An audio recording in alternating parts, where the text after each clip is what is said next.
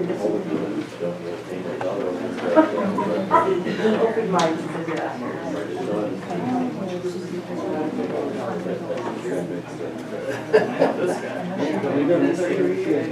sorry. Well, here at the high school, none of them get licensed until they're 18 or 19. It's shocking. Yeah, I was trying to let you guys know as soon as possible.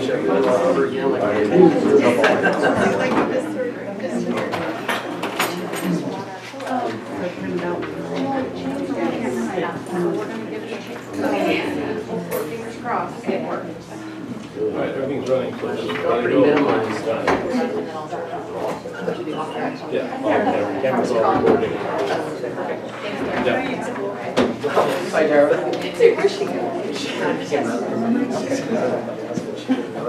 Oh, she has stock.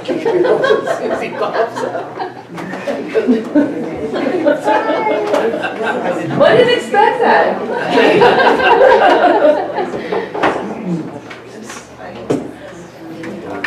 Dad tells a story during the planning commission when the commissioner was just so drunk he curled up under there and went to sleep during the meeting. Ruh-roh. That's probably not okay. Doesn't Don't be drunk under there, okay? okay? Yeah, that was going to be my secret. Hey man, I feel fine and I saw you out there lucky and I'm like, that guy's story. There's the goal, you know. But me and my family, my daughter,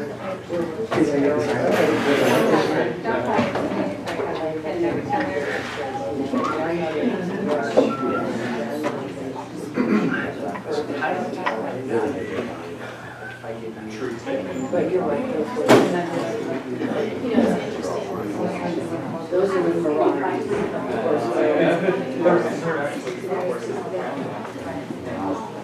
Hey, Jim, how are you? Good, how are you? I'm good, thanks. Oh, they took all those out. Oh, there's one in the back.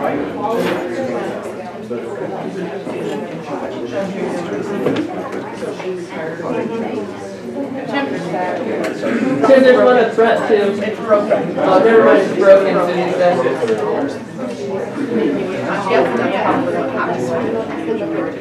Rip the arms off. Oh, well, there's a few broken ones.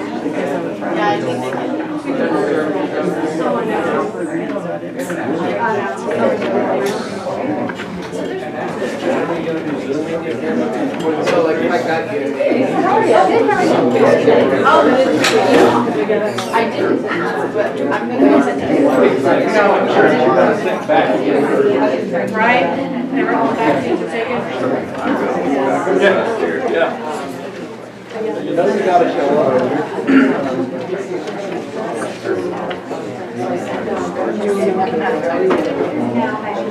Sorry.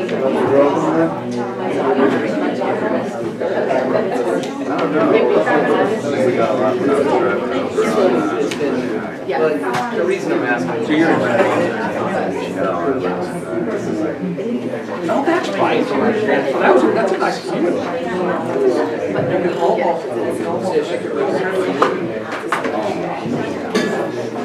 Depends on how much of the mask is. Your picture.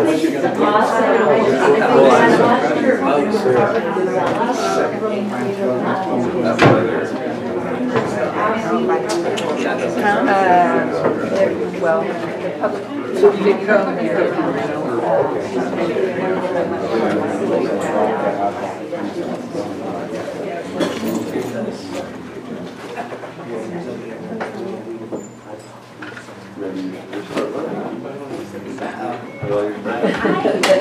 Not me, I'm After having a good day about it. Yeah, no, great, but I don't know. I tried to learn how to play the I worked hard at that and never did to play it. But yeah, I don't have a shear.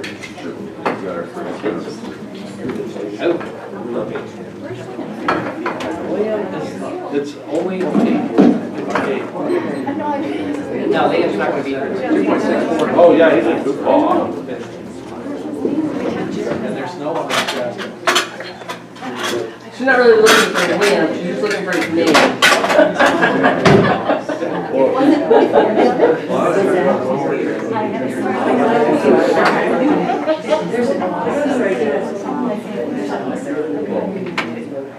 It's kind of disrespect, sorry. Sir, you're not here. You don't get a name. What's the number? What's the number for this one? They correlate pictures from there. Oh, do they have one? I don't see one.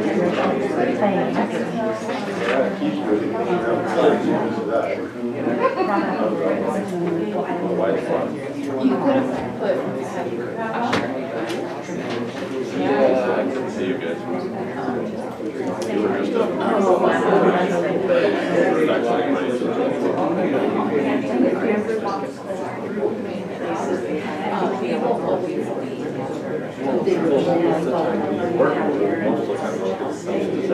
Yeah, is it the same one?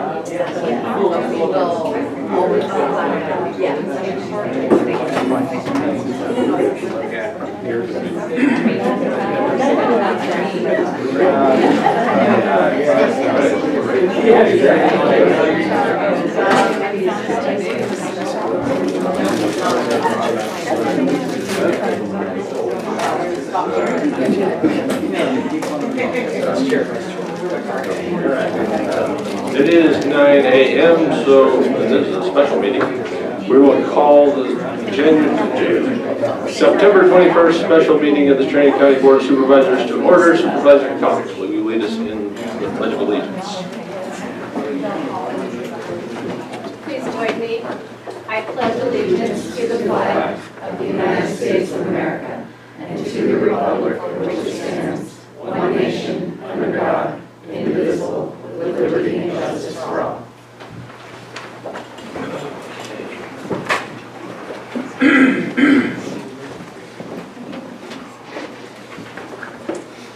Okay, county matters. These items include non-routine or controversial matters and are listed alphabetically by department.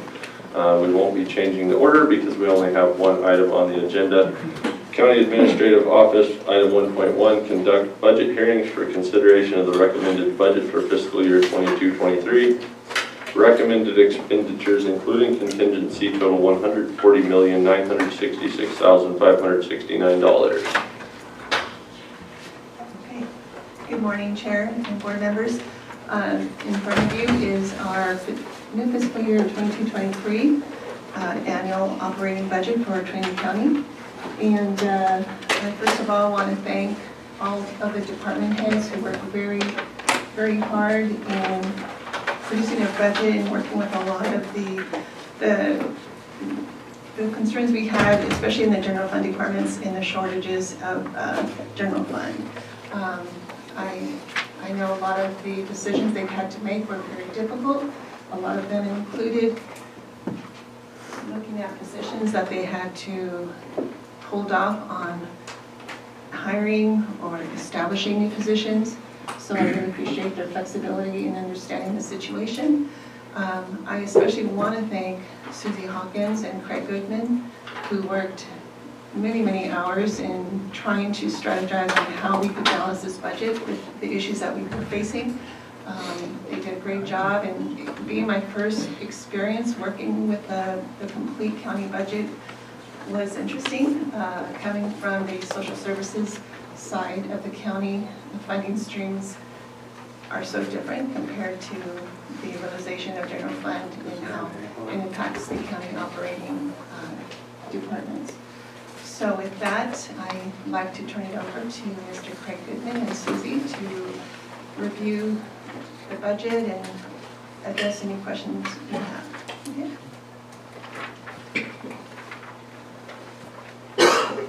Good morning, Craig Goodman, budget consultant for Trinity County. Welcome to budget hearings for fiscal year 2022 and 23. I apologize for not being present. Family emergency prevented me from being there this week, but we're going to do our best to get through this. And I would just say basically the same thing that Letty has about this budget cycle. It was a very difficult budget cycle for all involved. Every department can easily come before you at that podium and say they need more money. It just is a tough situation currently, and we have been in a tough situation for quite some time in Trinity County. But I appreciate all of the effort made by the departments in coming to the table and helping us to balance this budget that we're presenting to you today. There are a few outstanding items that I will try to touch as I go through this presentation, which I will share here.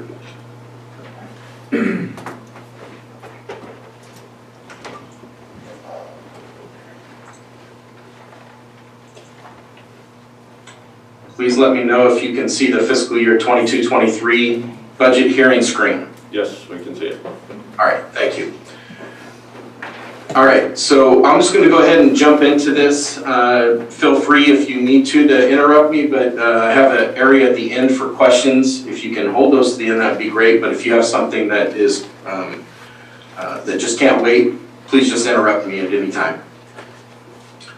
So the total budget, when we look at the county's total budget for fiscal year 22-23, we can see that it is approximately $141 million. Now, when we compare that to the prior year budget was $124.3 million, which indicates a $16.7 million increase over prior year. It's a little deceptive in that there is a change that we made in the general fund itself to split it into two separate general funds, if you will, which helps us to put the sheriff, all the sheriff departments into a separate general fund to more easily show the public the need for the public protection dollars that we're looking for. And so when we do that, what happens is we're required to transfer money out of the main general fund over to support the shortfall in between the revenues and expenditures in those various sheriff departments. So sheriff, jail, animal control, just to name a few of them. The amount of that transfer alone from the main general fund to now the sheriff general fund is $6.7 million. So that explains a large portion of this increase.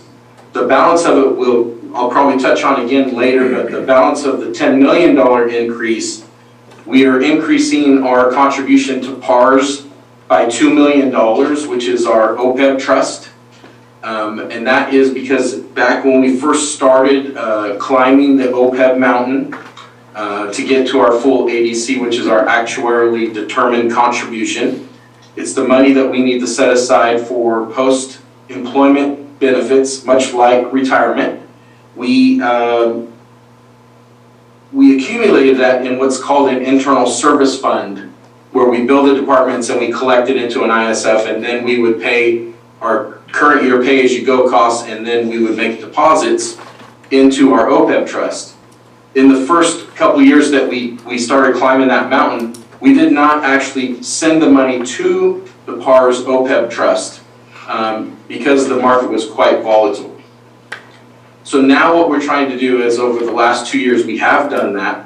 We have taken what was coming from the department, paid as you go, the current costs, and we have deposited for the last 2 years all of that money into the OPEB trust at PARS, and you'll see that in a later slide. So I don't want to get bogged down too much here, but now we're trying to take that initial money that's been accumulated in the ISF and start parsing that over the next 4 years to get that also over to the PARS trust. So this increase of $140 million, the rest of that $10 million increase is due to increases over in the Health and Human Services budgets and the behavioral health budgets, as well as the use of their realignment monies. So that budget increase is a 13.4% increase from the prior year. And once again, it's going to kind of be skewed because of that change, particularly in the sheriff department, where we're setting up two separate general funds. So I would say not to be too concerned about the size of those increases, as obviously I've already been able to explain a large chunk of them. Debt service payments are fully funded in this budget. The total budget salaries and benefits, if you look at this $140,000 number, 33.9% of it is salaries and benefits.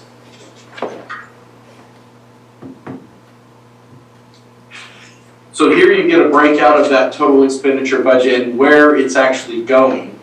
And so you can see here that the general government is about 12%. We have a general fund contribution to others is 5.53%. In this general fund contribution to others includes the sheriff 6.7 million transfer. In subsequent pie charts that we're going to talk about, I have moved that out of there so that it kind of shows where it belongs in the public protection budget, but for this purpose I've left it here. So the public protection budget shows 16%, but if I had moved that, it'd be closer to 20% of the total budget. Public ways and facilities, 26%. Health and sanitation, about 20%, and public assistance, about 20%. This is pretty consistent year to year for the last 5 to 6 years of doing Trinity County's budget. You can see the small amounts there for education, debt service, and contingency. Education, what's in that category is basically the library.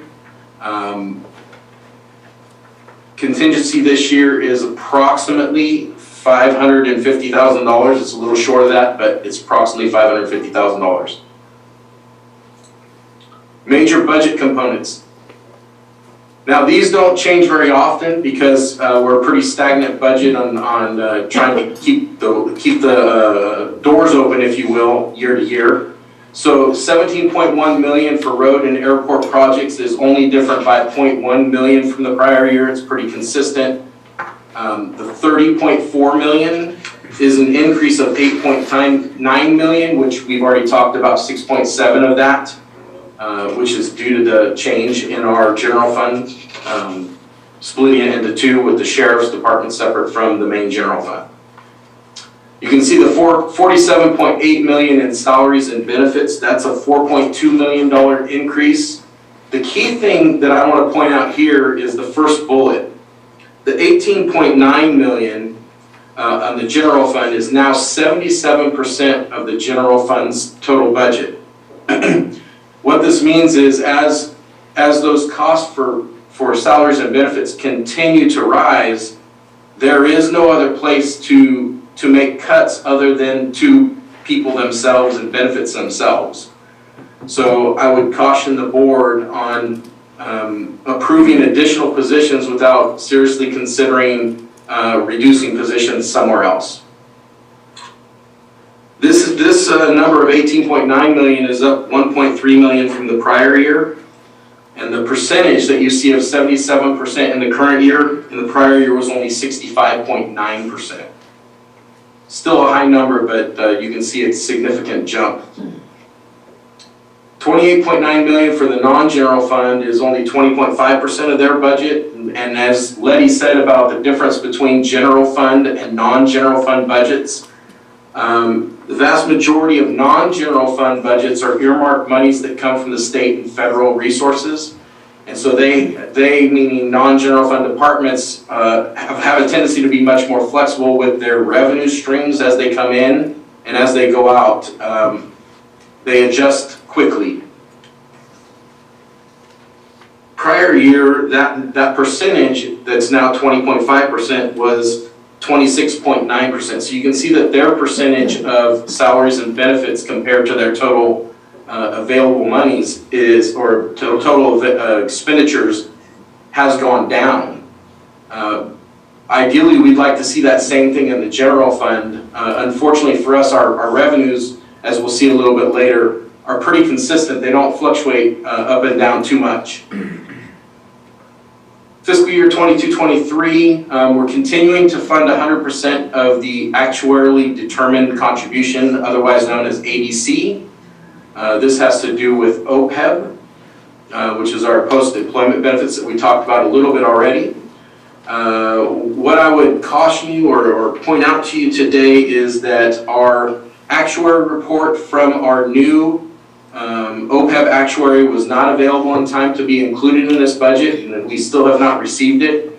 Our hope is that that is going to decrease the amount that we've used in the budget, and that would hopefully free up some money at mid-year to figure out where the needs are. Looking at OPEB itself, though, on a higher level, we look at the unfunded OPEB liability. This is the liability that's on our balance sheet that's based upon a projection of the future costs of paying these post-employment benefits, not only for our active employees, but for our retired employees as well. That liability as of June 30, 21 is $44.7 million, if you will. You can see in that second bullet, our PARS trust balance is increasing. This is a good sign. This is us setting money aside to fund that actuarial liability. That you see above is the net, okay? This one is what we actually have in the PARS trust currently, which is the 10.3 or 10.2 million number as compared to 5.2 the prior year. We expect that that number will continue to go up as we both pay our current portion that's not used to fund our current costs, and we increase, as we talked about, the $2 million transfer out of ISF, which you see the balance below of $9,446,000.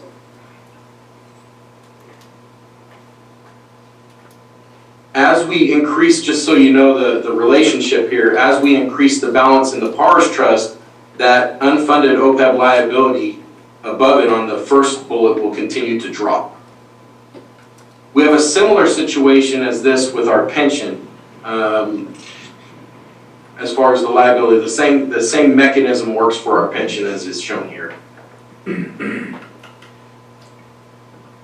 All right, so once again, just a quick synopsis or summary here. The major budget components, we have 141 million total budget.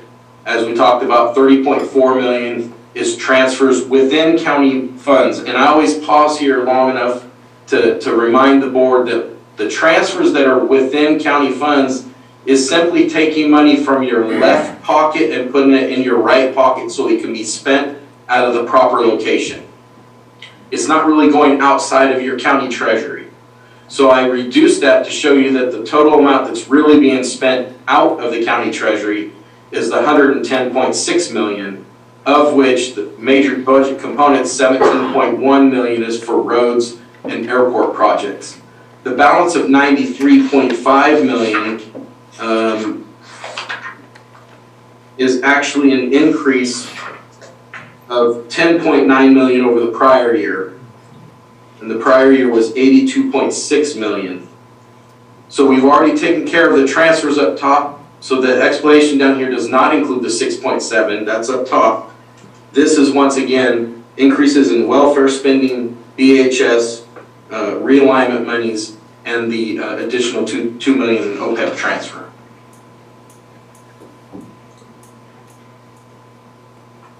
Sorry. General fund revenues. Okay, so what I had to do this year, because we had the change of splitting between one general fund and two general funds, I'm showing you actually two slides. This is the slide of only your main general fund, 101. It's Fund 101. And here you can see that that total dollar amount is $20,821,071. And you can see the breakout of the percentages. 58% of this is taxes, meaning property taxes, sales and use taxes, transient occupancy taxes, those sorts of things. Licenses and permits, fines and forfeitures, use of money and property be your interest. Intergovernmental revenues would be federal and state monies that are still coming into the general fund to other general fund departments. Charges for current services would be your fees basis. Miscellaneous revenues accounts for only about 2% and transfers in 6.7. Now transfers in means it's coming from earmarked monies coming into those general fund departments who have spent that money and are simply reimbursing the general fund so you don't spend your discretionary money for a non-discretionary item. So the second one, so you can see 20.8 million up top. The second one I'm going to show you is when we put the sheriff, add the sheriff's separate general fund back together, which is the way we've shown things in the past. So if you're going to do the comparison, you're going to want to use this second screen, and that's this one here that shows basically 24.0 million in general fund revenue. So what's the difference between the 20.8 and the 24.0? That difference is going to be those revenues that are specific to the sheriff's departments that they bring in separate from what is provided by the general fund to fund the sheriff department. And you can see here when we look at this perspective that our taxes percentage drops from 58 to 50%. Most of the others stay. You have an increase in your intergovernmental revenues. Obviously the sheriff gets more earmarked monies from federal and state resources. There's an increase in the fees, and transfers in increases as they have separate monies that are earmarked for specific purposes, or they have monies that come in from search and seizures that can be pulled in depending on the need. All right, so let's talk about general fund revenue trends. And you can see here that we range from 21 million all the way up to approximately 24 million, a little over 24 million. So we've got about a $3 million spread going on here, okay?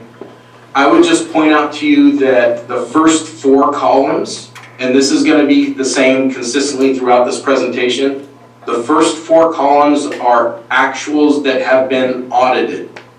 They should tie to your audited financial statements. Fiscal year 21-22 is the current year that we are closing and under audit. And so this number here, the 24,263,872 can still change based on accruals and reversals that we're doing in our closing process. And then finally, the last column is the budgeted numbers or the revenue that we are anticipating to come in for general fund. You can see though that basically it's pretty consistent. So what I wanted to really do is this shows both discretionary and non-discretionary revenue. And so what I'd like to do is break it out with this one to help you understand the difference between discretionary and non-discretionary. So non-discretionary revenue is also, you'll hear me say earmarked revenue. And by earmarked or non-discretionary, what it means is in code or in receiving this money, the county is restricted in the way that it can spend the money. So for instance, if we get a grant, as we did in the current year, for housing, we can't use that housing grant to pay for county council that's not affiliated with housing. We can't use that money to pay for auditor that's not affiliated with housing. Likewise, if we got a grant for putting officers on the street, we couldn't use that to perform road services. So those are the restrictions or earmarkings that I'm talking about, and you see those as the top, the lighter color on your screen. The darker color, discretionary revenue, basically means that there are no restrictions on how you use this money. You as the board, this is the money that you as the board get to decide how we spend these monies. They're the ones that are like taxes. They're going to be charges for services, fees, fines and forfeitures, those sorts of things. As long as the fines and forfeitures don't have a restricted purpose. And so you can see here that if you look at our discretionary revenue, it's relatively flat in the 4 years we have audited. And then we have a little bit of a jump here in 21-22. And I took a quick look at this to try to identify what that little jump is there. And once again, this is not closed, so it could still go up or down from here. But I've identified that about $500,000 of this number, this 13.67, $500,000 of that is an increase in property tax, and I believe that Angie could probably answer this question better than I can, but there was Trinity County was one of the counties that when Prop 13 happened, there was a negative bailout impact to Trinity County. And so Stanislaus County got a bill passed that finally reversed that after 50 years of having that issue, so that we could actually get that money instead of it going to the state. I believe that the majority, a large chunk of that $500,000 has to do with that negative bailout increase from 2021 to 21-22. We expect that amount, that increase of $500,000 to stay and continue into the next year and ongoing. In addition to that, there was about $200,000 of in lieu of VLF money. Well, okay, so in lieu, some of this stuff gets a little complicated to explain, but in lieu of VLF, we used to get VLF money paid directly from the state to the counties. When Governor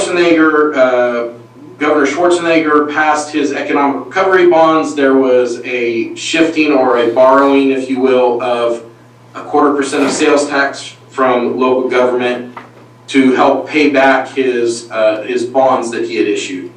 In exchange for that, he changed the method in which VLF would happen, because they actually canceled VLF as a revenue source. So VLF now comes to us via property taxes. To make a long story short, it comes to us via property taxes and is based upon increase in the property tax roll will drive the increase in this in lieu of VLF. Long story short, that increase was $200,000 over the prior year. We expect that also to continue to the next year. The other portion of this $400,000 increase was due to the collection of delinquent property taxes. So if the tax bills that go out in one fiscal year or previous fiscal years are not paid within that fiscal year, they roll into what's called a prior secured or prior unsecured, depending on what roll they're on, roll, and then they can be captured later, and when they're paid in, we would see that amount hit on this specific account line called prior secured property taxes. In that case, that line went up $400,000 over the previous year. The difficulty in estimating whether this will continue is it depends on the taxpayer themselves on whether they're able to pay. It also depends on whether there's a tax sale going on, which I think Terry would be better equipped to answer that question if you're wanting to know about a tax sale. I believe she mentioned in budget hearings that she's going to be doing a tax sale this year. Some of that is tax land sale, sorry. Some of that is dependent upon her staffing resources and ability to do that, because that does take quite a significant effort on her part. So we don't expect the $400,000 to continue, but it could. Okay, that's kind of one of the three, that's the least predictable of the revenue streams. But we see a slight uptick, and we would expect this 13.6 or 13.1 to continue going forward. We wouldn't expect it to drop unless something major occurs in our economy. Property tax apportionment, this little pie chart here just simply explains to you of every dollar of property tax that comes in, 4% or 4 cents of $1 goes to special districts, 32 cents goes to the county, and 64 cents goes to the schools. This has been consistent for every year that I've done this presentation. General fund expenditure budget. Okay, so once again, this is showing you the general fund expenditure budget without the separate sheriff general fund. And so I'm not going to spend a lot of time here other than to say, if there was an amount in this general fund contribution other that was going to the separate sheriff's budget, I've already included it in the public protection here. So you'll see as we jump to the next one, it'll look much the same. Here you can see that the general fund contribution number is 3.9. That's basically the equivalent of approximately 1 million that's going outside of the general funds, the two general funds that we have now. When you look at the general fund expenditure budget, you can see that 2/3 of it is spent on public protection. Now that's not all the sheriff. There's jail, obviously all of his departments are in there, but there's also probation, there's also the DA, there's clerk recorder is in here because it protects the public from having their property taken from them, and various other departments here. So 2/3 of the full general fund budget goes for public protection. You can see about 1/4 of it goes for general government, which includes board, CAO, auditor, treasurer, county council, etc. Treasurer, tax collector, did I say that one? All of the, if you think about the service departments, general services would also be in here. That's your general government. 1/4 of the budget is spent on that. The other portions are very small. Public ways and facilities, there's a very small amount that's done from the general fund. So the majority of your roads monies come from federal and state sources. Public assistance, very small. This is a match amount that has to go for realignment purposes. And that is a minimum amount that goes over there. Education, this is, once again, library funding is funded by the general fund.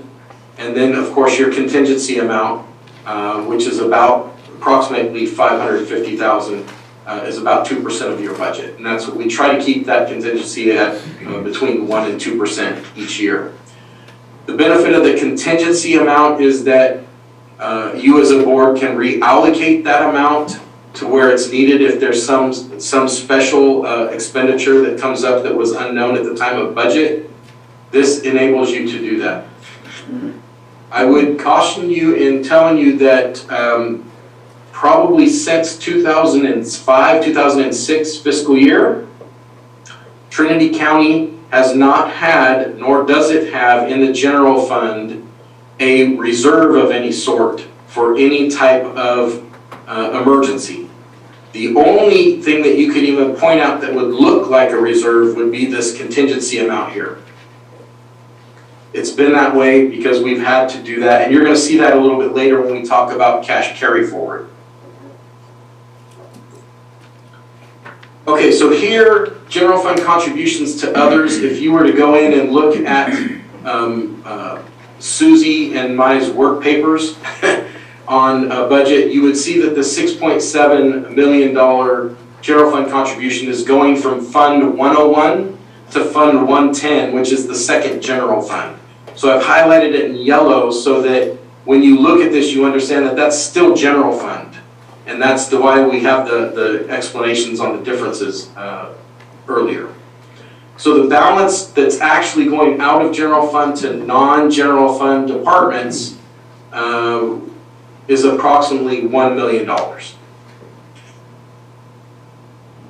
You can see the different areas we're covering. Our debt service. Here's our realignment, health realignment match, which Letty can probably cover this as well, but this money is sent to match the health realignment, and then the health department sends that over to debt service to help pay on the COP 05s that are now refinanced as the UMQA direct lendings.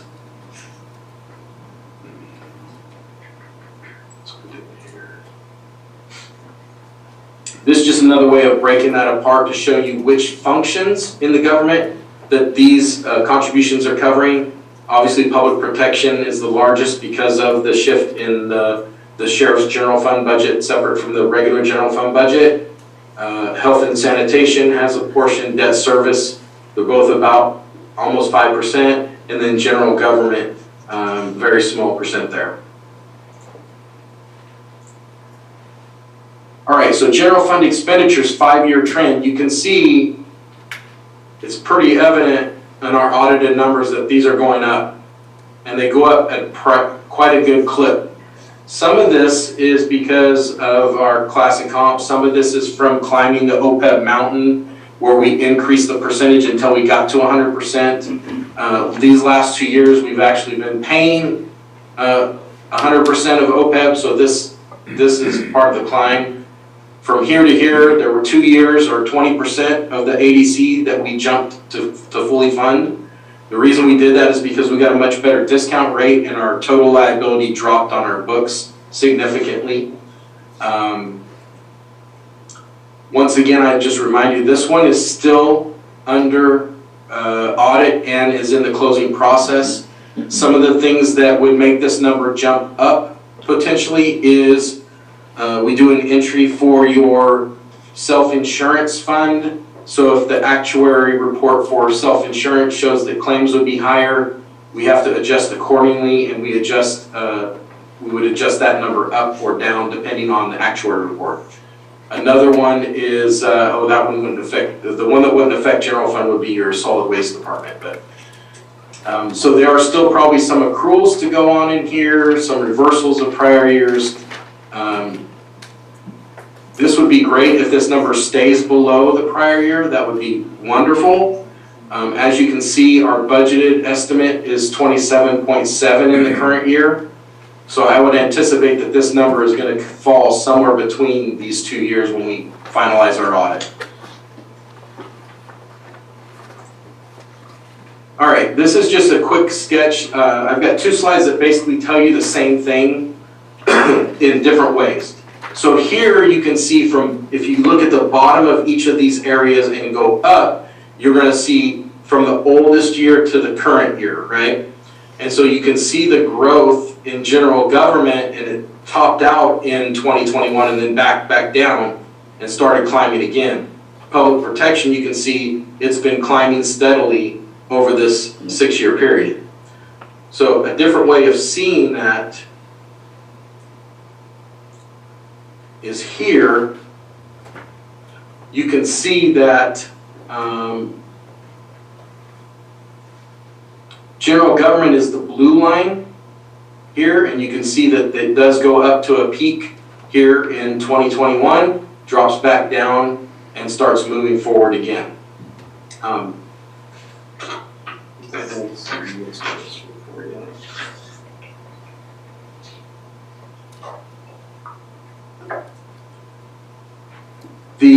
The red, again, is public protection, not only the sheriff. I think that's one of the things that gets confusing, is public protection is more than just even law enforcement. But you can see the continuous growth on those expenses. This is just a different way of seeing the previous screen.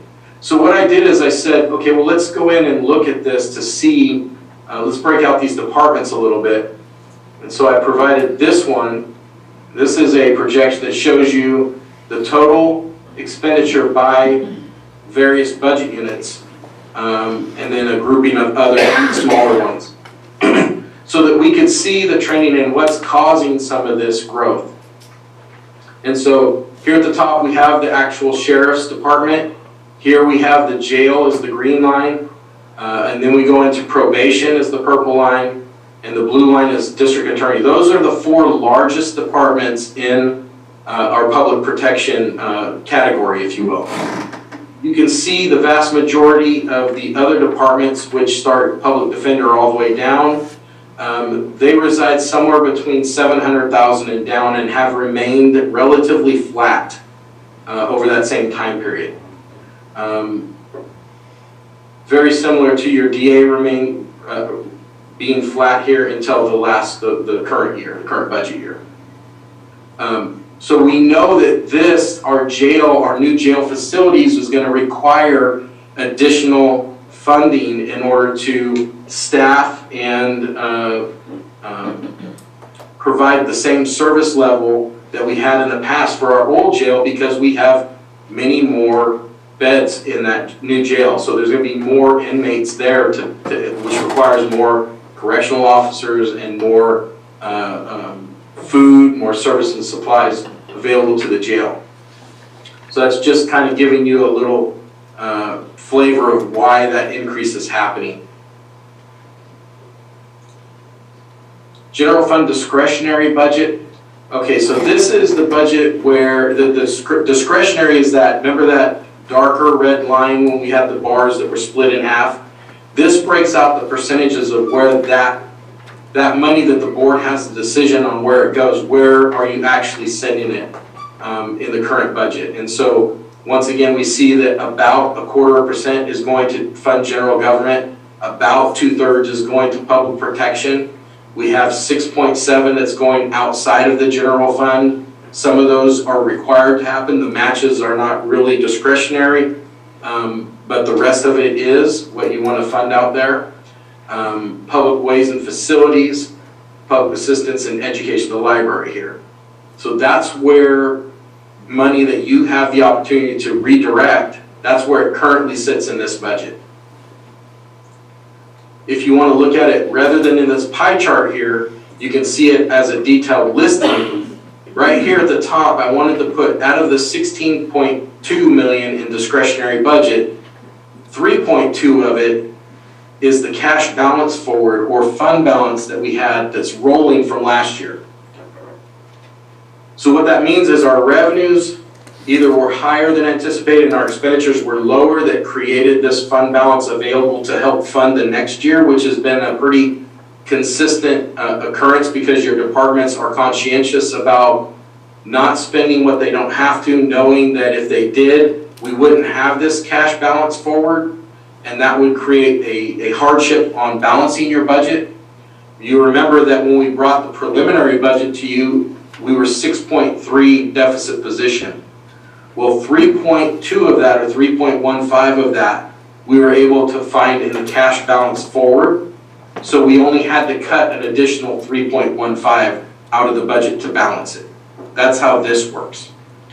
Here you can see what percentage of that discretionary amount is going to your department heads and their responsible departments. So you can see here, for instance, the sheriff, who has all of those departments we moved into a separate general fund, has about 41% of this number that they're managing. You can see DA has 8%. County administrator, 13.275%. You get the idea. I don't want to beat this one, but this is a good chart for you to look at and see where that money that you have decisions on is going. All right, so this is one of my favorite charts, but others may not like it.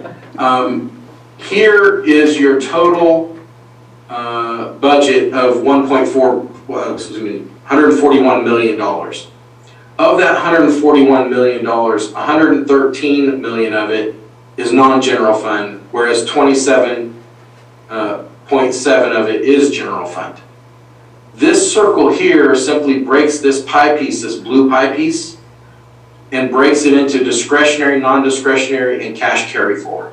So it's just another way of seeing what we've just talked about in all of those charts. So you get a perspective on how much or how little of that $141 million that you have the ability to change the direction of Trinity County with. Debt service. So our debt service is in very good shape. We have the 2018 Umpqua Bank, which is the 2005 COP refinances that I brought to your attention. We have the Motorola CAD system. We have the Trinity PUD project, which was a loan amount that was given to the county. It wasn't given to the county. It was the amount spent on the conversion from the hospital being a county department into its own standing district. And so our total payments between these debt services is $724,404.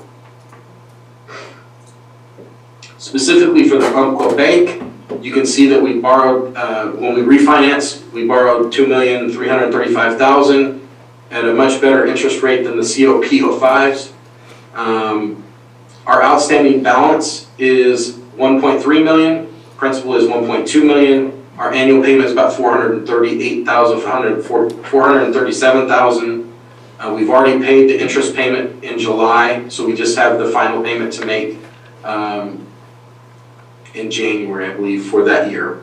And then we expect the payoff on this to be January of 2025, so not too far. into the future. And you're going to see that as a theme in our debt. Motorola, the CAD system, we entered the lease back in 2018. $982,000 basically is being financed at 3.69%. Our outstanding balance is $421,000 approximately. Principal is here. The annual payment $140,000, and we expect this to be paid off March 2025. So that's the same as the COPO 5-year. Here is the Trinity PUD project agreement. Originally, the amount borrowed $2.1 million. At least as far as financed here, there was also some property of about $700,000 that was paid over or given to Trinity PUD for money spent on the hospital. And the outstanding balance on this is $107,415.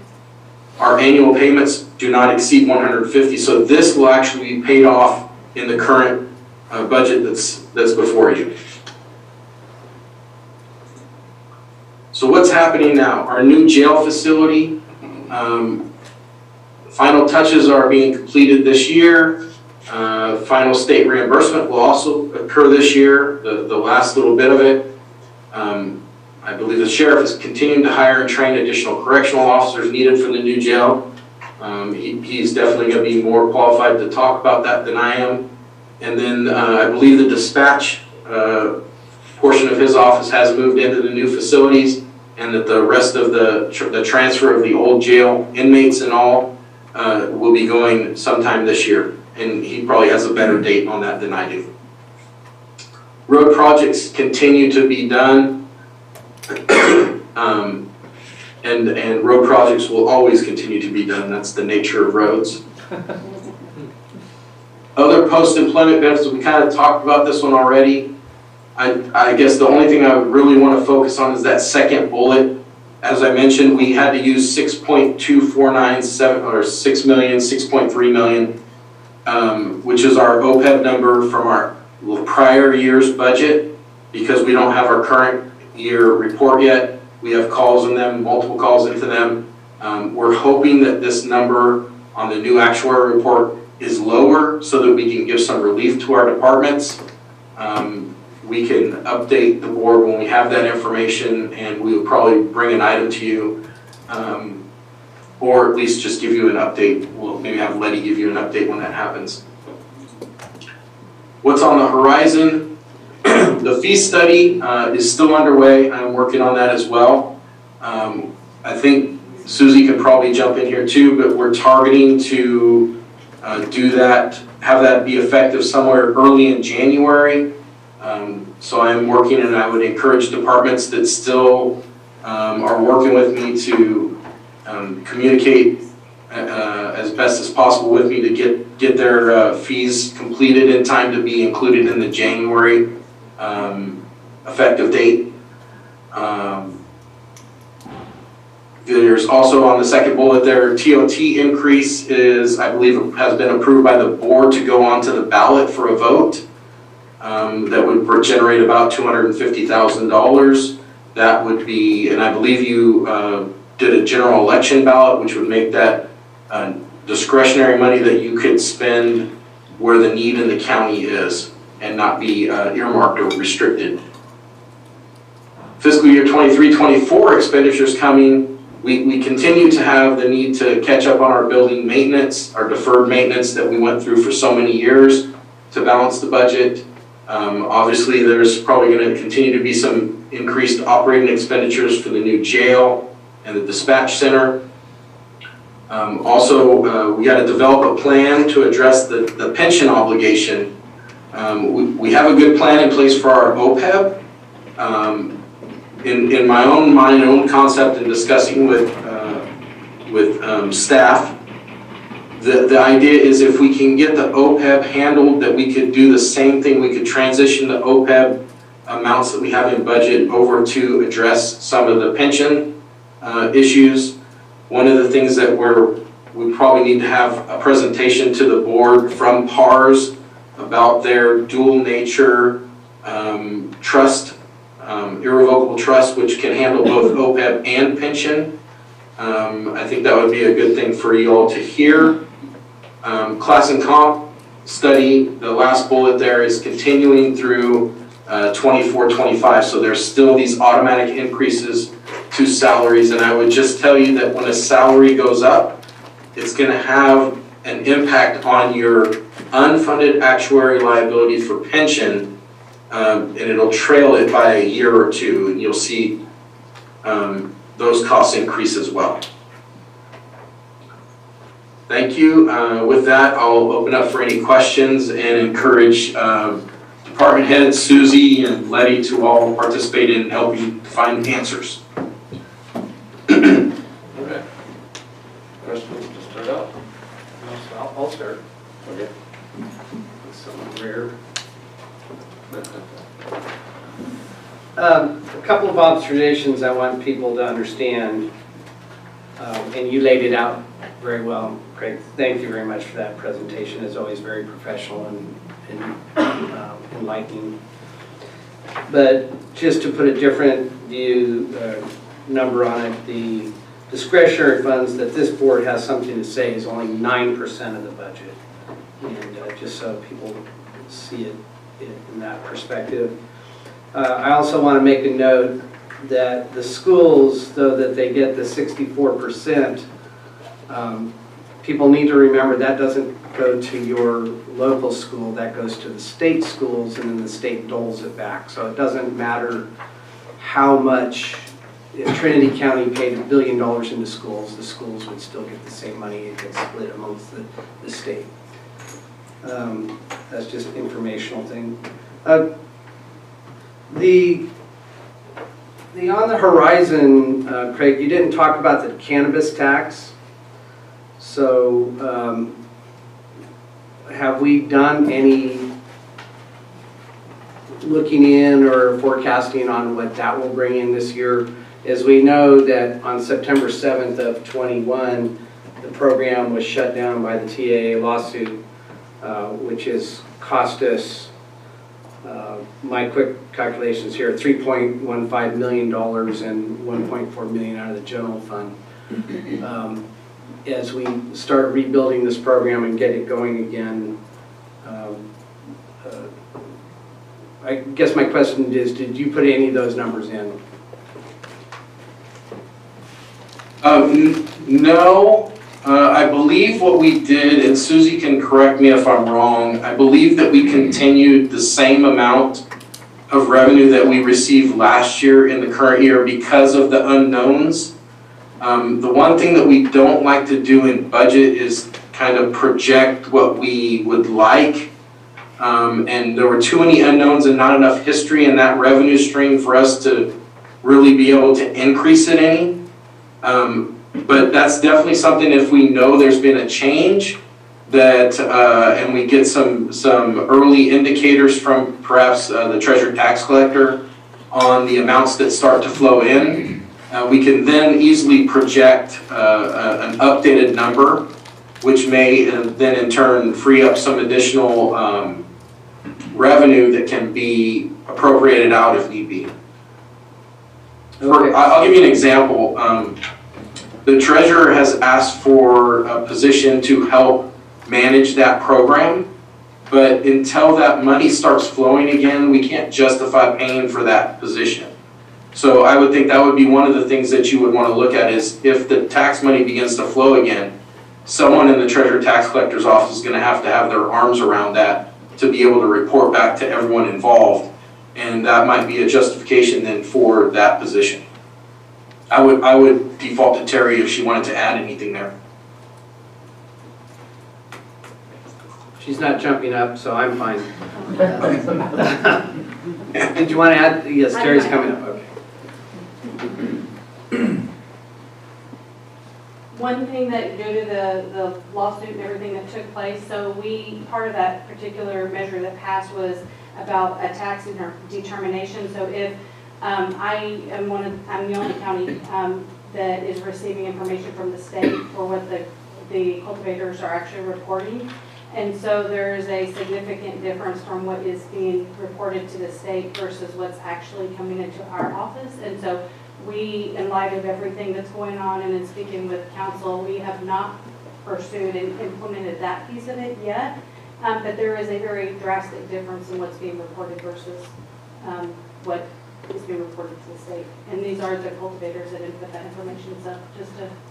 So, I'll leave this with you. Obviously, the elephant in the room there is to read our tax initiative to see if the state metrics, even if they may be illegal in the county, still would have to pay our tax in that metric. So I can't remember off the top of my head, so that's something we need to really pay attention to, which hopefully you're on top of. We are. Okay, thank you. Craig, the other thing that, well, what the heck, I'll say the word, promised me that you'd have the fee study to the board by November. Is that still on target? Yes. I think the November date is what we need in order for it to be effective January. Susie, can you confirm that? Yeah, I believe we're looking at the second November board meeting date. So that will be a Thanksgiving present. Be a Thanksgiving present to you. I don't know if the community will take it that way. Probably not. And that will have everything but cannabis, right? Well, that's the goal. It's going to depend on departments. There are a few departments that still need to get back to us, and we need to reach out again for some follow-up questions to a couple departments. Some departments I don't have anything from at all yet. They haven't submitted anything, and so we're going to reach out after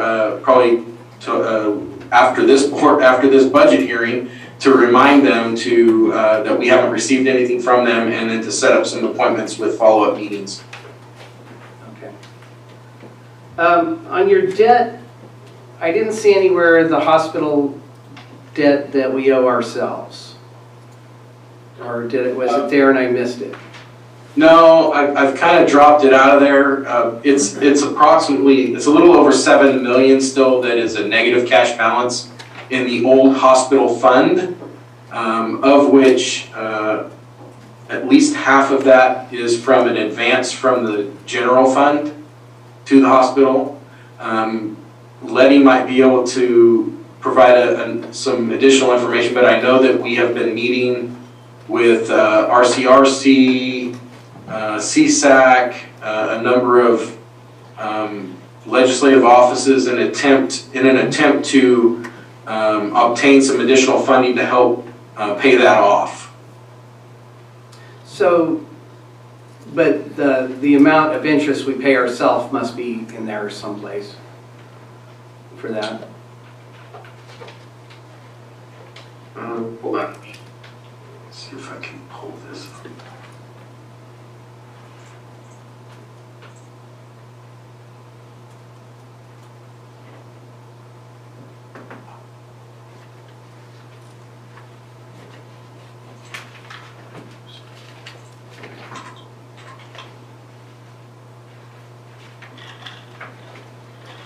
Yeah, so what we have budgeted basically, I believe, and Susie can correct me if I'm wrong, is $15,000. Actually, we backed that out, it looks like.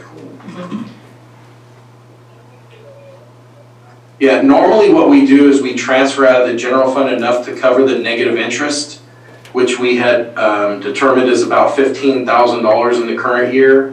That was based on prior year interest rates, and I think Terry could probably tell you that those are going up quickly.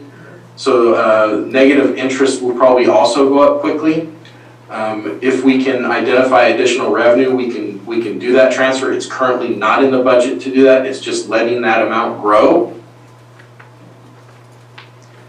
So, could you explain to us, say,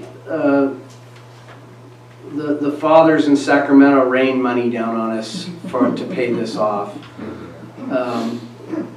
What happens with that money?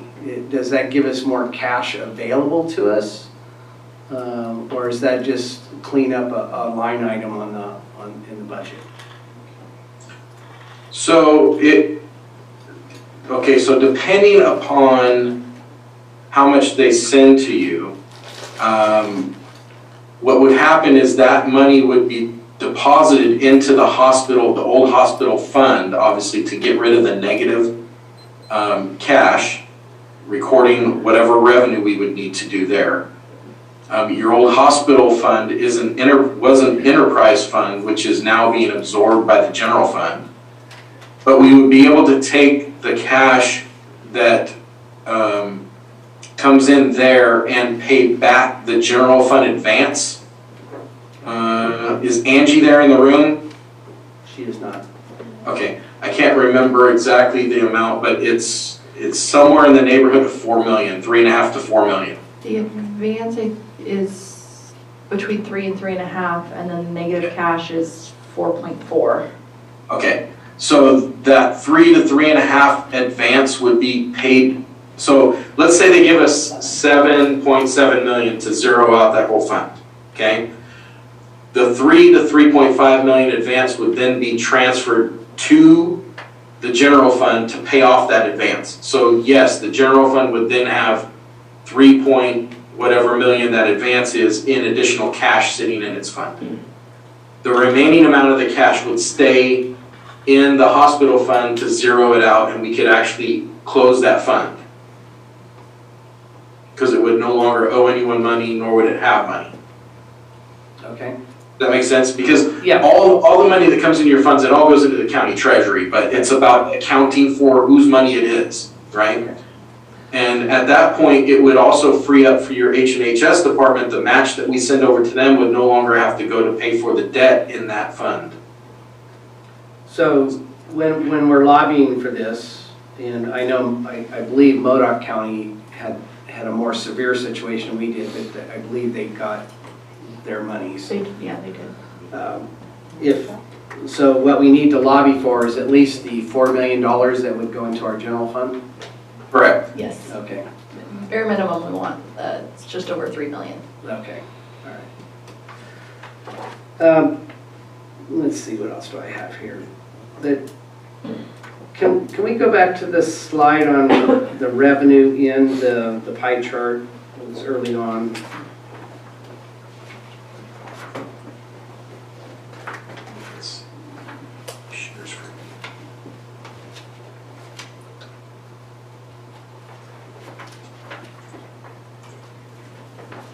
I think it's this one or this one. With the sheriff or without the sheriff? Is that the one you're Actually, for my purpose, either one works. Okay. So we have licenses and permits, but then when you said charges for current services, you said fees. So, for example, where would a building permit go into? I believe it's going to be in your charges for current services versus over here, but let me, actually, since I'm sharing the screen, let's see, can I go over to this or not? Can you see this as well? No, No. you're just showing your Just see, PowerPoint. okay, cool. I'll click through here real quick. Department for, it's 2480, right? Yes. And Craig, I have it. It looks like the construction permit and the building permit fees go into the licenses, permits, and franchises. There you go. So what fees, which is a bigger number, go into, like, is that count as fees that go there? Oh, this is general fund, so no. But go into the charges for current services. Yeah. Um, And we're It's showing. gonna be like copying, there's a fee charge if somebody needs civil service of process performed. There's fees that are charged for selling the roll, the property tax roll. like environmental health, organized camp fees, swimming pool fees. Yeah. So would that be like rental of properties also? No, rental of property should fall, if we have that under use of money and property. Okay. That should be interest in like concessions and rentals. A lot of your planning department things go in there, environmental reviews, general plan amendments, tentative maps. So the general plan is actually in non-discretionary general fund? Well, not the general plan department, but the general plan amendment fee.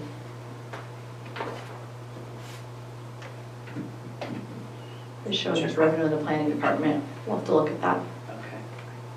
I think there's, I'll look into that, but that should be transferring out into the general plan department, non-general fund, at the end of the year. So I think it's, and those are just kind of technical questions, but when we look at this, I think it's important to say when we're out trying to find more revenue, that this is a really important chart because it really shows how narrow we have to get. So half the chart is property taxes, basically, and other minor taxes.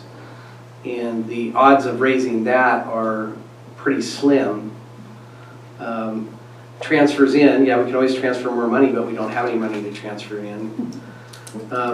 So then we get down to our fees, our licenses, and our fines and forfeitures. And I take it this is through the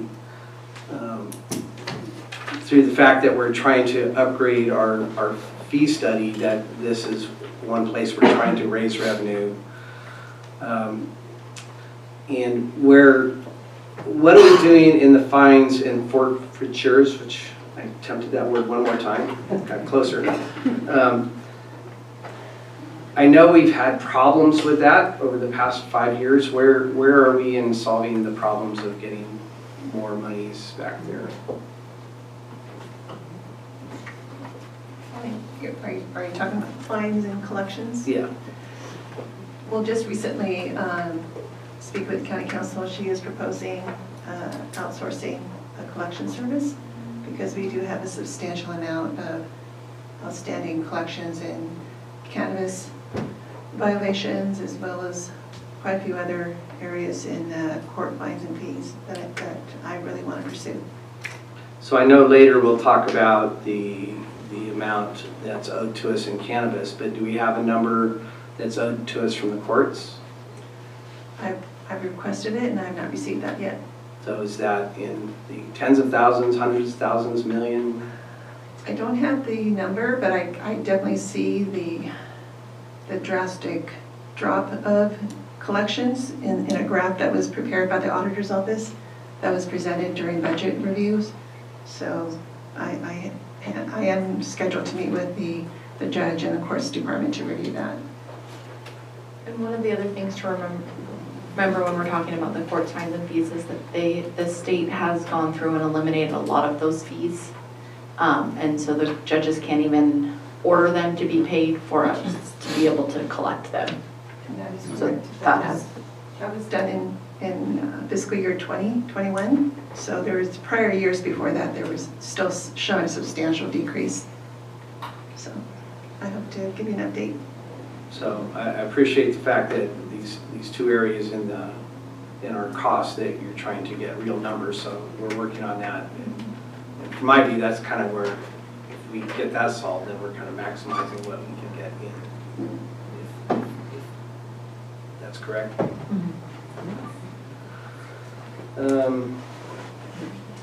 And then you said the OPEB responsibility, this is back to Craig, the OPEB responsibility was 44 million. I preferred when you made a mistake and said 44,000, but we'll take the 44 million. Where were we 3-5 years ago on that? Is that, are we showing significant improvements there, or is that status quo? No, yeah, we're making good headway here. If you remember 3 years ago, we were not at 100% of the ADC, which means we had a discount rate of like under 3%. Our discount rate now is at least double that.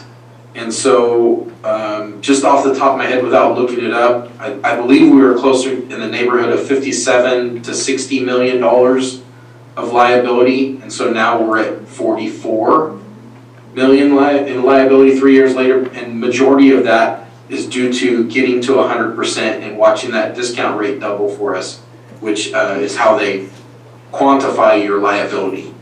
But also looking at your OPEB trust, we've gone from $500,000 to 10 million sitting in there now. And the key thing, and the reason that you all did that back in the day, was because if we don't set it aside in a trust, in an OPEB trust, it means that all of the non-general fund departments would not be paying their fair share of that liability. And what would happen is, at some point, it would all fall on the general fund. And I don't know if you notice, the total revenue number is 20 million to 24 million. 60 million is pretty much 3 years of doing nothing in the general fund, right? So we had to do this. I think it was wise to do this. I think we're getting good footholds here. I'm hoping that with our new actuarial report, it will show an even better number, because I believe that also there were changes made in the last set of negotiations on the benefits of OPEB, and we expect to see those over time actually help us to minimize that number and then focus on what I think is a bigger concern to all of your retirees and to your active employees, and that is the pension liability. So I'm going to make a statement and then try to form it as a question if you agree with it. It seems to me that we've made really good progress in our budget over the past 7 years, but what seems to be hitting us now is this kind of hyperinflation that we're facing through wages and other costs that have kind of thrown us out of whack, that now we're going to have to search for more revenue. Is that a fair assessment of what's going on? I would say that might be part of the more recent fiscal years. I think your previous fiscal years have to do with the fact that salaries did not keep up in Trinity County, and now that class and comp study is kind of pushing us back to a closer place of where we should have been in the past. And I think that, along with the inflation that we're now seeing over the last couple years, that's having a doubling impact, if you will, on what we're filling in budget. Okay. Thank you, and thank you, board, for letting me go on for so long. I'm sorry. Supervisor Cox, do you have any questions?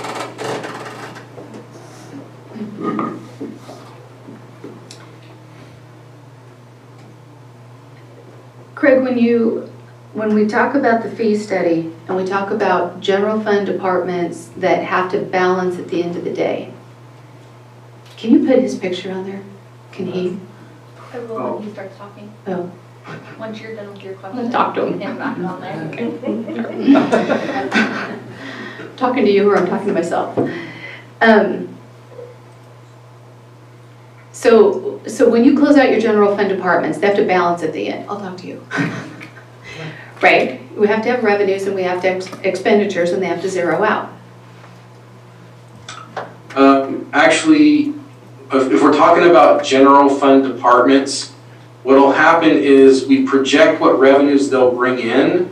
We identify the expenditures that they need to operate for the year, and the difference between those, if the expenditures are higher than revenue, is covered by your discretionary dollars in the general fund. Okay. In some cases, you have general fund departments that do break even, and a few that even bring in a small amount of revenue, which shows that they're in the ballpark on their charges. Okay, so that's awesome. That tells me how to frame my question. Because when we look at the fee study update, can you project at all any kind of percentage of what has been needing to be sucked out of the general fund in order to zero out all of those departments, that once we get the fees where they belong, what kind of a dollar amount can we expect to not need to be pulled out of the general fund? At this point, I think I probably can't come up with an accurate number, because the departments that I'm working on currently seem to be the departments that are going to have the biggest impact on your fee study. The ones that I've already done are going to contribute some smaller amounts, but the ones I'm working on currently are the big impacted ones. Okay. Such as, I can give you the names of them if you want them. It's, planning department, environmental health. They've been operating on 13, 14 costs. And as you can tell from the chart, you remember the chart that goes like this on your expenditures? That is the chart that's going to drive the fees to do a similar type trend.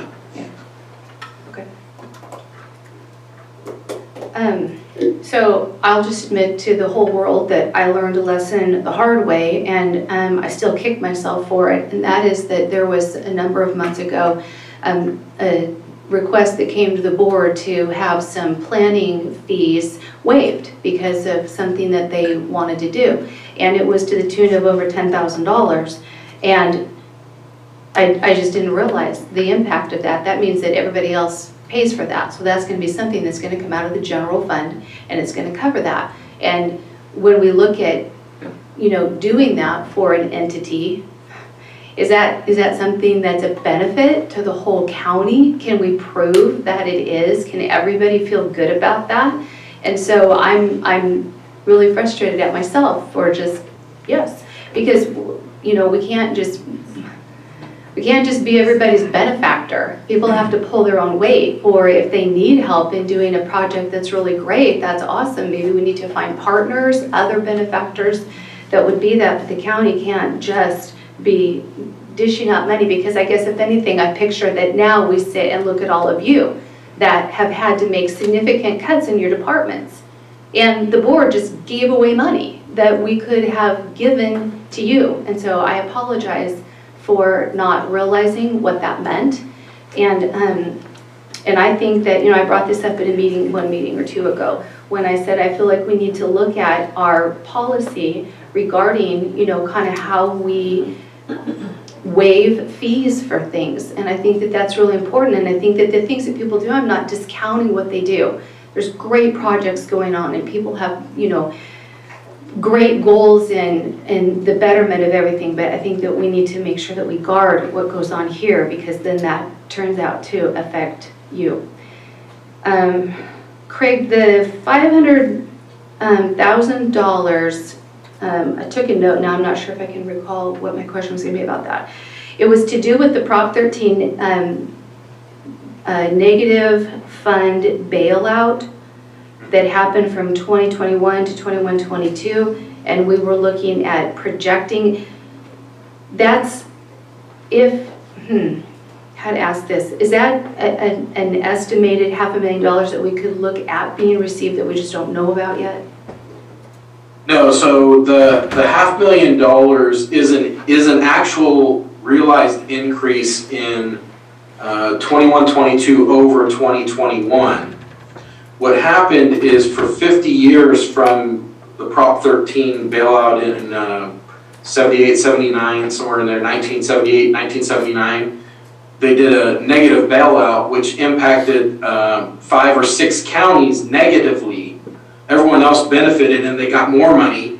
In our case, they took more money from us and shifted it to the state. So the state, for 50 some odd years or 40 years, has been getting your Trinity County's some of its property tax.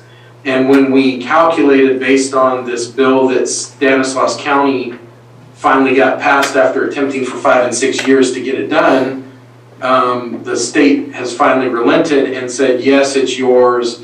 We're going to give it to you prospectively, but not retroactively. So those 40 years we can't capture again, but going forward, what it did is it shifted the amount in our AB8 factor, where the county is getting, maybe it didn't change the AB8 factor, I would default to Angie on that, but the county is getting more money that had been going for state purposes locally. So the $500,000 was over a several year span for wherever you said they went back to. And so we went back to that first year, and then we had the CPI factor that you had to work through this spreadsheet and get the state to approve it. And once we got to that, as of now, it's not quite probably $500,000, because some of that $500,000 is growth in assessed values over the previous year.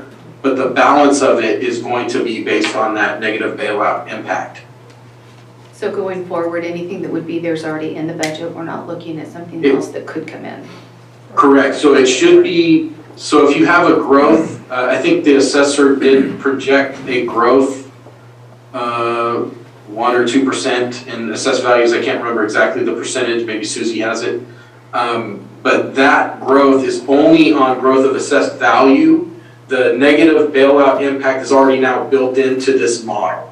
So we won't see another bump like that.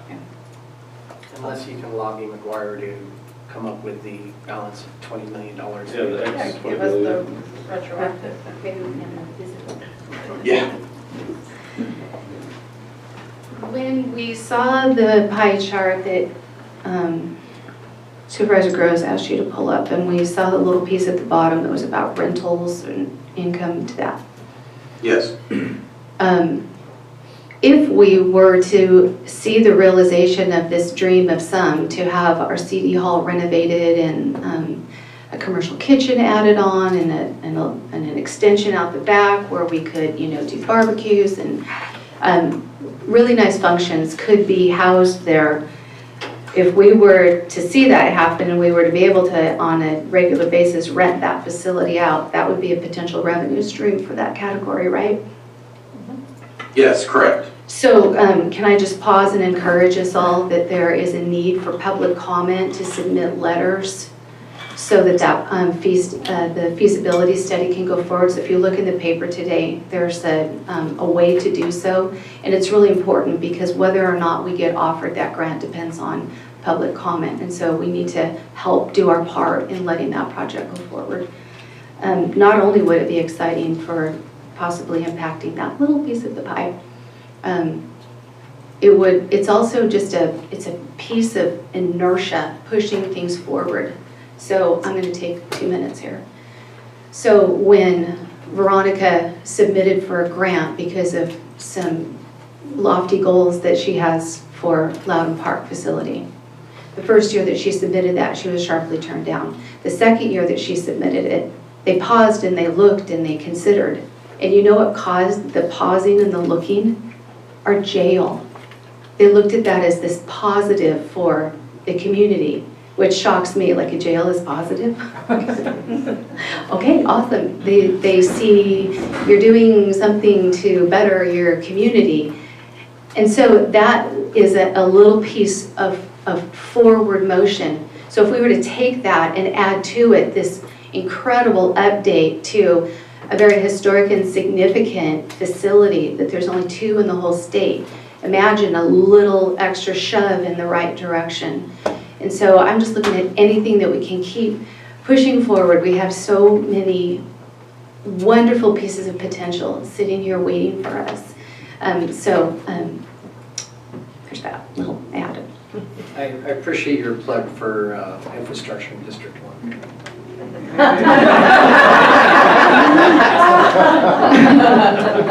No, I appreciate it. Hard work. Are you talking about the boat ramp? No. Because I could go there too. The CDLs in District 1. I don't look at it like that. I look at it like the county as a whole doing great things, and there is hope about the boat ramp being extended to the bottom of the lake and getting that. I saw Rachel going in building next door this morning. She's in town, so thinking positive thoughts across the street.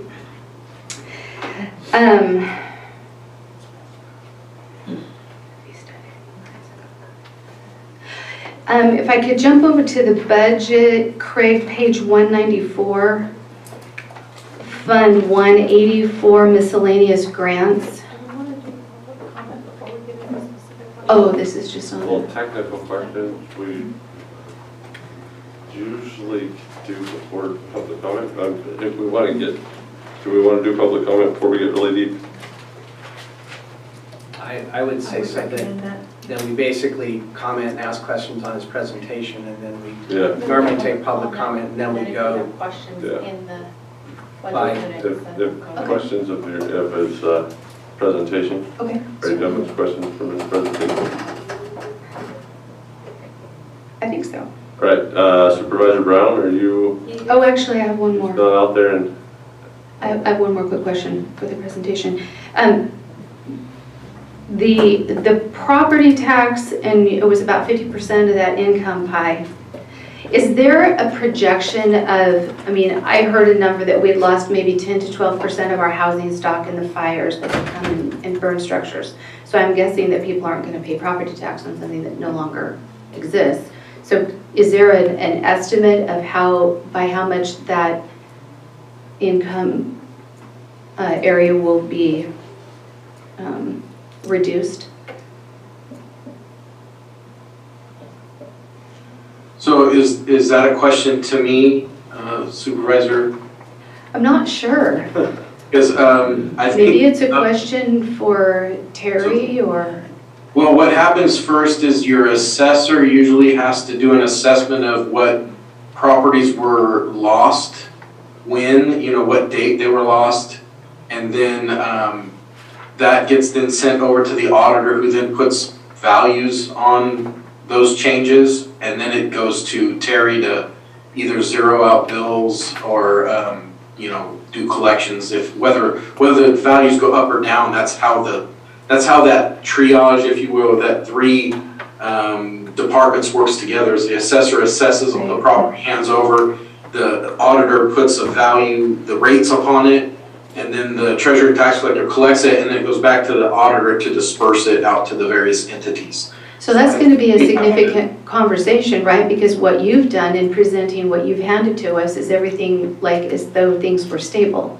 Correct. This is basically taking the projected growth in assessed valuation from the assessor and the auditor projected that onto the property taxes. So if we have a significant change to that, we'll need to hear from the assessor the assessed value impact, and we can then quantify that for you to determine whether we need to come up with revenues from somewhere else or make cuts. Okay.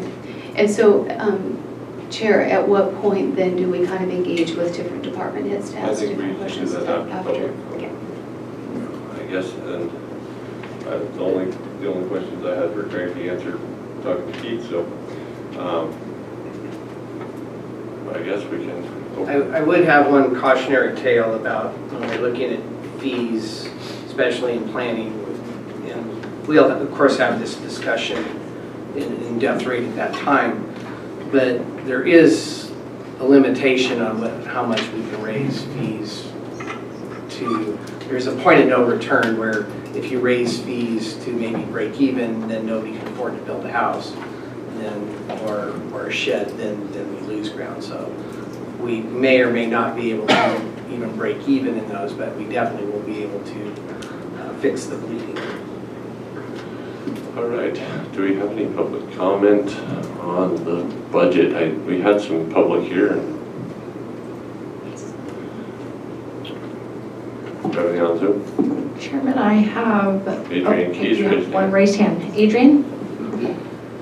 Hey, thank you very much, Chair and Supervisors. I had no idea I'd be first. I was really expecting there to be a lot of comment from the room. So let me just pull it together here a little bit. Okay, I will spend my time commenting on the cannabis budget specifically. I want to note the interfund transfers. Well, first I want to note that the budget being drafted differently with a separate budget for the Sheriff's Department versus the general fund, or however this is worked out, is confusing to the layman. Made it very difficult to interpret the budget, and only knowing that had happened, early on in this meeting, I could be way off base here, but I'm going to give it a shot anyway. My first concern this year was the same last year, was with interfund transfers.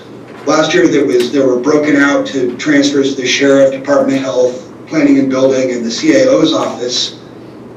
This time there's just one big old interfund transfer. It's line 2399 professional services. It's $1.3+ million. I'm curious what that is, where that's going.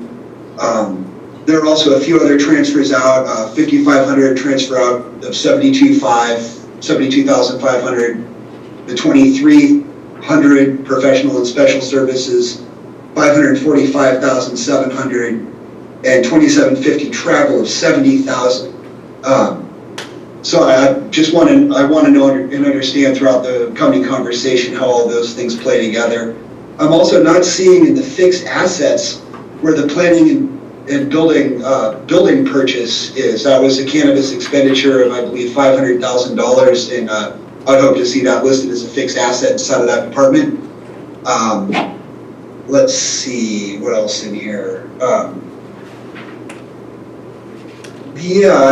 I apologize. This budget was much more challenging to interpret, and now understanding that it's actually drafted entirely differently, maybe that's an explanation for it.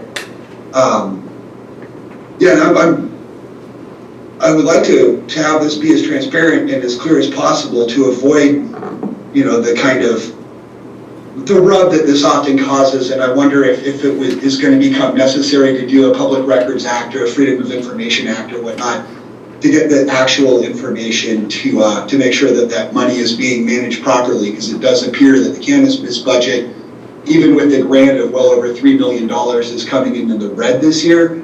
I understand that the lack of fees and such due to the TAA lawsuit, which has really impacted the county negatively. I'm kind of at a loss, so I apologize, but that's the best I can do. Thank you. Adrian, this is Keith. We will go over the cannabis budget later in the meeting here, so hopefully we can get you clarity on that. I've requested that we look at that very closely. Steve L. Hi, this is Steve from Junction City. Is this going to be the only time for public comment and questions, or when you guys go over the cannabis budget more specifically, will we be able to ask questions then? This will be our public comment section. So it's kind of now or never then, huh? Even though we covered some of the data that a little more specifically? Okay, let's stop this time and have this discussion real quick. In the last period, or the last year that we did this, we allowed comment after we went through this, because I can specifically remember Adrian Keys discussing how he appreciated going over the budget and understanding it, and that obviously was after the fact. So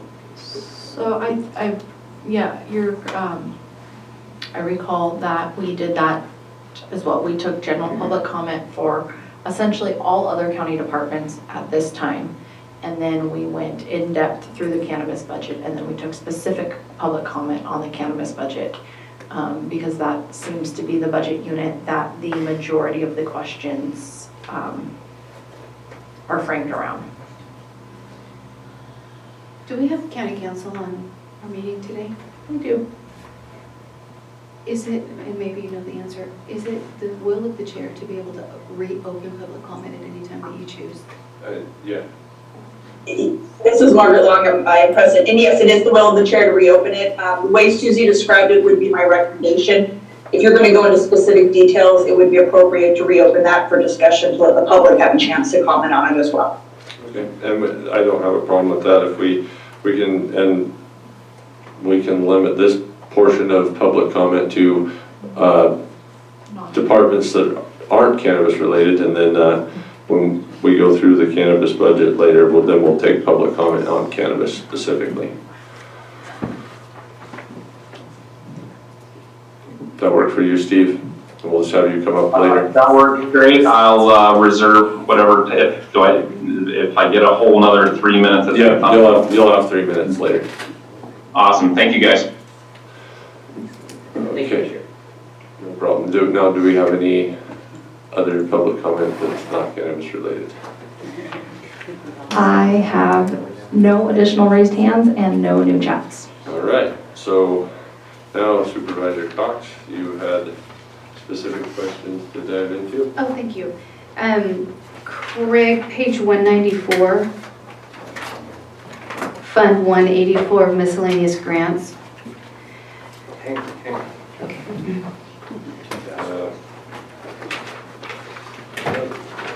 This is the line item. Well, it looks like, if I'm interpreting this right, we spend $3,000 covering negative interest over some unknown amount that's out there? Is that what this means? So, yeah. Department 1950 Miscellaneous Grants, Fund 184. If you look at the beginning of the CAO section on page 165, you'll see that that fund has a negative cash balance of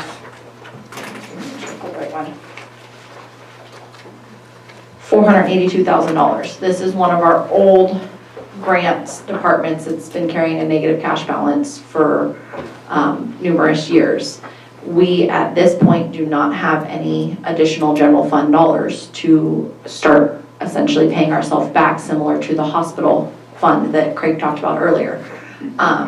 And so what we do in an attempt to stop that negative fund balance from growing is we throw a general fund contribution at it every year to cover that negative interest that we're being charged in the department by having a negative fund balance. And that's what that budget amount is. We typically only transfer what the actual negative interest is. So this is a transfer that doesn't happen until the end of the fiscal year. Once all 4 quarters of negative interest have posted, then we transfer the actual negative interest that posts to that account. We transfer in revenue to offset it, so that way that we don't continue growing this deficit. For historical data, this was quite a while ago, before I was on the board.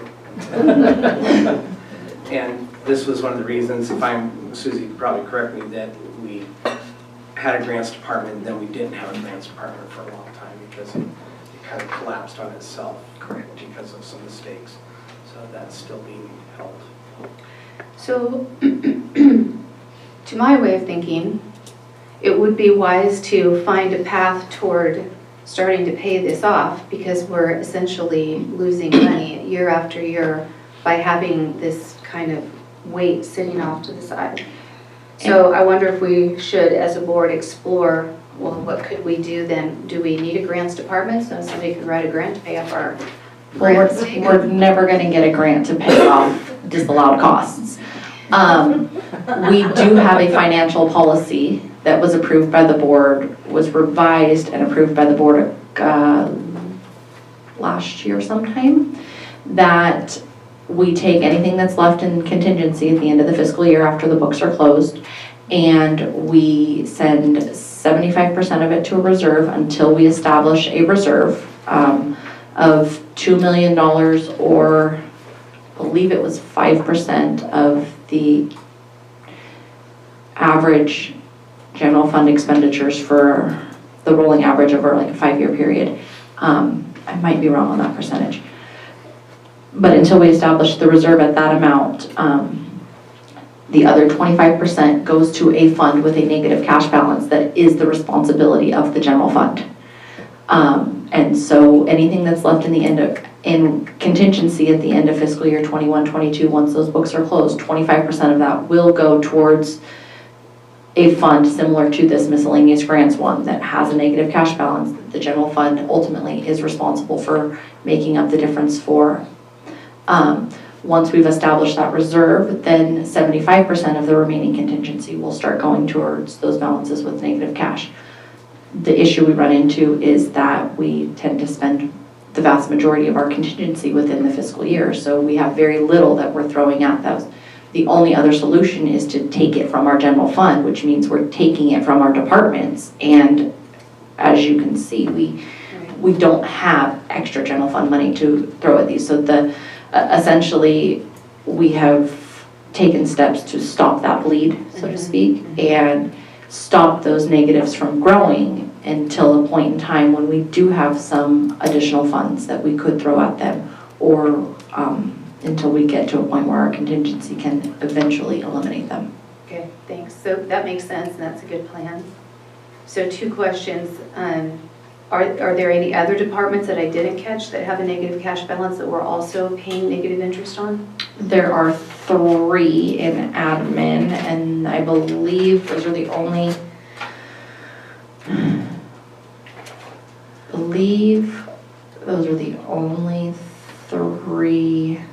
that have large cash balances that are the responsibility of the general fund. There may be a couple other smaller ones out there. There is the miscellaneous grants. There's the CDBG rehab account, which is Fund 182. And there is the natural resources, which is Fund 173. I would just add the largest one is the hospital fund that Keith already discussed. Correct. And which, did you include that in this list? Is that No, the hospital one is separate. So there's really four. Yep, that's Oh. 901. That one's under the control of the auditor. Okay. That's the one that we have the plan, the required match to health and to public health goes to public health, and then we take it back currently to pay for the UMQUAD debt. Once the UMQUAD debt is paid off, then we'll take it back to start paying for that negative fund balance, unless we can get the state to give us some money like they did for MODOC. And then if the state does give us money to replace the advance to the general fund, then we would be able to use part of that to eliminate these negative balances for these closed departments. Okay, correct. Okay, thank you.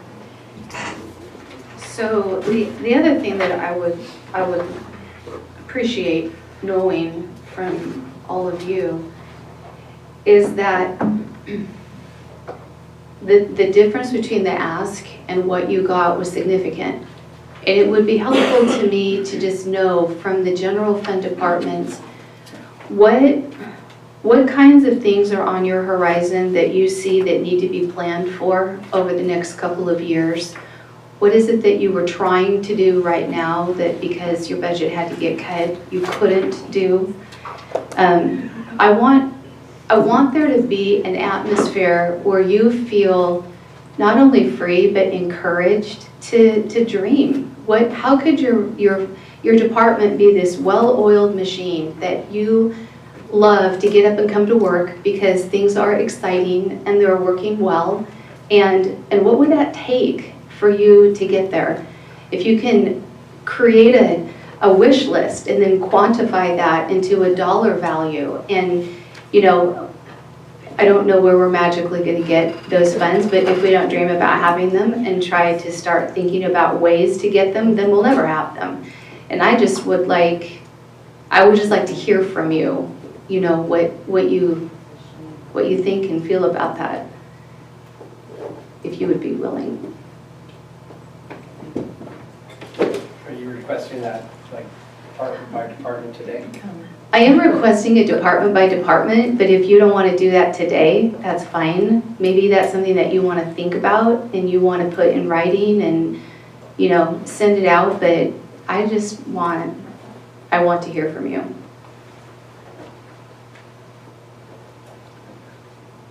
Would you like that now?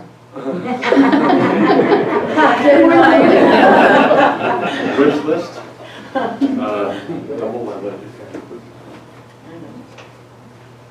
I can hardly believe someone's actually asking for that. But thank you for doing that. A number of things I have asked for. The first thing is probably staffing. I feel as if we're short on staffing. We can get a lot of things done, but since you said this is a wish list and things you get excited about coming to work for us having enough people to cover times when people are gone, to have enough people to do projects that we haven't gotten to would certainly be beneficial for us, and that's something I've dreamed of, have asked for, but I certainly understand that we're short on funds, so we haven't been able to, or the county has not been able to accommodate that request. But nonetheless, it's still something which is on the wish list, as you say. Another thing is business continuity / disaster recovery plan. Business continuity basically is a plan that says, okay, if you have a disaster and your operations go down, how do you quickly recover from them? That is something that is an all-county plan, something that all departments would have to get together and say, okay, what do we prioritize in the case of, say, the obvious thing that could happen to us is a fire. Let's say a fire comes through and destroys the courthouse, which is your main operations center. How do we get back, how do we recover from that? And that would take, okay, figuring out which software or which resources need to come up first. What do we prioritize? Do we prioritize elections? Do we prioritize the Sheriff's Department coming up? Do we prioritize some other department? And right now, that's not something that we have. And how do we go about recovering from that? Do we have a contract with someone that says we need a certain amount of equipment if we do go down on hold or available to us? And of course, all of that costs money.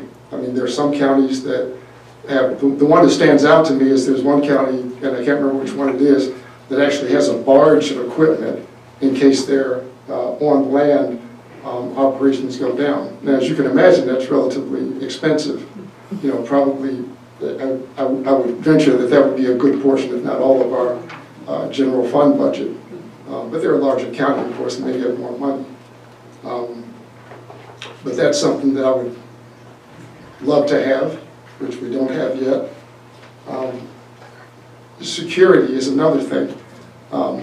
To make sure that we have adequate security training for staff and also training for users of the network. You know, sort of a regular training, you know, especially in how you deal with emails that come in that might not be of, you know, that are of dubious nature, how you deal with those, what the process is for dealing with those, what the responsibility of the user is in guarding the sensitive or the information that we have or the data we have in the county. And, you know, again, that's something that would cost money or cost time, which means you need more staffing to be able to educate people on the network. And I don't have exact costs for you, but it would, you know, it would be more than we have now in our budget, considerably more than we have in our budget right now. I mean, just adding 2 people to our budget would be, you know, and since the staffing is 77%, I think Craig was saying, of the general fund budget, you know, you can imagine that would, you know, it's just going to be fairly expensive as far as adding people. You kind of caught me off guard here, so, in asking for a wish list. Also in having, you know, being able to purchase equipment, being able to make a plan for a lot of things that we do, being able to have a timeline for things that we do.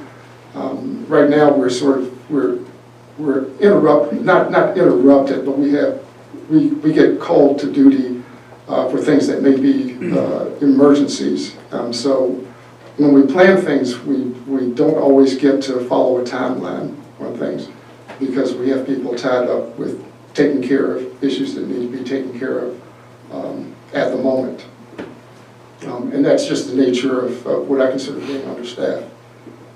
So those are a few of the things, and you know, if I have a little more time to prepare, I could actually come up with more. But things like that make it exciting for me to come to work. And as you say, I think you hit the nail on the head when you say you want to come to work and you want to be excited that things actually function correctly, and that you have that feeling of satisfaction that when you get there, you know that this is working as it should be.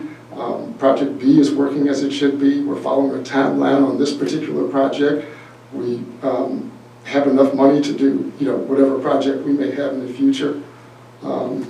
But yeah, those are the types of things that make me excited about coming to work as well. And I can't tell you how much I actually appreciate the question for asking that. Thank you for being willing to respond in the moment.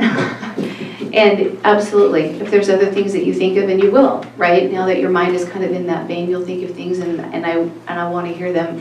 The other thing I'd like to know, and maybe just to ballpark it if you could, do you have a general dollar amount in your mind? I'd like to know the difference between the ask that you made of this budget and then the difference between that and what you were allotted. Except for an employee, I think most of the things I asked for I received. Now there are things that I requested through the ARC grant And I'm still hoping that we can get that. The ask through the OP grant has been greatly reduced. But I hope that we can get something through that in the form of equipment. But otherwise, other than a staff member, I think we got pretty much our basic needs met. Okay, good. Thank you.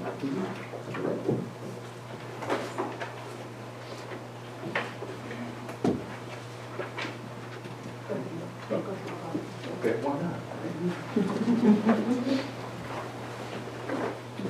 Good morning, Tim Saxon, Sheriff. Appreciate the opportunity to go ahead and spitball this out there. And thanks for Mike for going first.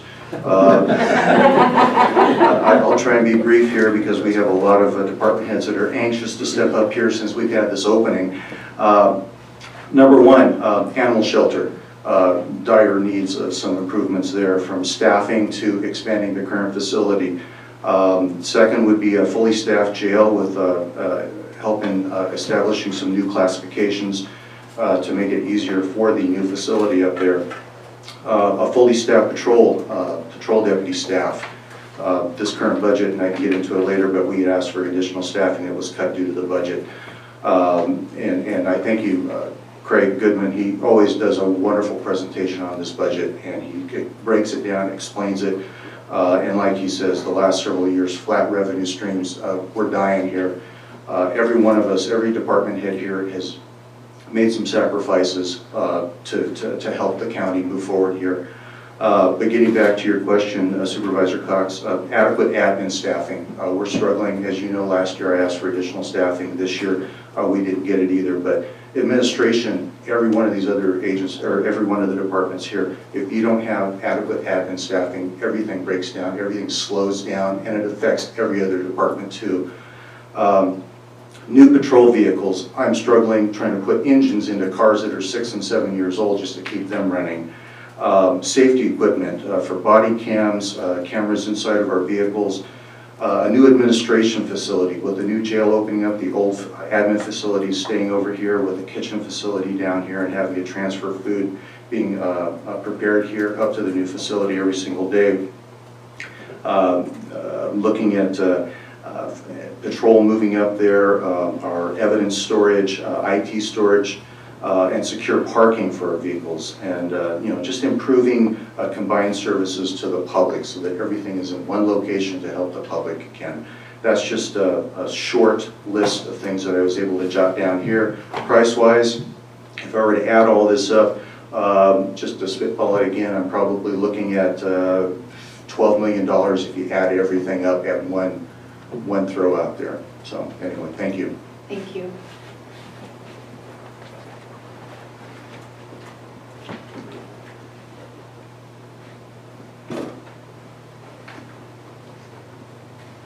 Hi.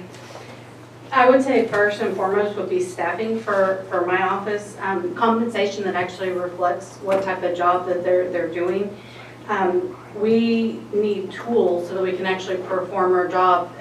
Cannabis is the hot topic, and I am using an Excel spreadsheet and an Access database. And so while I'm familiar with creating a database, it's not fun. I don't have the extra time, and I think that that's something that having those tools could streamline things and make it more efficient.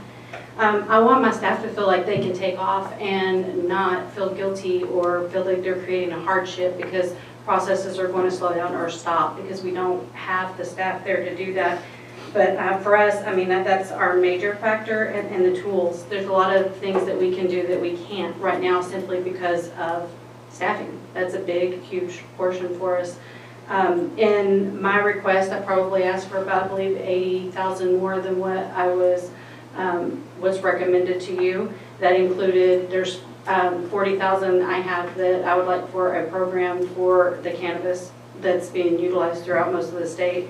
So now we're creating the bill, and then the remainder of that was for staffing. I only asked for one, but ideally we'd have 2 more people that would be help us get our job done faster. It's okay. Thank you. Thanks.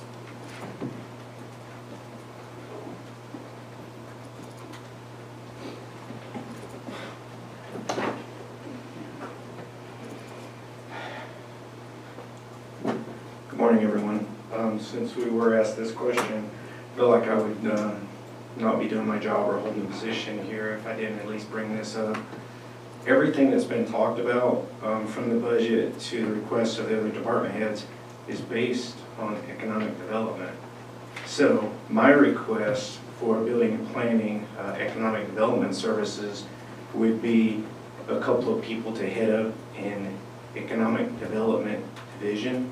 I wouldn't think it would take 200,000, and we can look at it as a year to year, but have it performance based. Let's see what happens. Let's get a couple of people in there, and that's their full-time dedicated to reach out to SCED or to any other developmental opportunities in the region or the state and Sacramento. I know these are not going to be lower level, but they need to be mid or kind of the upper level of people that are able to get out there and actually, I wouldn't say lobby, but at least know how to go and get what it is we're looking for, which is increased funding. So that's all. Perfect, thank you.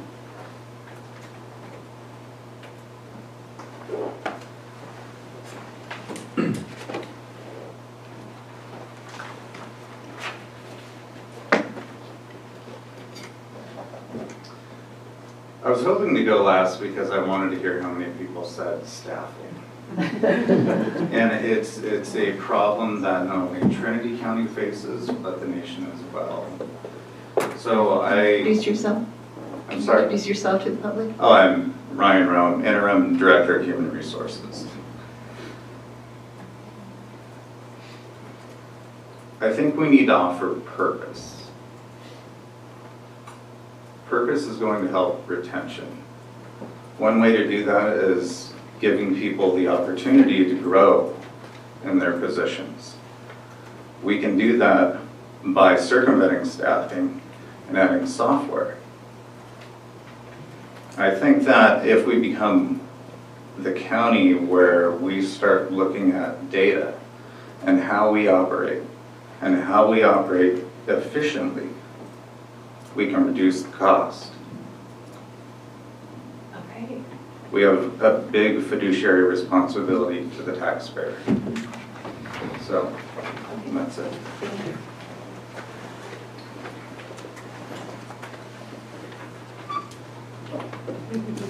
Shannon White, County Clerk, Recorder, Assessor. As everyone has said, staffing, that's something we all need. For those of you who have been in this county for many, many years, we all know how budgets go up and down. We go through trends where we have money and we go through trends that we don't, and we're in that downward trend that we don't. So staffing would be great, but as we know, people aren't applying for jobs. I've had a recruitment for an appraiser out there since the beginning of August. I've had a total of 3 applicants. I went to interviews, 1 declined because of the timeline of getting, they probably found something else somewhere else. So although we all want staffing, it'd be really nice to get it out there to get more. And I don't know, maybe it's not enticing to work for Trinity County, but I think it's not enticing to work anywhere at the moment in society. People aren't, because I hear from my counterparts, they're all having the same problems getting staffing. I guess something else I would like, and Jill, thanks for asking the question, but it kind of puts everybody on the spot. Ask ahead of time so that, when we show up to this board meeting, we're prepared to answer your questions and give you a response that we have time to think about.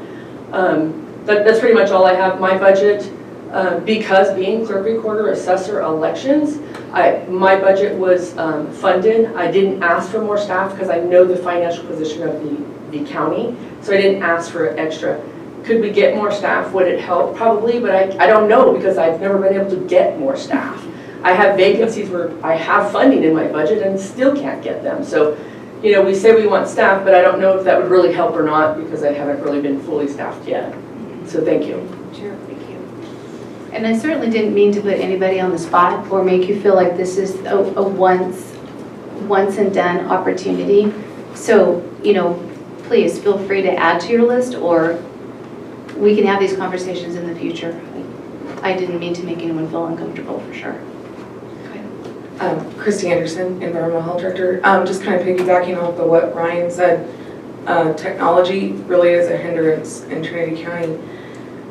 We have a whole storage room full of old files, and part of our budget that got cut was for an extra help person to scan in these documents. it takes hours off of my admin staff's time. It allows us, it helps us not have to email the assessor 20 times a day. It has effects that affect a lot of different departments, building, planning. They're all trying to search for these documents that are in boxes. And if we just scan them in and uploaded them to our database, that simple task takes so much work off of our department. But if we're talking in a dream world, staffing, absolutely double, triple what we have right now to be proactive, not just reactive. And a lot of our job is supposed to be around education, outreach, not just enforcement and inspection. And then emergency response, being able to plan for those emergencies. We never have time. We're always reacting. So just in a dream world, but then I'd add my 2 cents. Yeah, thank you.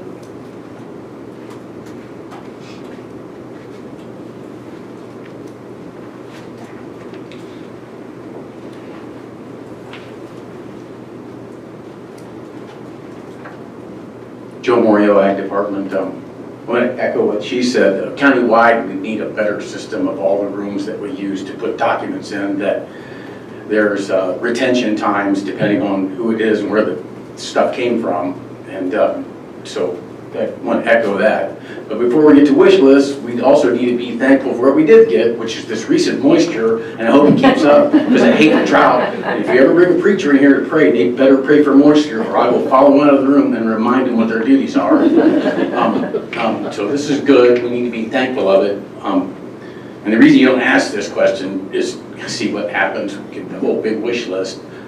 The Ag Department Weights and Measures is seriously missing equipment. We don't have a weight truck, we don't have a prover, we don't have a lot of stuff.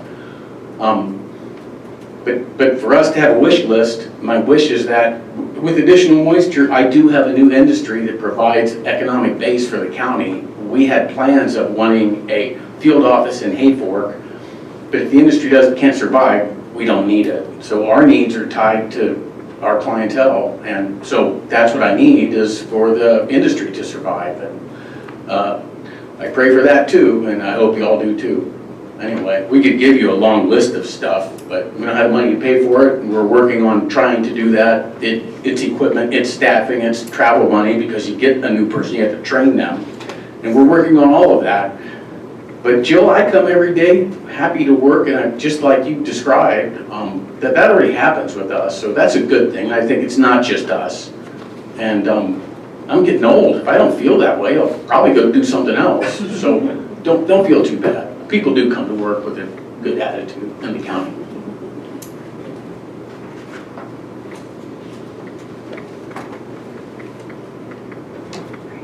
Seeing no other in the room, we have Angie online. Okay.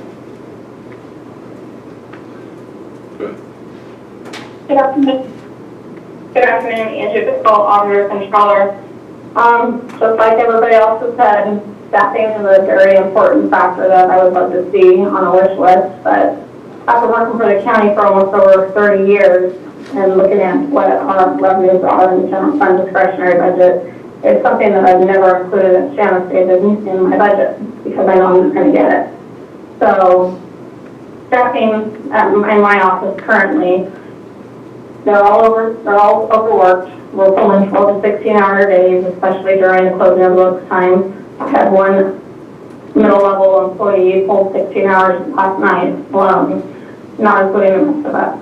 The stress in the office is horrendous because of the amount of workload that we have, and we only have a total of 6 of us to pull down all the work.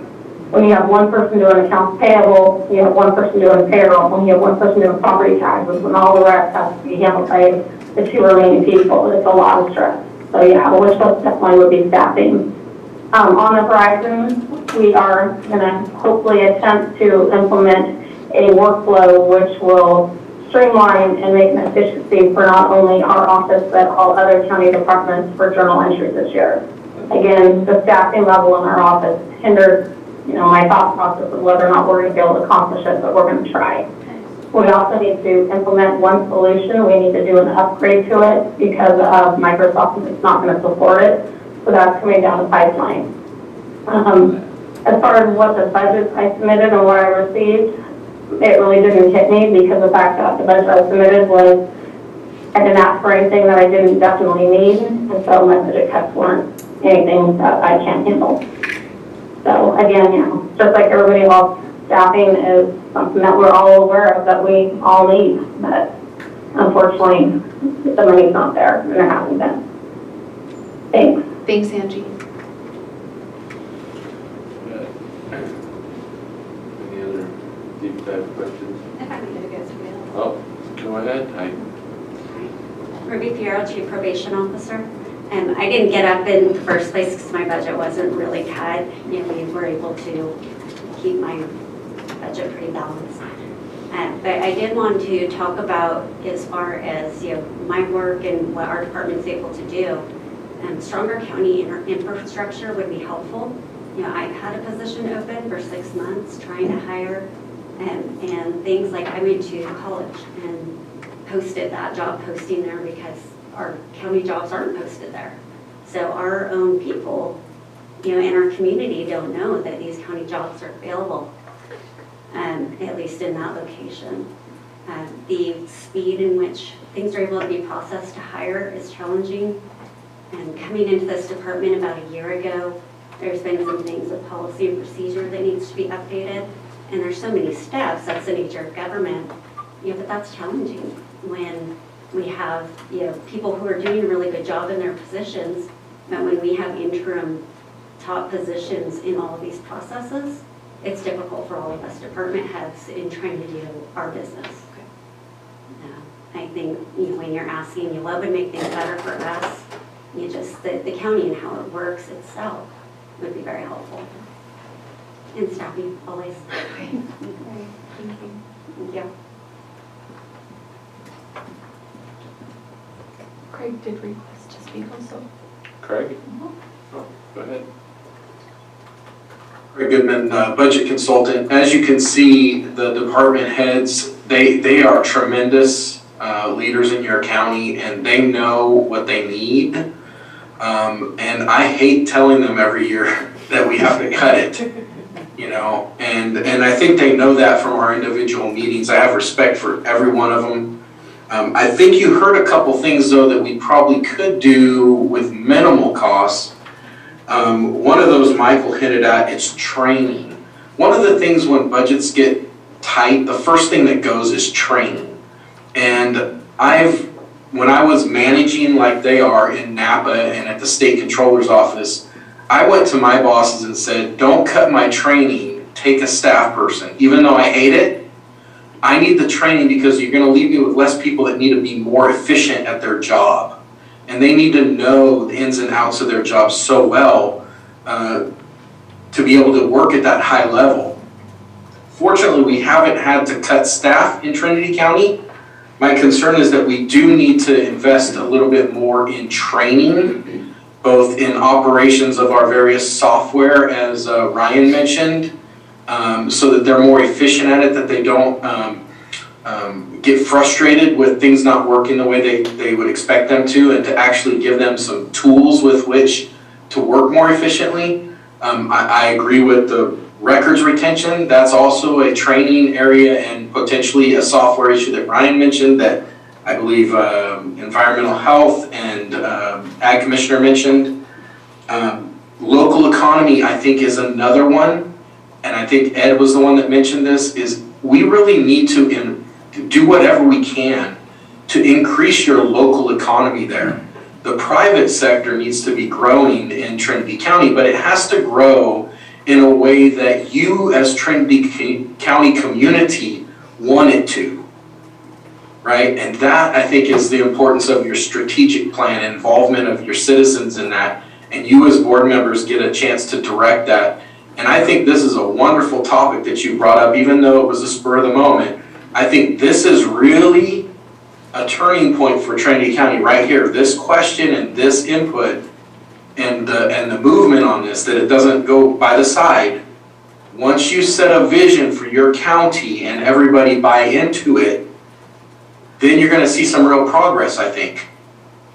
That's all I have to add. Thank you. All right.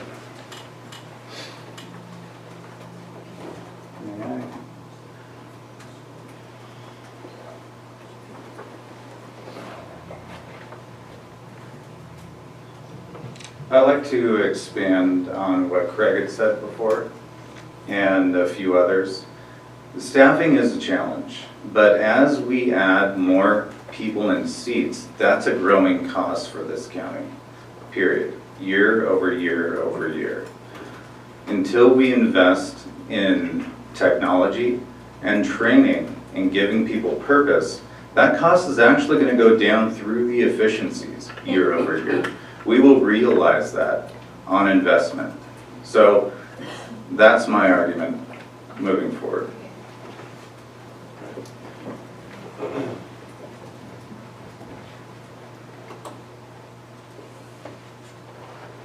Do you have any deep dive questions before we get into No, cannabis?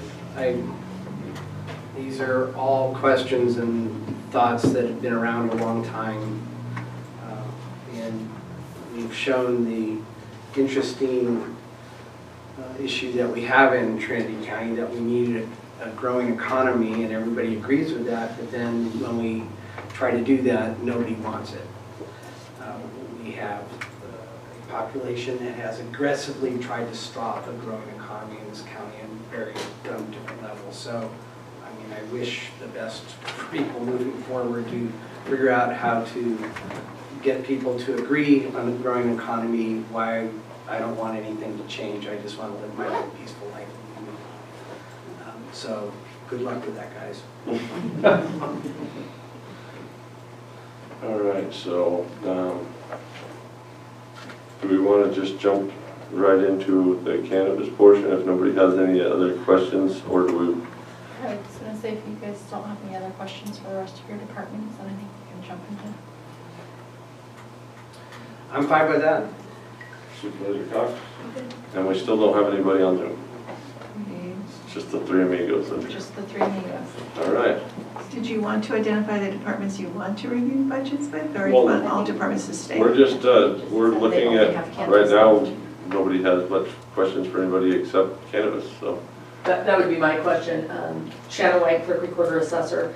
I've got a lot of stuff going on with elections right now. I've got some deadlines that need to be met by the end of the week. So if you didn't have any other questions for me, I'd ask to be okay to go. And if you have any other questions, feel free to ask me. Yeah, we can, if we have any questions to come up for you, we can have Susie call you on the phone. Perfect, thank you.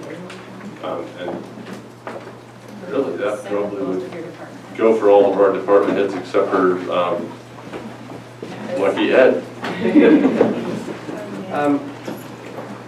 I might ask the sheriff to stay because cannabis has code enforcement issues. Oh, joy, thank you. Yeah, let's go ahead and take a short recess and come back at a quarter after, and we'll get going on cannabis. Thank you.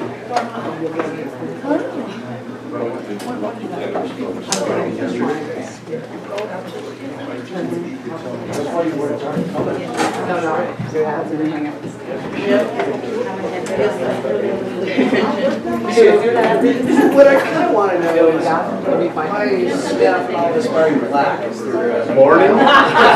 Everybody's in morning. Where we get to? I know. No, we were really hoping to get the budget in the fourth. I think you're all in morning. I got it. Oh, Susie, I can follow up with you with that general fund budget question that was discussed earlier. What that all means. Yeah, that's good. And then, Mary's daughter is getting married at birth. She needs to. Can you answer the question? I mean, I'm not going to say you're going to stay here. No, there's very technical things about numbers I don't. I mean, I can read things, but I can't answer technical questions. That's okay. Yeah, we'll wing it. You're a politician. You can't give a wrong answer. I know. Somebody else's. Well, if you get to answer this question, it'll be like, how much money was appropriated? I wouldn't know because there wouldn't be, because it's all like journal. So it's like based upon it. And it's I can answer that. It's like, Susie, Yeah, I don't. No, I do have a couple of specific questions for Craig here that we have on this two of our department budgets, things that they made to our budget. And I think that would be the time to ask those questions.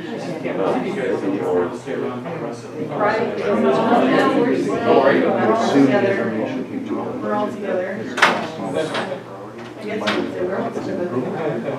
Yeah, I have no idea how old yeah, I'll have to find out.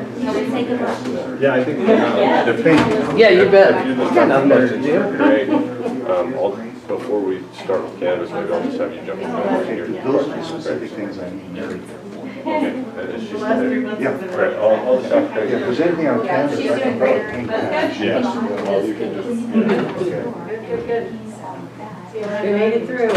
Hey, we need to discuss that money counter charge. One of the things I want to bring up. That's yours. Do you want to go there with that? You don't want to go there. You can purchase my own.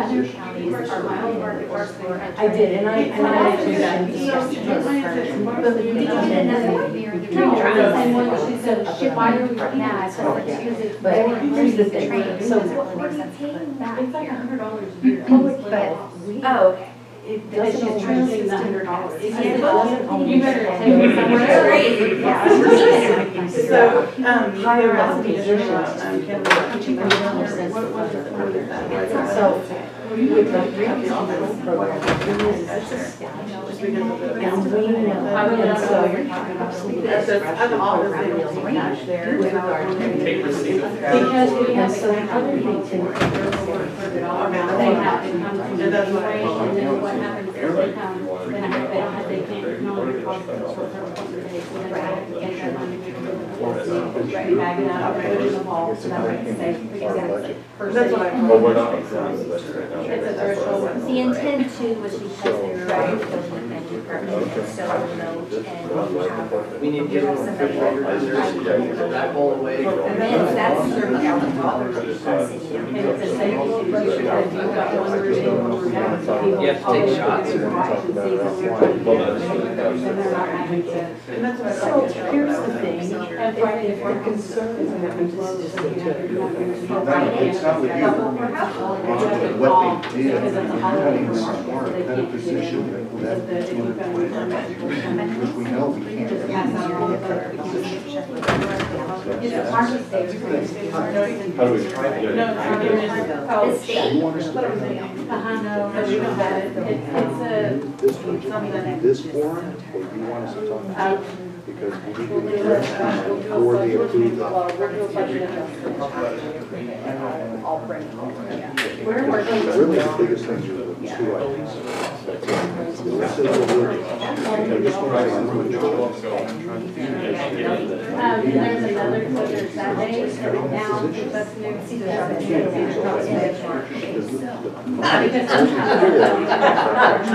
That is hilarious. But you have to wait till January. Right.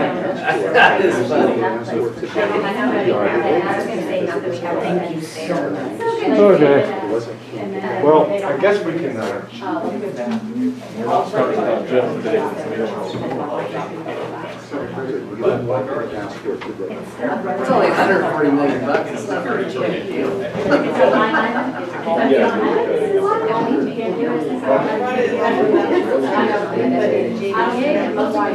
This is a sign of confidence level that we have. We're ready to figure this all out. I know. It was all of Otherwise, I'm just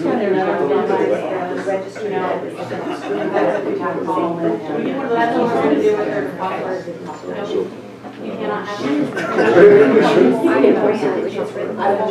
So how are we doing on CA? Thank you, Marcy. The other one's gonna be jail health. That we're gonna talk about later. Yeah, and we're planning on looking at funding jail health more as well. We just have to let us know so here with those COVID. I have a call with her on Friday. We have to sit down with that about the patient. On that, jail health. So we haven't had anything make the cut. All right, we should. Just so you know, Tim, we have equipment being changed at the jail. You added that into our rate.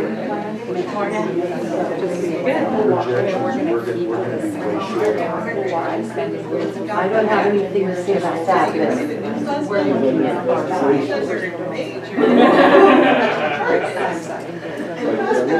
And she sent me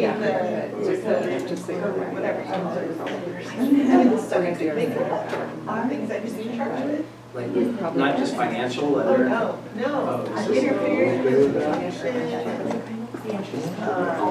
yeah, just these things. something you said you wanted to understand, not in regards to these. Somehow Trinity, some of our best employees are the ones that are most damaged.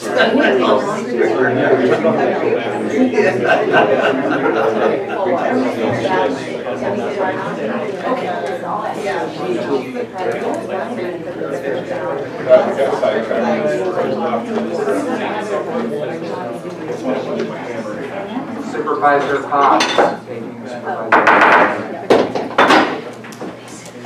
Please come to the microphone. I have to go, he's starting the meeting. Sorry, Marcy, I'll call you after we're done today. Thank you.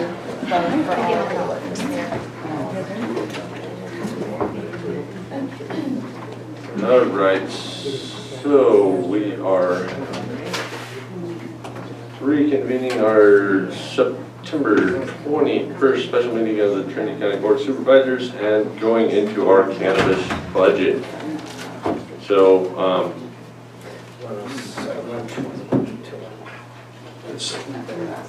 do we want to? 23. There is a general plan. I assume she does that. Director Presley, do you want to give a brief overview, or do you just want us to jump right into questions, or how do you want to do this? I'm going to kind of give you some rein here. Okay, well, you know, I've been on the job about 4 months now. It's been very illuminating, if nothing else. But you know, a lot of the problems that I anticipated, you know, nothing that's going on right now is anything new, really. You got a program that needs to be staffed. You got people that need to be trained. You got a division that needs to be, you know, fully staffed and trained and going in one direction. And you know, specifically cannabis here. It takes time, and any time that you spend doing it is too much time. And how could we go from where we were last year at this time and the year before that to a place where it seems like no licenses are getting approved and nothing's getting done? But I can assure anyone and everyone that is in this county, we're doing everything that we possibly can while trying to avoid another lawsuit and another shutdown, because that's the last thing we want to happen. So when we look at our ability to start staffing up in the cannabis division, I mean, you're only talking a couple of months ago that they had more than 3 people in the office. So you went from a place where basically they were just trying to get inspections done and let's get some consultants on board to, okay, now we're able to start staffing up. The allocations are there. We're starting to get some people in the seats now. We're starting to get them trained up, starting getting them, you know, everybody rowing in the same direction. We are gaining momentum. I know that, and I don't like making promises or anything like that, so I'm going to stay away from all that. And I'm not going to tell you how many licenses we're going to notice next month or next week. But there is a difference between what's happening right now and what was going on even a month ago or 2 months ago or 3 months ago. So what I need as the deputy director here is for this to be a viable standing operation, and if it cannot prove its viability, then it's going to be very problematic to retain people, you know, at a county level of employment. So I'm very transparent with staff. They're all very, very aware, acutely aware, I like saying, of what the problem is and what needs to be happening. When we go over revenue amounts and we start balancing those against the grant amounts, granted, we're on a timeline for the grant and we have X amount of time to get this problem, you know, basically satiated and get this program up and running and in viable status. It's not gonna happen overnight, but we are going in that direction, but we still have to prove ourselves. So I understand the frustrations because I hear them every week at the ad hoc, and I knew about them even before I came over to be the Deputy Director of Building and Planning, interim Deputy Director, but you know, this is something where we're trying to make people that are historically not really business savvy as what's accepted and allowable at a county level or a state level to being a full-blown business, and this does take time. And what I like about it is the people that consistently come into the ad hocs, the people that consistently text, call, come into the planning department, I would say probably 90 to 95% of them, they want that path, they want that route, they want to be successful business people, males, females, doesn't even matter. It's everybody has a share in this because historically that's what folks have done here in Trinity County, especially with the timber industry that kind of got shut down in the early 90s.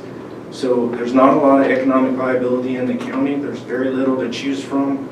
And so this is one of those things that could really help the county if we can get it to be a standing, successful operation.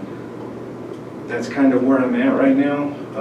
We can take any questions or whatever, how you want to do this. This is my first time through, so be Okay, gentle. so First off, before we ask Ed, dive into this, should we open this for public comment, or do we want to no, what I would do some recommend, technical questions first?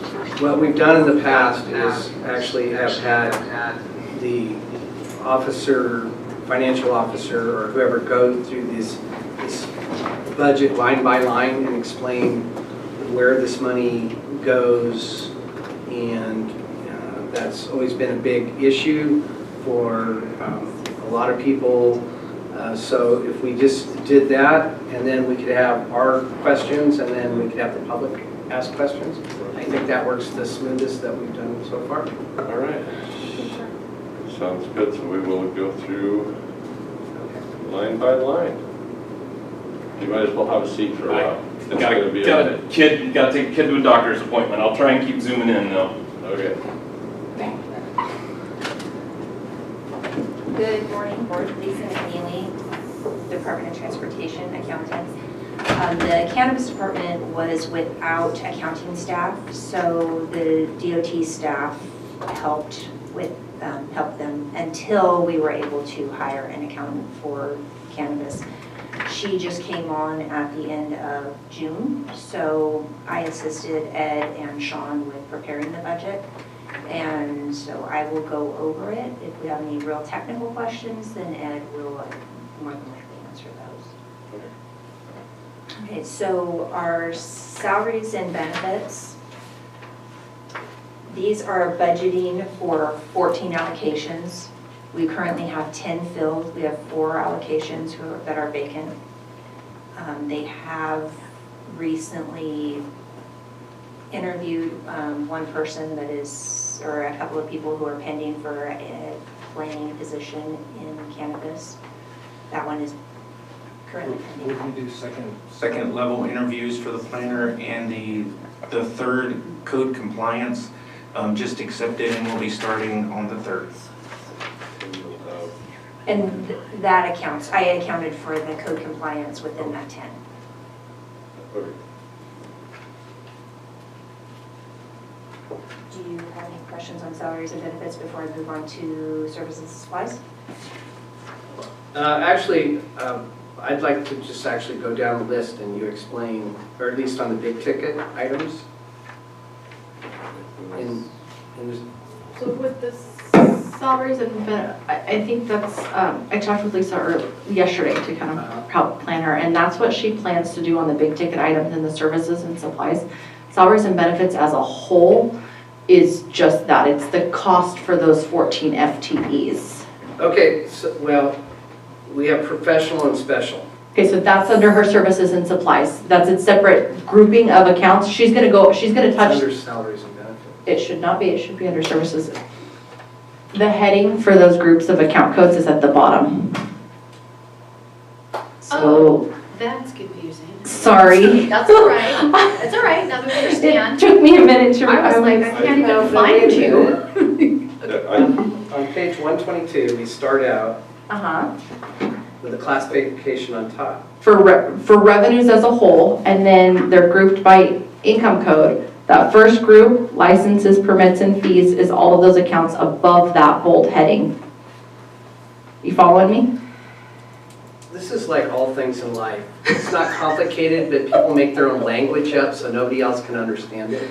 All right. But it is its own language and we make it very complicated. I sincerely It makes apologize for that. sense from the standpoint that your heading is right across from your totals. Yes. That's what it's helpful. Yep. Okay. So that's the income code there. So salaries and benefits for cannabis for this year, the recommended budget is the $1.6 million. Total salaries and benefits. So did you have any specific questions on the salaries and benefits account codes? So is that budgeting for 14 or the 10 that we have? That's budgeting for 14. Okay. All right. Okay. I'm all caught up. I'm sorry, Lisa. No worries. Okay, salaries and, or services and supplies? Okay, yes. Okay. Communications is simply the phone systems and the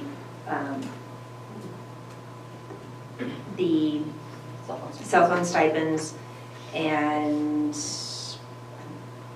internet. I think it's basically, that's all that's covered under that. The household is just basic miscellaneous, it's only $200. Are you, equipment maintenance is the same, $2,500 just for basic needs. It does cover the Comtech phone setup or it covers the Comtech phone maintenance.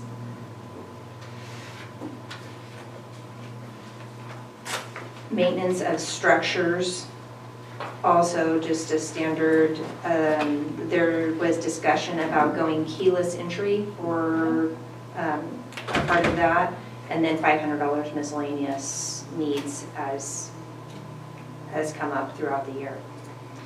The interfund maintenance expense, that goes down below what you guys are looking at. You want me to just skip through these? Okay. Memberships and renewals to any various, it's $500. So any various service, yes, associations.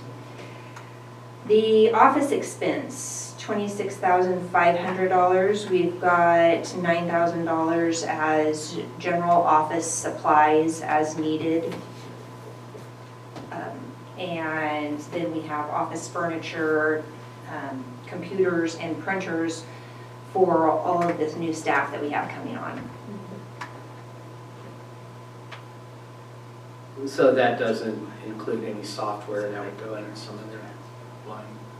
No, it would include anything having to do with the computers would be included in that office expense. Right. Also postage, envelopes, all of that type of stuff. Professional and specialized services, we have covered under here is county council, well not county council, but outside council. RCD provides GIS services for the department. The computer system, SmartGov, that we have for tracking the permit software, there's a yearly maintenance fee on that. The California Safety Security is also covered under that. That's minimal amount for a monitor at the office. And then we have currently budgeted $450,000 for consultant services, which would be LACO and Helix. So that's after the grant has been eaten up, this is our budget? No, this is, the grant funding is included as a part of the revenue. Okay. So this is the cost that offsets that revenue.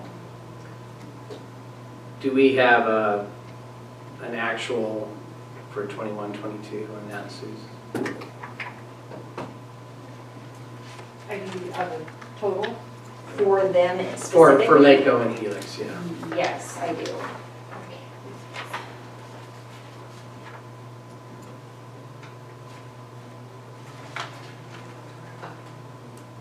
In 21-22, we had paid LACO $238,000, $238,871. And Helix was $211,325. So 450 roughly. Yes. Okay.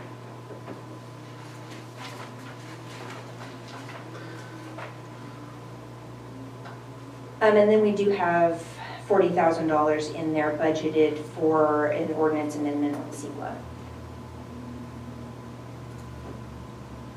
And do we have last year's actual for Heidi Tushman on that? Yes, that one we had, yes. I believe was about $64,000 for her. Okay. But of course, that wasn't taken out of the grant, that was, No, it was not. okay. Is there a way to know what came out of the grant? I'm just wondering how we're going to look at this and realize, okay, now the grant is gone, now what we have as anticipated revenue is going to cover ongoing expenses. Thus far, we have,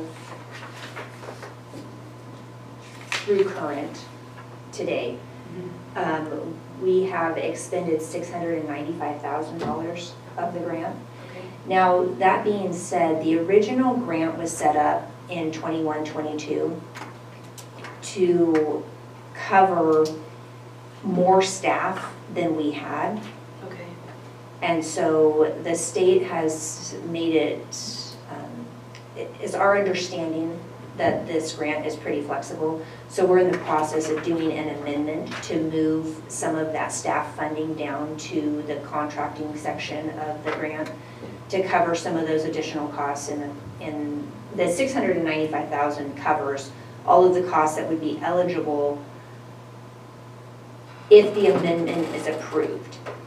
So we had spent more on the contracting side than we did on the staffing side for the original grant budget of 21-22.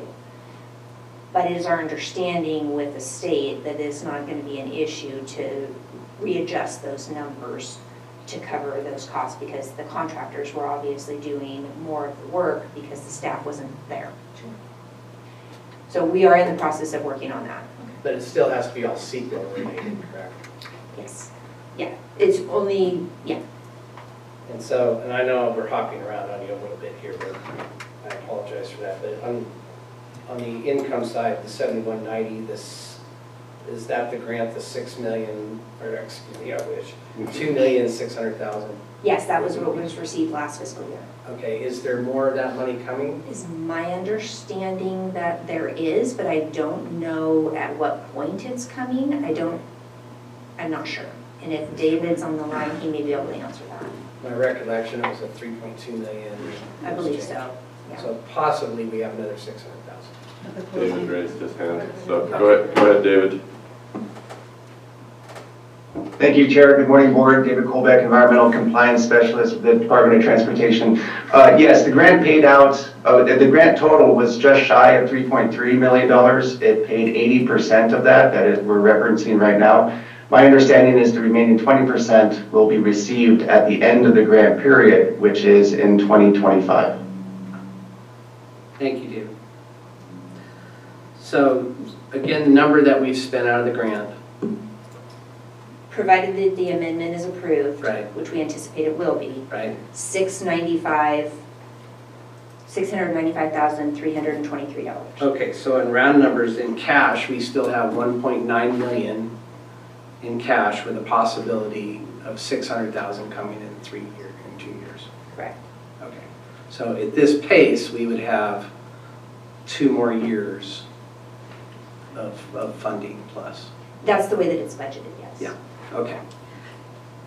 And we can't really look at the current pace because hopefully that pace is going to be slowing, right? Because this bulk of workload now will... Hopefully it speeds up. Yeah.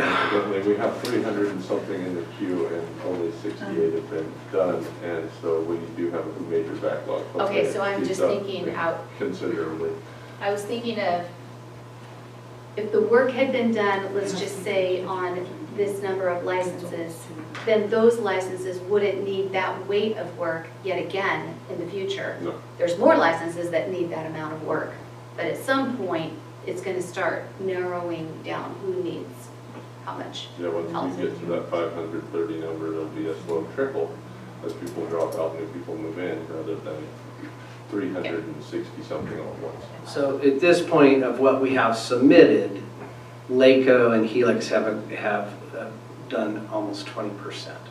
So Okay, that would that leave helps. 80% more, which is we've spent more than 20% of the money, but a lot of those have value that have been in the system that we've spent that haven't popped out yet. But again, let's please keep in mind that as the staffing we've manned up the staffing, we have those 3 environmental compliance people. That was to be part of their positional job is to review the CEQA going forward and to help in that capacity. And hopefully a lot of this stuff will pick up because a lot of those appendices have been through Helix and LACO, and then now they're in the final So, stage. so you're funding them out of this grant at this time? Our staff. No, the 3 environmental professionals are being funded. Yeah, that's our staff.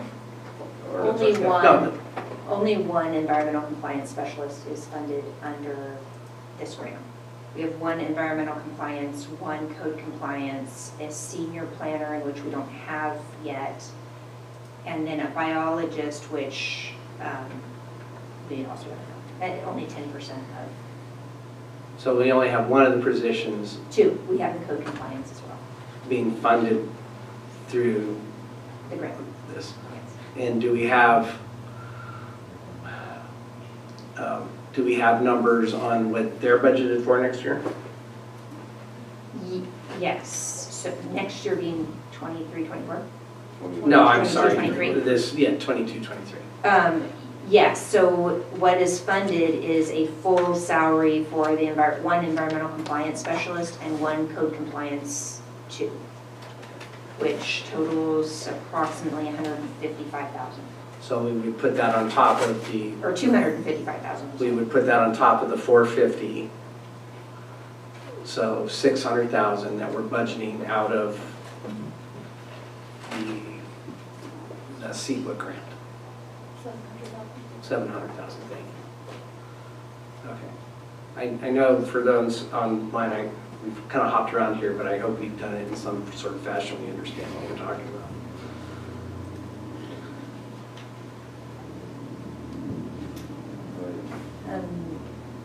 Moving on, rents and leases.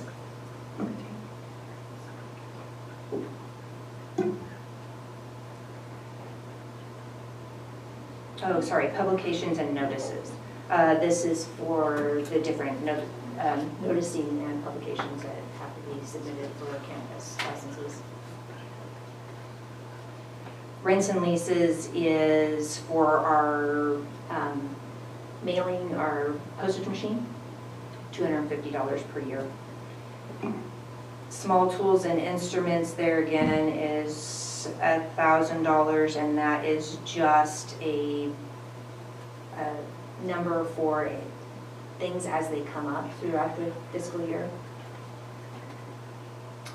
$1,500 to special departmental, which is basically the same, any type of small items that come up that the department needs, it's $1,500. The travel expense is set up for $10,000 worth of training, and $60,000 of that goes towards motor pool for the rental of the vehicles, or the purchase of, the rental of the vehicles from the motor pool department. And we also have budgeted in transfers in and out to cover a purchase of a new vehicle for the mini staff that we currently have. Right now, it appears, including 1 code enforcement officer that we have funded through this travel. We have 5 vehicles, and there's a 6th one coming. for staff to be able to go out and do inspections. Code enforcement or code compliance? We have one vehicle for code enforcement paid through the cannabis department. Okay. And then the code compliance also obviously use the vehicles for inspections. And that was 5 code compliance. It's five vehicles total currently with one on the way. Okay, so that was 1 for code enforcement. 4 And code 4 currently for staff and 1 county.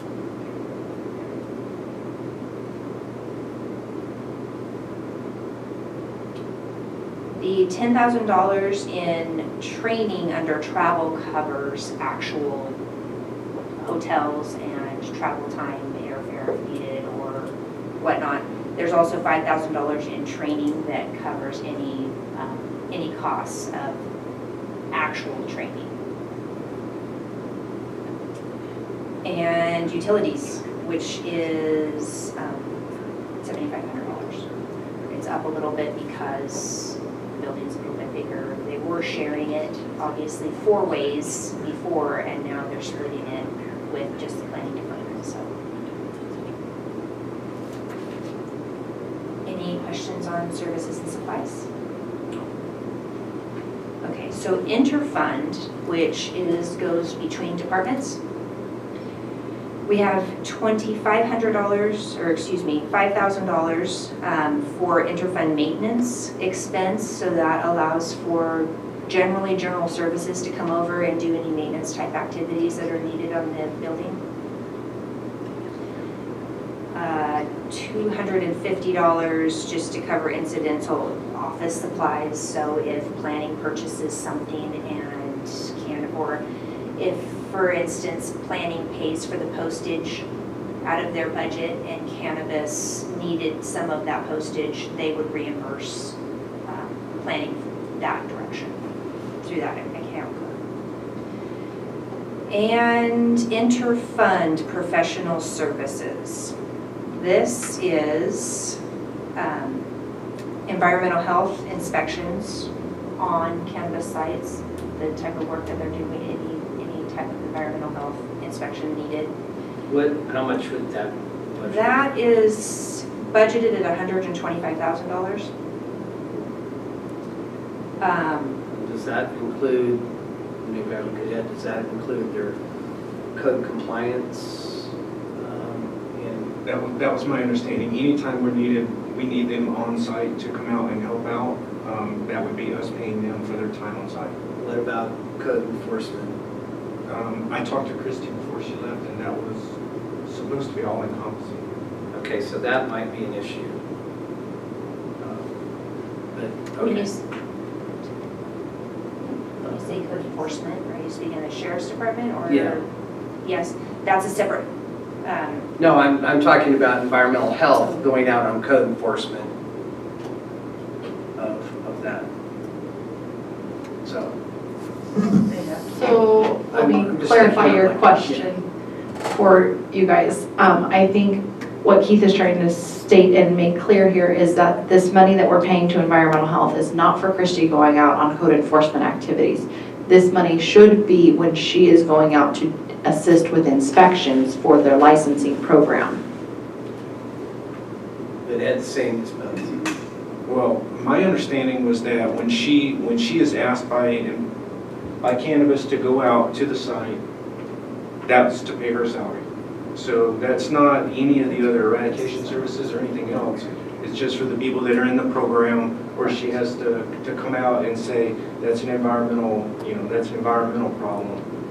That's the way I understood it. I didn't think it was code compliance, where it's eradication, enforcement, any of that stuff. But maybe I'm wrong. Okay. Maybe I misunderstood. So are we charging separately for her time? Yes. I'll sneak in there real Okay, quick. I'd love. What Christie does is actually environmental compliance for environmental health, like as in pesticides and stuff like that. So when we go out on a property and somebody there has illegal pesticides, or they're near a creek or a river or something like that, and that stuff's flowing into that. So that's what she's doing. So, but the question is, are these on people that have applied for permits, licenses, whatever we're gonna call it this day? Both Versus sides of it. the, somebody that's not in the program and So if she goes and it's not in the program, it has nothing to do with cannabis. It's not a cannabis related, it's strictly a environmental health.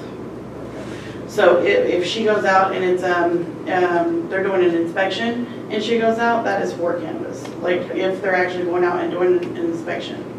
so, yeah, we need to make sure that, We need to make sure that when environmental health is billing cannabis, it is only for her time going out as part of that licensing, permitting, again, whatever we're calling it, process. It's not for any other reasons. Otherwise, it shouldn't be a fee for this program, and it should be a fee to the environmental health program, and that revenue and those fees should go there. We shouldn't be charging cannabis unless she is going out to the site as part of the licensing and inspections.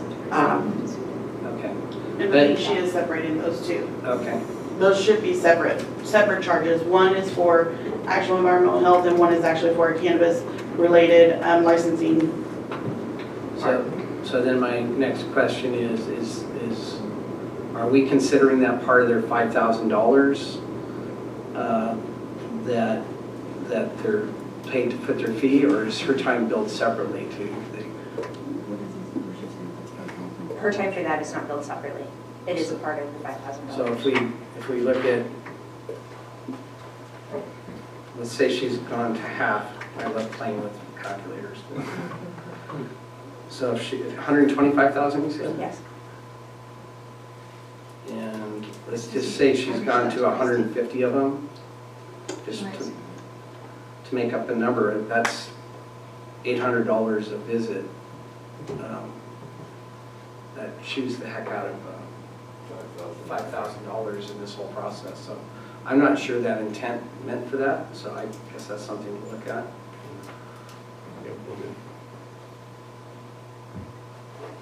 All right, thank you. We also have $7,500 going into. Yeah, well, I don't know if Christie heard anything that we talked about. No. So the question is that you personally put $125,000 in your pocket. No.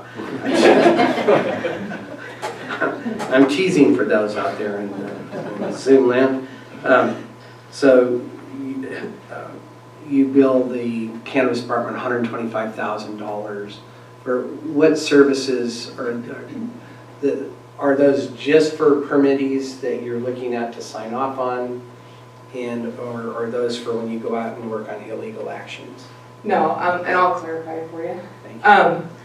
So since we haven't had enough time to do inspections last year with compliance stuff, but we're looking at solid waste issues, composting, etc., because that's one of the mitigations in our secret document for cannabis, because we don't have a legal way to dispose of cannabis within Trinity County. So that's one of the things we look at. Ideally, we'd have an inspector going out with their inspectors every time. So we've been trying to step up that and do that since inspections have started again with the county. Last year was kind of a year that we couldn't charge much because of everything else that was going on, including fire, but also the weird state of the cannabis program at that time. So you just billed cannabis times that this, and we're not billing the people, the applicants for your time. Correct. We just bill cannabis. And so do you get called out on every inspection now, or just on special occasions when they say this is a mess at Christie County? Ideally, we should be going out on every single one. A lot of times, if we're not invited, they send us the photos and we find issues and then have to follow up and go back. So it doesn't make sense not to go at the same time. We've had a short staff issue. Well, we had one allocation that hasn't been filled. So that person is the majority of their time is cannabis, going out with compliance staff. So we should be charging that program a lot more this year, hopefully, if everything goes well with cannabis. Did I answer your question all the way? I feel like I'm missing something. Yeah, I think when we envisioned the program, we didn't think of a team of inspectors going out, and that it would just be a inspector. And so I guarantee that, so any guess of how many you went out on last year? Last year, not many. I would say maybe 10 or so. And that's just a strict guess of last year. Okay, but we don't have last year's number, or do we? Not specifically government. So this year, we're budgeting 125,000. Correct. How many visits do you anticipate that to be? That's hard. So, let me hit it another way. How much per visit are you charging? just our time and travel and, So in High and Palm, a lot more than in Hayford. correct. Or, you know, if you're down at Island Mountain, that's gonna be a 12-hour day versus a 6-hour day. Well, I'll skin this one other way. How much per hour do you charge? Right now, well, I don't know, because when we invoice other departments, we don't charge our hourly fee because we're invoicing per hour. But our hourly fee is $100. That's what's in code. $100 an hour. And do you not, like, It is, what was yeah, explained it's- to me from, I'm sorry. Sorry, I'm gonna Correct there. When we're invoicing departments, we invoice at the fully weighted labor rate. I don't have that number. I could calculate it and get it for you. I don't have it off the top. But it's her fully weighted labor rate, so we're gonna take into consideration her actual hourly rate, per payroll taxes, benefits. I think for this, I don't need the exact. In mileage. And so if I just use 100, I think that would be, even if it's 120 or 80, it doesn't matter to me. Well, the actual math works out to at 530 for 125,000 is 235.84. But there's no way that they're going to do 530. Right. I mean, if we It's hit, just a full ballpark. if we hit 150, that would be amazing. For amazing. So I guess maybe I'm getting too hung down in details. I think this is an expense that was not put into the fees in there. And this is $125,000 is a significant amount of money that we either... We were gonna approach this in a separate way through a separate ordinance, and that was not well taken a couple years ago to deal with the cannabis waste and other things. So that we would have a separate fee not taxed onto the cannabis department directly. And in the past, we had to do a lot of the environmental compliance type stuff, reviewing the files, checking for accuracy, and finding out a lot about their water board, their fish and game, where their water's coming from, etc. But we had tried to break it out and do it separately. And then when when the EIR came out, it said, well, environmental health will mitigate this impact with a ordinance. But we still don't have that, so that's kind of meeting that weird spot that we're in with our waste. So, well, I'm just looking at if Fish and Game comes out or whoever other thing they need to have done, it doesn't come out of that fee. This is like a separate agency that they have to comply with. So I think we need to look at if we're tacking that on. When the department does the fee study and brings the revised fees, then this will be something that will either be included or it will be addressed to be brought as a separate fee in addition to their licensing fee. I think that's what you're getting at. But my problem is I have no faith in that getting done, because is this the 2016 fee study we're working on, or are we now in the... And I'm sorry, I'm picking on you, but that's because I'm looking at it frustrated. But I would also say that this is the first time you have the team in front of you that are actually doing this, so I have a very high faith in this team to get this done, sir.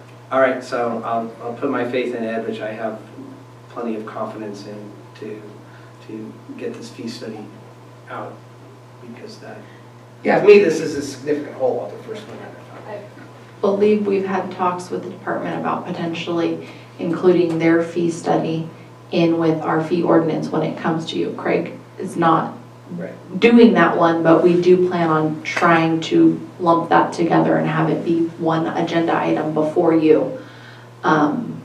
And I'll be working with the department to see if we can meet that first deadline or if we're gonna need to push off to the second meeting, but that's. Yes, and I did have a conversation with Craig already about this, so that I don't know if it's gonna be billable hours, I would hope not, but he did say that he would help us to get ours in the same format and basically teach us how he did, pull all the numbers together and everything, so ours would mirror our cannabis would mirror the way the rest of the fee studies were done as well. Okay. All right, so. I had two quick questions that kind of were an interruption. When Craig teaches you what that process was, and does this mean that you then can continue an ongoing update for yourself? Yes. Okay. That is definitely what we want to do. Yeah. And we want to do it more than once every 10 years or whatever too. So right now we're going to be reviewing it annually. And then if there's a significant, like more than 10% or whatever difference in what we actually see as costs are, then we would be adjusting it. Otherwise, maybe every 3 years or 5 years looking at it. Okay.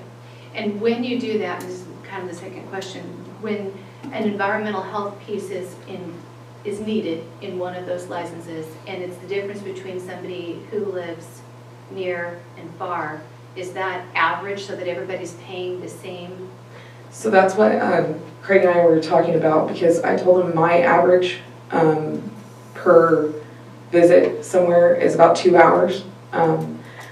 We probably have the most development, the most permits, everything going on in Trinity Pines, so I base it off of that location. I know Trinity Pines better than I do Weaverville, which is really scary and sad. But anyways, so we base it off of a central location that's like a halfway point or an average. And that's what I talked to Craig about, and charge according to that rather than charging somebody in Island Mountain 6 times as much as charging somebody in Weaverville. So. Okay, thanks. All right, so we only got through one on that list, so that was environmental, so. Okay, so there's Thank you. $7,500 for DOT staff, myself, our accounting staff, and David Colbeck's time. That's cheap, thank you. That is probably a little low. We anticipated David not doing as much work as. He likes to work for free. Yeah. We straight up told him $17.35 an hour, and he said, okay, we have that contract in writing. Can we get that in? $677,000 for the code enforcement officers out of the sheriff's department. That's 6. And I don't think is there a records tech in that budget? There is. Yes.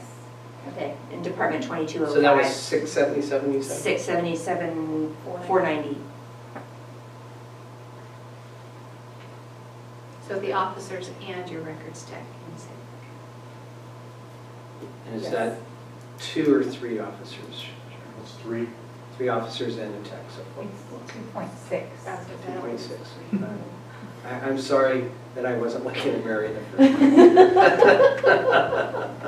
And I guess we could let you go and just make Mary stay. Okay. And $520,000 for county council costs. And then $28,000 for IT and $4,000 for additional buildings and grounds costs. Those do not get allocated through the cost plans. They have to be paid direct. So Margaret, go ahead. Oh, I was going to say, and what you don't see in here is admin time that needs to be billed, risk management, auditor, treasurer, tax collector, HR services, because so within normal county departments, those are your cost centers, your service departments, and we bill our time out to all of the other non-cost center county departments through the cost plan. Cannabis is federally not recognized, and therefore it's a disallowed cost in our cost plan for our state and federal programs. So we have to exclude it there. So what needs to happen is all of those departments should be direct billing cannabis. Um, And that's part of the 1.3 million we're talking about right now? I think she just said it wasn't. Well, they're not included in that budget number that Lisa just gave you, so there's some So costs. they're nowhere or they're someplace else? They're nowhere. They're nowhere.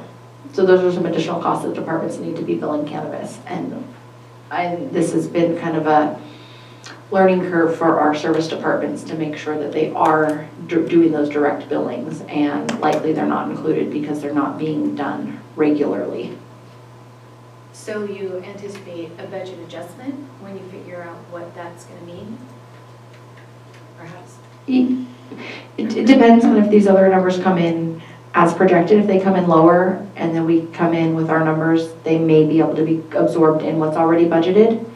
But it's something we'll have to watch. Careful. So doesn't Ed have to know that when he's doing the total fee study for the licensing total? Yes. So we'll need to make sure, we'll work together to make sure that all of those departments have been billing. And if they haven't, that we get them caught up and that they know what that billing should have been for each fiscal year. So that way that those numbers can be included in the fee study number. Oh, sorry, Keith, I interrupted you. You were going to ask about council. Yeah, so Margaret, I think you're on. Or you're at lunch. Margaret. I'll text her. Looks like she dropped off. Okay. Because looking at these numbers in here, the heartburn from the industry is going to be on code enforcement and this 520. You're going to have big heartburn on over both of those. So I'm sure we need to set that kind of aside till we get to the financial, where the money's in. I'm sorry. I'm rambling. We'll come back to those numbers when we get the more bottom line numbers. The last item in that interfund should be $10,000, which is for fuel. That Department of Transportation provides fuel to the county, so that is their reimbursement if, as cannabis is using their vehicles to go out on inspections. Any questions on interfund services and supplies? No, let's go ahead.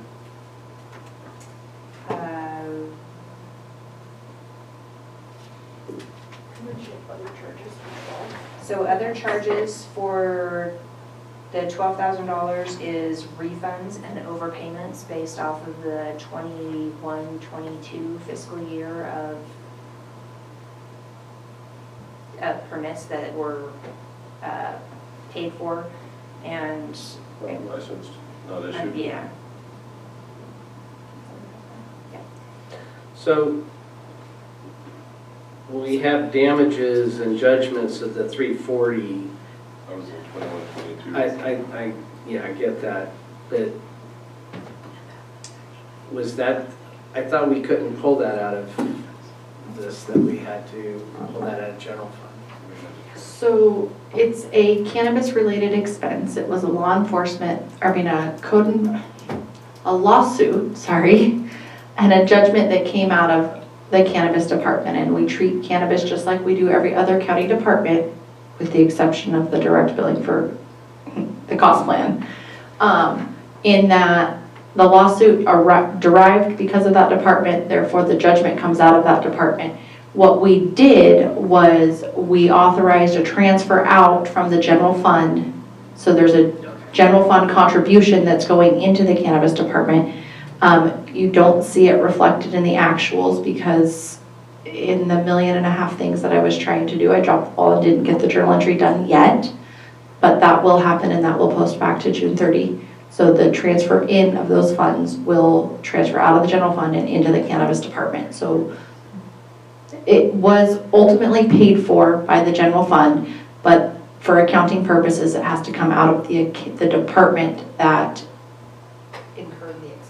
incurred the expense. Okay, got it. Fixed assets, we've got $50,000 in there for structural improvement. which is for upgrading and $40 or $7,500 under interfund fixed assets, which the intention there is to potentially upgrade the heating and air system And this is in in the new building. Yeah. So we had a question earlier that the fixed assets were there, but this is not a total fixed asset. This is a running. This is how much we're gonna put into the fixed assets. Correct, yeah. Okay. So that answers that. And you can see, Craig, Keith, sorry, on that, you can see in 2021, we paid the $300,000. That was the purchase of the building. In 21-22, we had the 82,000 for some of the upgrades that were needed for them to be able to move in, and then the 50,000 budget this year. Which is still, so at 420, that was a pretty good deal. I should have bought it and moved in. You would not have been satisfied with the heat, I guarantee. Well, we could put a wood stove in the bank hole. Okay. And then transfers out is the $37,500, and that is intended for the purchase of the new vehicle. The what? So, 2 vehicles. There was a change. Yeah, there was a change. The original budget was only going to purchase 1 vehicle for that department. So now it's But 72. Cannabis is purchasing 2 vehicles. So the 72,000 is for 2 vehicles for the cannabis department purchased through the motor pool. Okay, so we said that we paid for 1 code enforcement car. In that 677, do you bill us for like mileage, or No, we don't. you just use 1 car? Yes. We have, so we No. have through the first vehicle, oh, sorry. I've been tasking with my email. The very first vehicle that was allotted to the code enforcement division was done through cannabis. It's through the county's motor pool. And so that's the 1 vehicle that you're seeing represented here in this budget. Since then, the code enforcement division at the sheriff's office has entered into an agreement with Enterprise, and we lease 2 additional vehicles for that division that come out of the code enforcement budget. So that comes out of the 677? The 2, yes. The 2 additional vehicles come out of the 677,000. Yes, So sir, that's correct. All right, thank you. You're welcome.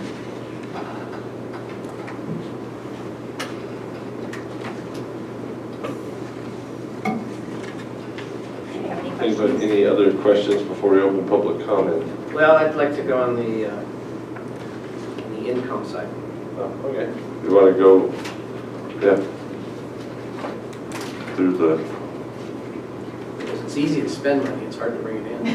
all right, go ahead and. Okay.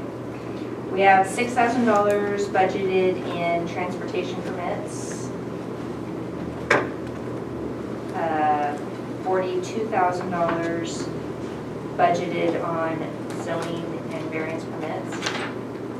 So let me go, why is that in cannabis? Why are they,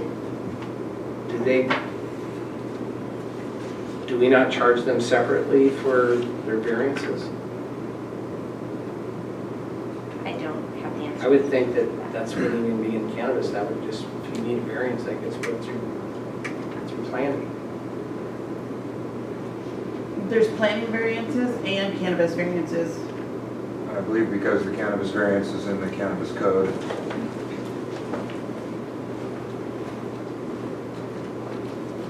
I believe Supervisor Groves, to answer your question, the cannabis variances are from 1743, and so I believe that cost is being allocated to the department, to the cannabis department from the planning department. So we're not billing them for that also? Planning is billing cannabis. No, but, okay, got that. But we're including that in our $5,000 fee also? Or are we billing them? This is separate. It's a separate fee. So we bill the applicant? $751. So that's why the $42,000 is coming. Yes. We are hoping for 2.16 million in permit fees. I would say that's delusional. I hate to say that, but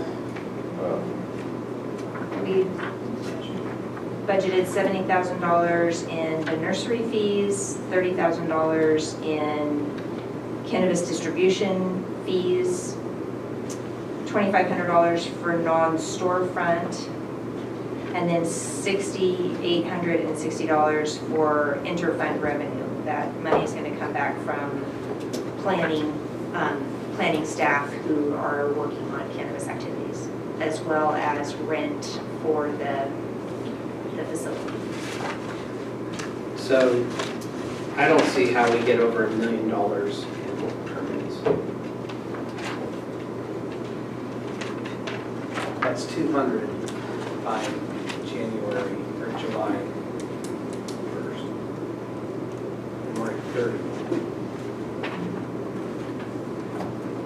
We're doing everything we can, sir. No, I get it, but But I don't see there's any possible way that the 2.6 is over 400 licenses.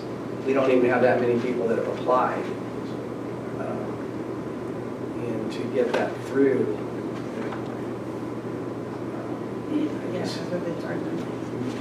that's kind of trying to be a little Dr. Real here. We were basing it off of the 2021 numbers, anticipating that the program was going to be back up and running at this point in time. Yeah, that's. Then we did the budget. Yeah, and I get that you guys don't see that, but unless I'm wrong, do you see any way you're gonna have 400 permits by the end of this fiscal year? Drew's really wanting to talk to us. Okay. I really don't want to, but I think it's important to note that In those projections, that's assuming that we're receiving $5,000 for the license fee, and the majority of people that are in the Appendix C queue now have paid half of that previously, so you can reduce that projection by half, even if we were to get to full capacity in the program. So yeah, they would have to get this, they would actually have to be out of Appendix C, out of our program, and have a license in hand. Well, and they've already paid $2,500 They already down, paid $2,500. so that would reduce it to $2,500 coming in, plus the additional $1,000 for the general plan. It's not going to cannabis, it's just going to. Yeah, so I don't know.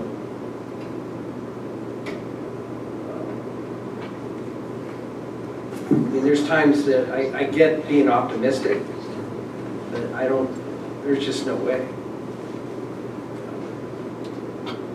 And so as this budget is presented to you with the $2.1 million coming in on the cannabis permits, which we're thinking are probably not a realistic number at this point, given what we know today versus what we knew back in May, we are already spending in the deficit of $1.5 million, and we only have $2 million in fund balance. So we're going to need to, depending on the direction that we get from you guys, either heavily revise this budget before I bring you a balanced budget on the 30th of September, which will be a really, really tight turnaround, or we're going to have to watch it very, very closely and bring you some revisions as we get a little bit farther down the road and see where that program really is. Maybe as we see where we are with the fee study and what those license costs are actually going to look like. So this is why I wanted the sheriff to stay, because the industry is going to demand that we pull they're going to heavily request that we do away with code enforcement or pay from some other place, because from their point of view, this is the least important of their process. And I'm not saying that's what we do, but that's the headwind we're going to run right into. I don't know if the rest of the county is going to be happy with that concept, or the sheriff or me. But I think that's a discussion we've got to try to figure out.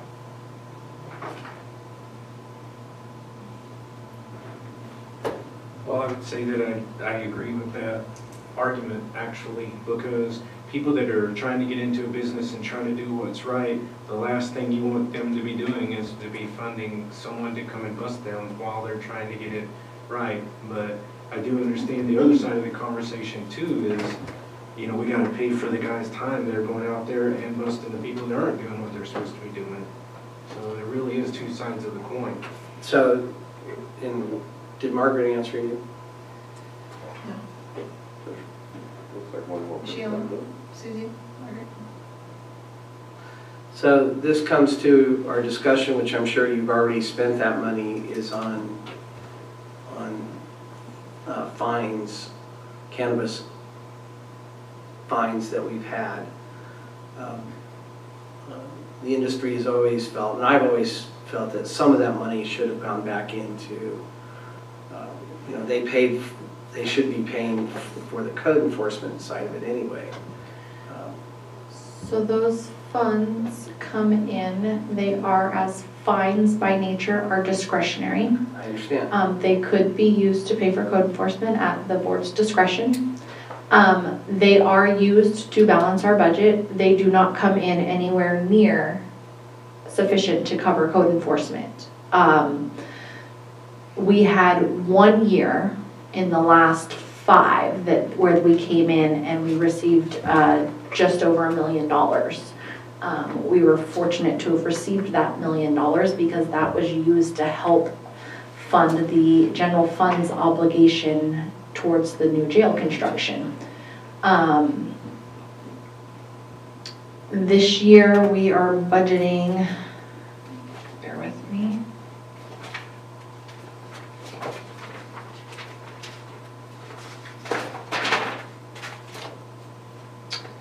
So in 2021, we received a total of $748,000. In 21-22, we've received $321,000 in fines. We are estimating and crossing our fingers and hoping that we will receive $295,000 in 22-23. But we are owed over $2 million. We are. Since admin took over monitoring the collection, well, I'm going to say not monitoring the collection, not doing collection activities, since admin began receiving those payments, being the one to receive them and track them, fines and settlements were issued in an amount of $5,267,841. To date, we have collected $2,967,817, leaving us an outstanding balance of $2,324. So we have $2 million in fines that are outstanding that are owed to us. If we go down the path of collection, hiring a collection agency to assist in the collection of that, we may start receiving more. There's no guarantees. We should be receiving more. The board did recently, within the last 2 years, increase the fine from $100 a day to $1,000 a day. And so most of those collections were done under the $100 a day fine amount. So should we be receiving enough to cover that? Yes and no. If our enforcement program works the way that it's supposed to, eventually we will eliminate all of the illegal cultivation sites and there wouldn't be anybody else to go out and fine. In reality, I don't know that that would ever happen. So there will be sites to fine. Well, we're going to have to come up with a plan. I'm not a fan of, I think code enforcement's done an extremely valuable job. We appreciate all their work and has done a lot of great things to improve the county. But we're going to have to find some place to fund them during this crisis period. you know, the people of the county shut us down, and so we've got to somehow come and get this back up. And once we're up with 300 or 400 licenses, then it's a different story. But I'm looking around, everybody's shaking their head, going, "I get it," but I get it, but the budget presented before you is balanced with only a $549,000 contingency, and that is the only additional amount of money that we have without cutting somebody else. you've got a $2 million carryover in this. 3.1 million. No, in this Cannabis? fund, yeah. Cannabis has $2 million fund balance, yes. So, by squeaking around here, we could balance that out, but then we're flat broke at the end. And Well, and the vast majority of that $2 million is their grant funds. oh, I didn't realize that. That $2 million is their grant funds because they received it last year. So they received 2.6, so they've used 695,000. So we don't have any. We have like $100,000 probably in there if I do super quick rough math. So we either find our answer or we shut the program down, turn it over to the state, and just let hog wild go. Train hit the wall.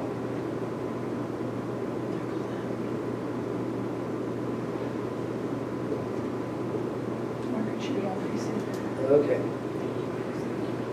So, yeah, I mean, I don't. So, Sheriff, I just wanted to make one point here is, even though we budget the $677,000, present that, as we perform the duties, then we present to the planning department basically a bill, and then we journal entry the money's back. We spend that out of our budget for personnel costs and various costs, and then we request a journal entry back. So at the end of the year, we may not have spent the whole $677,000, just to get that out to the public so they understand. And every year, because of fires and whatnot, we don't spend all that money, because when those deputies perform other duties, that comes out of our budget, not the cannabis budget. So I just wanted to make that clear. So we're not spending that entire amount of money. So my recollection, Mary, is it's been around 450,000. It will vary depending on degrees of disaster, sir. We've got plenty of those. We're often diverted Right. from normal daily tasks to serve the citizens of the county in other areas. So each person who is assigned to our code enforcement division is required to fill out a functional timesheet each month. They turn that in to me, and then I journal entry only the hours that they've actually spent on code enforcement activities into our code enforcement budget. And we started that this fiscal year after talks with DOT and cannabis and ourselves to try to figure out a great way of being very transparent and having the crystal clear paper trail for the public to have access to. So that includes even our records division. All the records technicians do functional timesheets as well for anything that they're charging specifically to the code enforcement division. So roughly, yeah, I would say about 450,000 from last year. But last year we had 2 months of fire. So, Keith, I have those numbers for going back for the last 3 years if you want them. Sure. So actuals for fiscal year 1920 was $498,195. 2021 was $413,998. And for 21-22, it was $598,892. A large part of that, well, not a large, but a piece of that jump is going to be the increase in salary for that was given to the DSA. Susie, do we have Margaret online? Just text her if she's on. Yep. Hiya. Hi, Margaret. This is Keith. Hello, Keith. Did you buy me lunch or anything? Pizza will be coming in about 20 minutes. Okay. So we're going over the budget, and there's a line here for $520,000 for county council. Could you break that down on what that goes to? That's the cannabis budget. The cannabis budget, I'm sorry. Understandable. So that goes to multiple different things. It does go to the cost of code enforcement. So the process by which we go after individuals who are violating our code or are growing without a license, we do utilize that to go after them. Part of the process, of course, is that we do litigate to get our attorney's fees back. So a lot of that money does come back when we find them and go through that process. It also includes outside litigation for CEQA violations or other type of items related to the cannabis program, in defending it or defending specific actions that were taken by the Planning Commission or going forward. And I believe there are some consulting fees under there as well. So individuals who have been retained to do consulting work through County Counsel's office, so typically looking at consultants that are rewriting ordinances, or consultants that are coming in specifically to help do the legal aspects or the planning aspects of the writing are covered under that as well. So we had a line for the outside contracts for the ordinance elsewhere, which was $65,000 last year, something 50 this year. So that shouldn't be in this 520. I know your expertise is not in accounting, it's in law, but do you have any idea how much that code enforcement piece of that is? Or I do not, and I can tell you what it's based on. And so you're right, the individuals who helped rewrite it last year they were under the planning budget, not on county councils, but we do bring in experts to consult on CEQA matters and other type of legal related matters related to our ordinances, and that would be covered under it. We can't really predict that because it comes into play in terms of how many citations are issued every year. We go directly off of how many are issued to make a determination. So if we have a year where 100 are issued, our budget's going to be different than if we have a year where 1,000 are issued. But we typically look at asking from each grower when we litigate it for about $1,500 each. So you can look at that as primarily how much it costs to litigate each one of them. But again, we ask for it back as part of our judgment.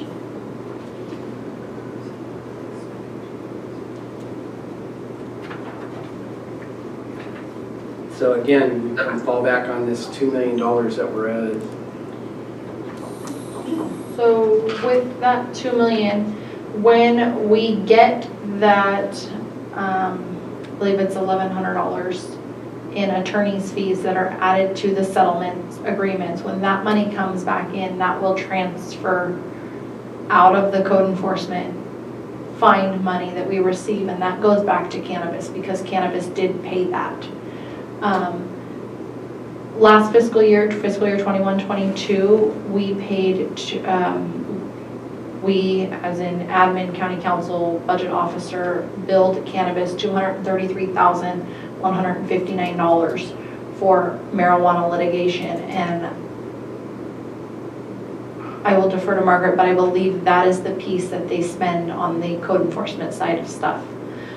We also billed them $53,199 for council's direct assistance cannabis specialist when we were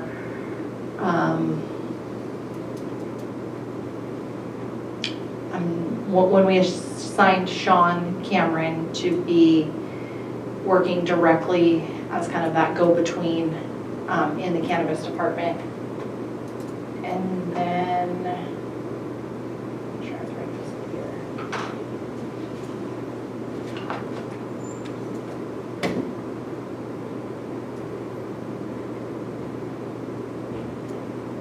And then we billed them $143,460 for direct cannabis-related litigation above it. Which we still have going on, but we hopefully that with the CEQA issues that drops. Yeah, and these are for all of the cannabis-related litigations. I know, we still But, have, yeah, we still have some of them going. Dan will fix that tomorrow.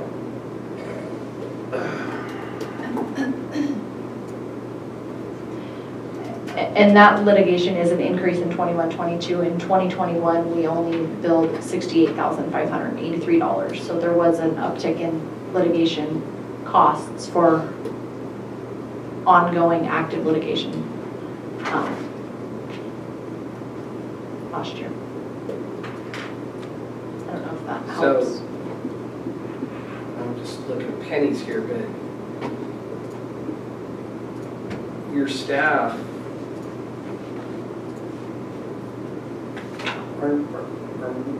the CEQA grant, is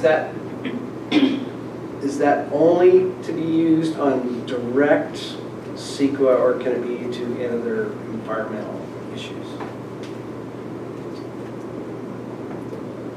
So what I'm getting at is we have staff doing environmental work on our county ordinance, and we have a huge, built up, not a huge staff, but we built up an adequate staff, and as my boss used to say, because we had to go pay for adequate staff. But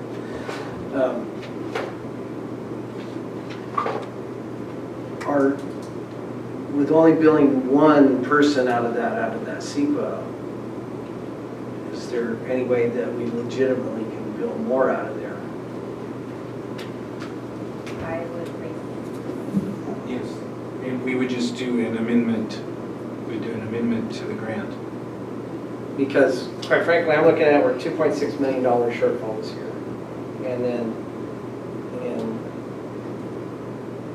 I think that's a reasonable number for what we've got going.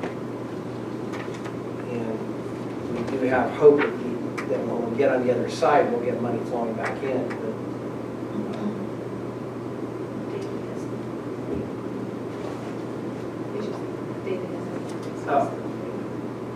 That's probably it to answer your grant question, so go ahead, David. Okay, thank you, Supervisors. If I understand the question, generally speaking, yes, we can amend the grant to fit any other, say, personnel or consulting services that may be required. However, the purpose of the grant needs to be adhered to, and that is one, principally of CEQA compliance, but also licensing or permitting in general. So if those roles or those amendments to the grant are for those reasons specifically, I think it would be a qualified cost.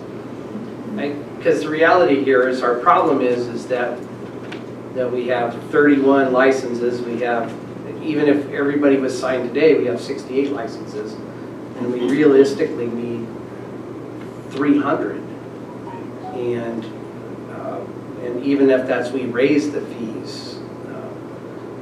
So to me, that meets the intent of the grant, is to get people licensed and moving forward. I don't have any other alternatives that I see besides laying off half the staff.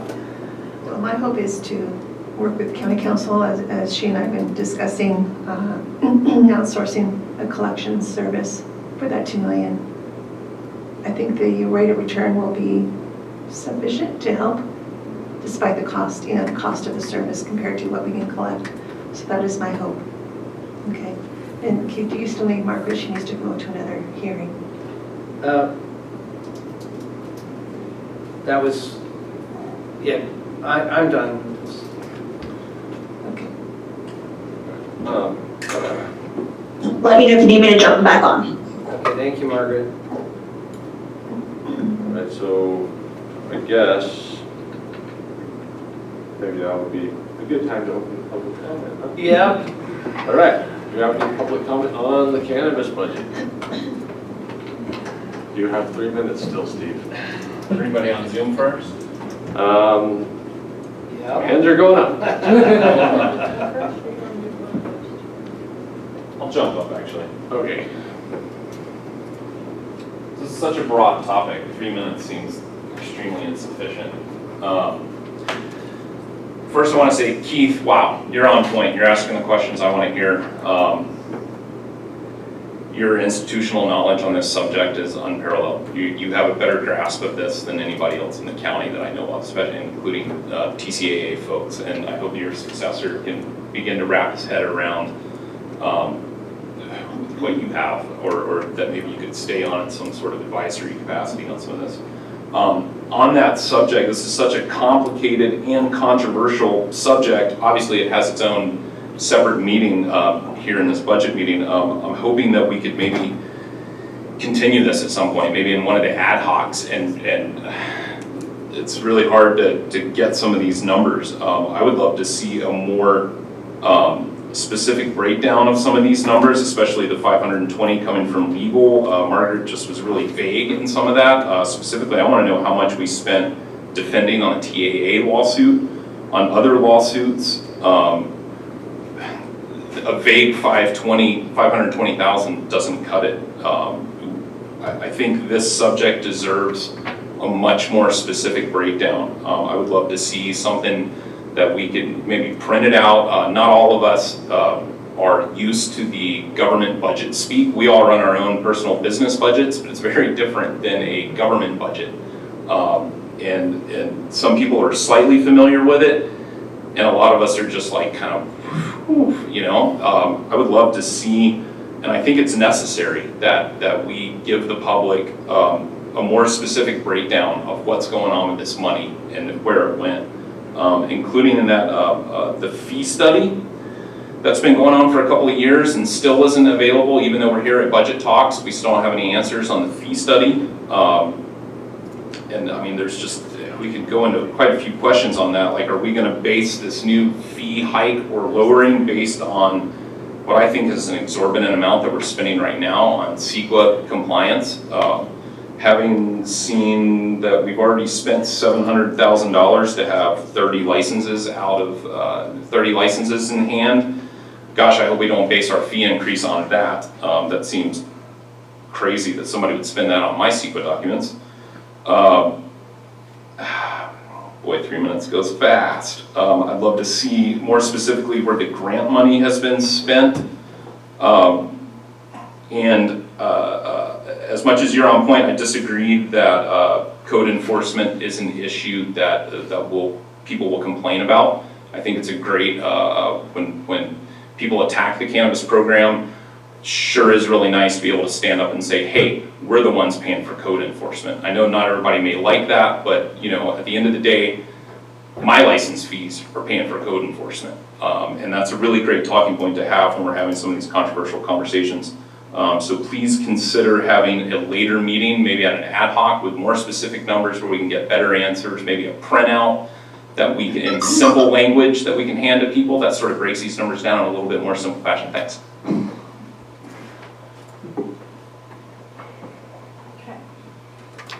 Next we have Ryan.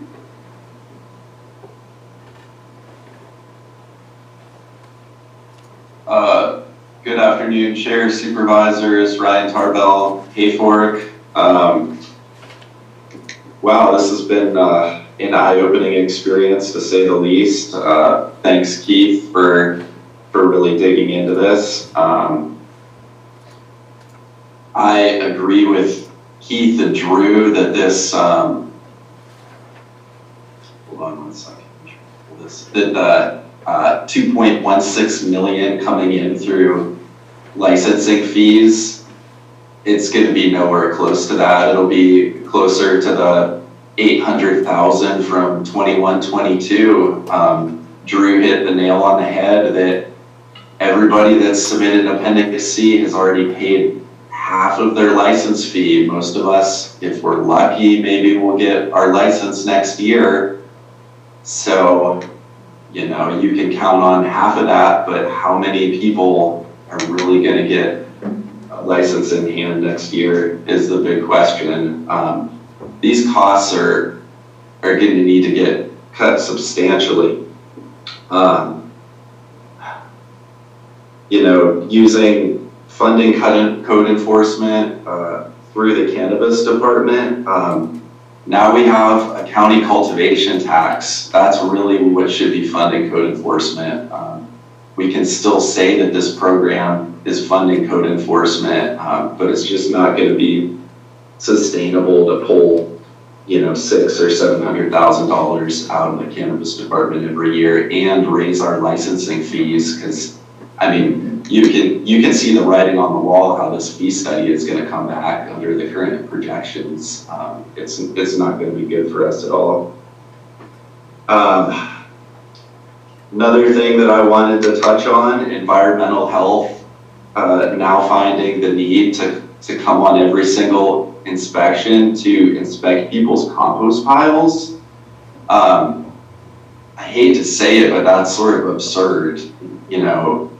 Environmental health could train the inspector in a half an hour, the things that they need to look at to make sure that the compost pile is being managed properly and not producing runoff and other things going into our waterways.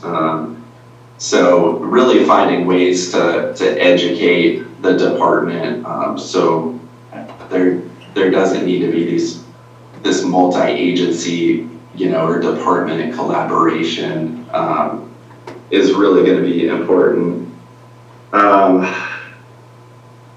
What else?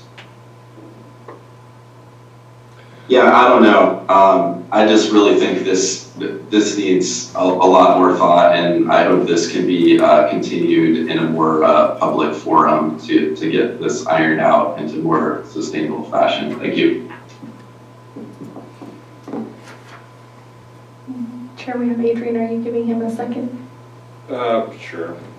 All right. Adrian? Thank you, Chair and Supervisors. Adrian Keys from Hayfolk. Support more or less everything everybody just said. If the code enforcement is going to continue to be funded by the program, I do think that it should be the cannabis department should get recompense at least for the monies that go out. We do have $1,000 fine a day fines now. It's 10 times what it was previously. So that really should become, to some degree, self-funding if we find that the problem with illegal growing is so slight and we're, and people are, it's not really as much of an issue as it had been, then it's likely that department would, by its nature, shrink. As far as the monies from county council or to county council, I think those need to be broken out really, really clearly. And I've been looking again, trying to find a line item where it's showing the return of the legal fines to the cannabis department. I just can't find it. Maybe it's in there. The budget's really difficult to read. Doing my best with it. I also support what David Colbeck says about the flexibility from the state on the intent of the grants. It's absolutely the case. It was one of the first things I was going to say when he hit it first. The state will likely, because it's CEQA compliance in the pursuit of an annual license. And that's what we're doing here. We're shooting for annual licenses. So I believe that the state will allow for staff who's in the processing and planning in cannabis to get paid. As far as the number of licenses issues, yeah, give me a break. We're not we'll be lucky to get a handful of them. And I would also then say, being that that's the reality, that all the other allocations really need to be scaled to that same level. As far as inspections and processing, the admin part goes, certainly once we've gone through this and have annual licenses, the workload behind a renewal would better be dramatically different than the workload for an application. It's a completely different story. Let's see, where else am I here?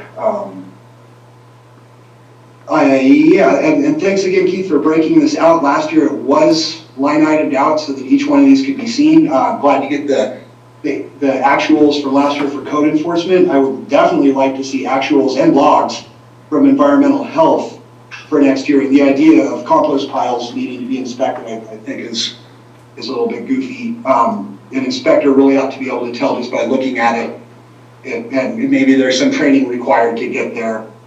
But I'm not certain what the impact that is in question is from a compost heap that albeit also must be inside of our designated area, so it also has to meet all the water board setbacks and stuff. All right, I'm out of time. Yeah, we need to talk about this entire thing a whole heck of a lot more. Thanks, guys. Next, we have Patrick. Hey, Patrick Kahn from Sawyer. Thanks for having this discussion and inviting me. I haven't been to one of these before, but I just wanted to say that I really appreciated Keith looking under the hood, so to speak, and explaining what he sees. And it's really similar to what I see, and it's happening in the industry. I'm kind of really trying to continue to invest in this program and in this county. And I'm also not bound to any, there's more places that you can invest in the cannabis industry across the state and beyond. And so it really comes down to what it looks like under the hood. And what it looks like under the hood in Trinity County right now was illuminating to hear some of the numbers that you're presenting, Keith. And those are numbers that, as a cannabis operator, I understand. They're more than just paper cuts. You know, I'm trying to maintain a bank account that costs $350 a month. I'm trying to maintain licensing in the county and the state. The state offered grants to many licenses this year. This was a real pivotal year. And I think we're both in a similar place in the industry in that it comes down to really recognizing what's the state got up its sleeve next for the farmers, for the counties who are administering these programs, because without, you know, the $10,000 fee waiver that the state offered a lot of people, or without the $3 million that they gave you guys to help us get annual licenses that some of us had, it's an uphill battle, and I appreciate hearing some like realistic thoughts and realistic eye-opening conversation coming from the economics, and we need to continue to have it if we have any chance of creating what's possible in Trinity County moving forward, which is a licensed program operated by the county that isn't in the red. And it's going to take some realistic thought right now, this fiscal year, to be able to have that in the future. Thank you. Next, we have Chris. Hi, it's Chris Williams. So one, thank you, Keith, for being so on point with your questions. Some really amazing points were brought up. So I'm a little confused. I know some of this is my own knowledge gap, because this is the first budget I attended. But I would like to see a line item breakdown, as other people mentioned, from county council, as I'm confused as they can benefit so much from the mismanagement of our program. I'm also a little confused as to why there was code enforcement in that when we're also spending, it was like $677K on code enforcement. So that would mean that was like $1 million that's been allocated to code enforcement. I would love a line item breakdown of where code enforcement goes. If sheriff salaries are not that stellar as indicated in previous board meetings, I'd like to see a breakdown of where code enforcement is spending their time. Is it people in our program? Is it people illegal grows? I know they've said they don't often spend a lot of time on illegal grows, so a lot of questions. We really need that $1,000 abatement fine a day to actually be honored. Many abatements are cut down immediately, and they're not issued that daily fine. Also, why is environmental health going on inspections for compost piles? This seems very odd. And if they're spending 12 hours out in the field, does this mean overtime? They have such a small team. Also, 6 vehicles. This is up until like recently, there was only like a couple people working at the cannabis division. Does everyone get their own car? Questions about that. Would love to know how much that wall partition cost that was built inside the cannabis division to keep us from able to meet with staff, and what part of the budget did that come out of. I'm just very baffled on this county council and the code enforcement funds. There's only 30 plus, like 31 people active in the program right now. So just lots of questions. Thank you very much. Next, we have Jeff. Hi, Jeff Goodell, Xenia. Yeah, everybody's pretty much made some pretty good points, which were also what I wanted to talk about. we have TAA to thank for a lot of this, and maybe you make some cuts to code enforcement until this program can actually fund it properly, and you thank TAA for that when people come asking. Secondly, the budget consultant who was speaking earlier mentioned you gotta focus on your economic base. You need these economic drivers to fund things, and that money circulates around the county over and over and gets little bits get shaved off every time it circulates for taxes. You've got 400 small businesses waiting to open up shop, and that's really the gist of it.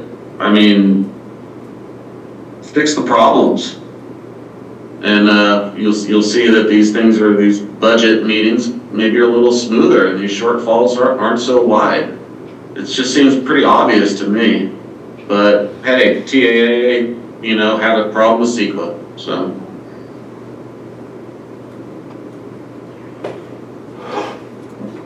Okay, and that was my last raised hand, and I have no new chats. Well, with that, we'll close public comment and bring it back to the board. And I think clearly we're going to have more discussions on this. We're going to have to see what we can get transferred out of that grant money, which we still have the 1.9 million available, without wiping it all out and not having the ability to do any more licenses. I would love to take a look at County Council's budget to see if these are things that, we haven't had a new suit against us in a while. We still have old suits pending against us, which of course costs money, but hopefully we've kind of crossed that hurdle so we can see if we have more issues, if these are issues that are going away, so we can look at that. And we're going to have to somehow, if we're going to run a deficit, we're going to have a plan of how we get money out of these past fees. And to me, that's kind of the only strategy we have without, going in just when we build a department and then tear it down until we get these licenses issued. And then we're just going to have to go and see what equilibrium is. Is it 300 licenses? Is it 500 licenses? That when we get stacking, who knows where that will fall. And then you'll have to design a program around that income. I don't know, Dan, I do have another subject on the general plan when we finish this. So. well, I don't know.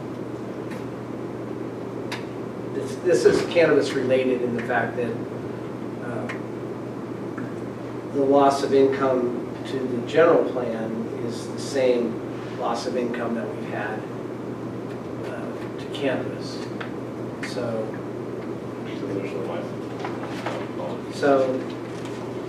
in the general plan, you guys are showing a $700,000 deficit.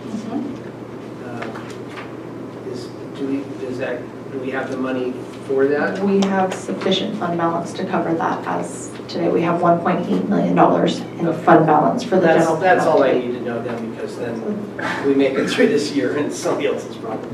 Yeah, I mean, that's one that the department and admin fiscal will have to watch throughout the next few years as the project continues. But for this budget year, we don't have any concerns. So you got 1.8, you'll have $1 million. We'll have 1.1, yeah. At that point, maybe you start getting 400, 500,000 a year in. Okay, all right, I'm fine with that. Okay, so next question. Will we give direction to staff on this budget? Do you need that in motion form and all that, or just direction from staff? Just. And do you want direction specifically on cannabis different than entire direct?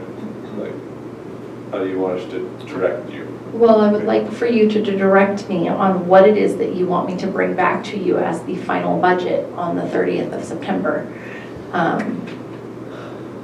I'm assuming, since we haven't had much conversation about any of the other budget units, that the majority of the budget you are comfortable with as presented. Are we in agreement with that?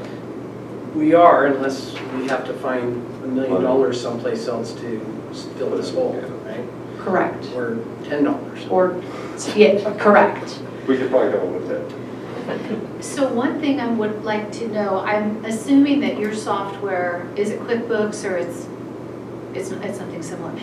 In QuickBooks, you can double click on any one of these things and it'll open up, it won't do that.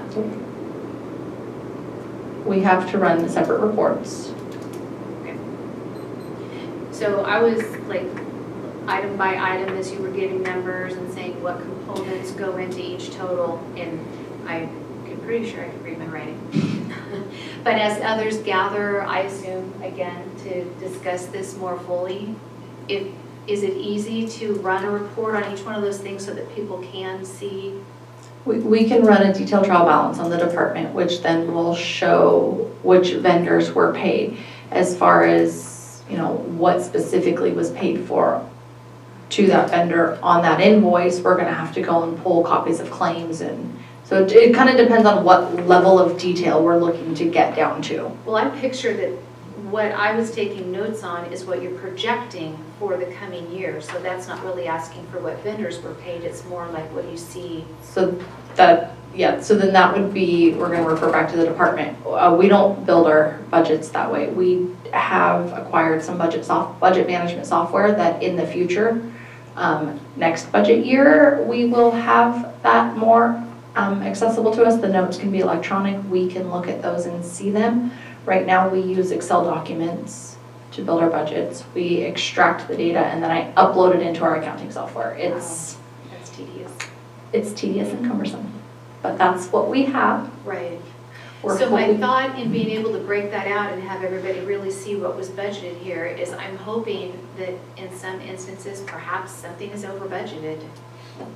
So, and that would be not information that we would ever be able to put in our budget books unless we want 800-page budget books. Well, exactly. No, I'm not asking for that in this, but in this one area where we have to dig in.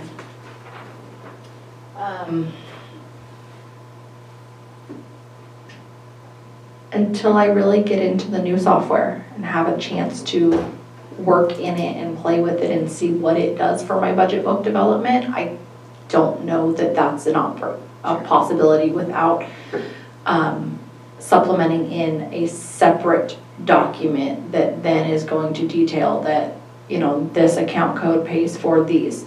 I did want to clarify that a couple of the speakers have presented that this is not the way that the budget was presented in prior years. And I will tell you that the only difference to this budget as presented to you today versus the one that was presented to the board last year and in prior years is that the sheriff moved from Fund 101 to Fund 110.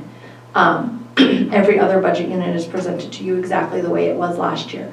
I believe what they may have been speaking to in regards to the cannabis budget was the pie charts that I had put together in prior years that were not presented this year. That essentially went through and broke down the expenses very similar to what Lisa did verbally for you today. That is the only difference from this budget versus prior year budgets, just in case that was a concern for any of you. So Susie, I don't know if I answered your questions. I'm wondering if providing the board the actual working budget workbook that department's prepared, because, I mean, as far as for the cannabis budget for sure, it provides the detailed information by each budget line item as to what is applied to that dollar amount. They're different workbooks. They're set up differently than here because all of that, they're grouped differently. I wouldn't want to present that. If we're going to modify the way we present the cannabis budget, we will put together something that's nice and cleaner to put it in there.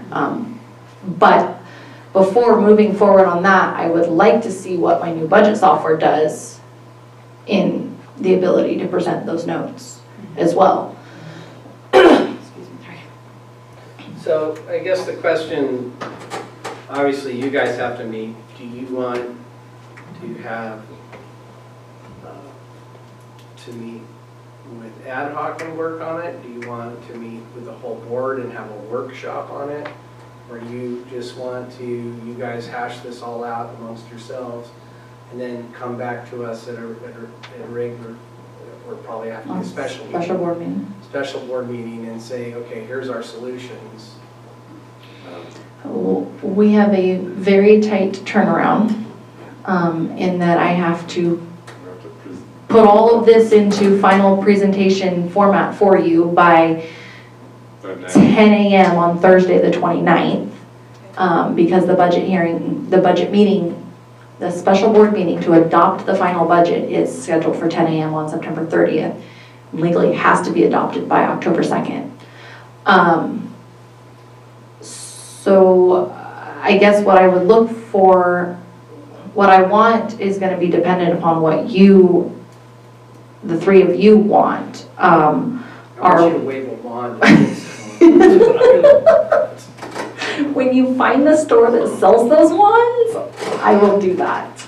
I have Craig raising his hand. I think he has some comments on this as well. Weigh in here, Craig. Yeah, so, welcome to my world. This is where rubber meets the road. I think you just have to pull up your sleeves and work through it. I don't know if you want to take a break for lunch first and come back, or, I heard that we're going to need to make $1 million cut in the revenue, right? That's what I heard. I think that's fair enough. Okay, so if we do that and we add that to the bottom, that puts us at 2.5 million in the hole in this budget, right? And we know that we're only technically, I think when Lisa gave the details, she's only spending about 700,000 for the grant purposes. That means we've got to cut 1.8 million out of this budget, the rest of the line items, the remaining line items. Now there's some obviously easy ones to do as far as they're not positions that are currently filled yet, but there are ramifications to cutting those positions if we're going to grow the program back to where it was. I think that we could easily look at, Susie and I could probably pull up the departmental workbook to kind of quantify for you how much we could cut on each of those salary and benefit lines based on vacant positions, so long as Ed's not so far along that he's getting ready to offer a position. Those are the things that we'd have to discuss on this budget. And I'm not opposed to doing it here in the budget meeting. If nothing else, it's a good learning experience for everyone that's here and involved to see the difficulty we go through in trying to make things work.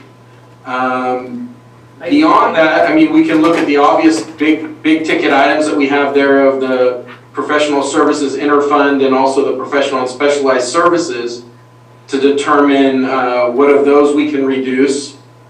Obviously, I'm not sure on the 2 new vehicles. Can we postpone those for a year? And then if you need something, rent that from motor pool on a daily basis. Those are the types of things that we'd be discussing to go through and cut this budget to where it needs to be. I think some of the problems in trying to do this today is we don't have enough information on some of the big tickets, and one would be Margaret's that we could look at. 2 is having a viable plan to go after this $2 million. We can just go in here and write in that, yeah, we're going to get $1.5 million in fines, but I think there has to be some level of confidence in a plan moving forward that needs to be put together, and it's been worked on for a while. I understand, but we have to have some level of confidence in some data. Little is it going to be? Is how much is that going to be? Is it going to be 500,000? And the hard part with that is I don't think that we're gonna be able to have those types of answers in the time frame that we need in order to adopt this budget by our required deadline of October 2nd. So my question to you, Supervisor Groves and Cox and Chairman Frazier, would be, in order to balance this budget by reducing $1 million from their revenues, because that seems to be the reasonable number, are you wanting us to look at cutting code enforcement, cutting some of that funding to code enforcement, because that is a larger scale budget rework that would be required? Or are you wanting us to look within the cannabis budget outside of code enforcement and see, can we cut that? Craig was mentioning, the interfund professional specialized, that is one of the largest line items in this budget outside of salaries and benefits.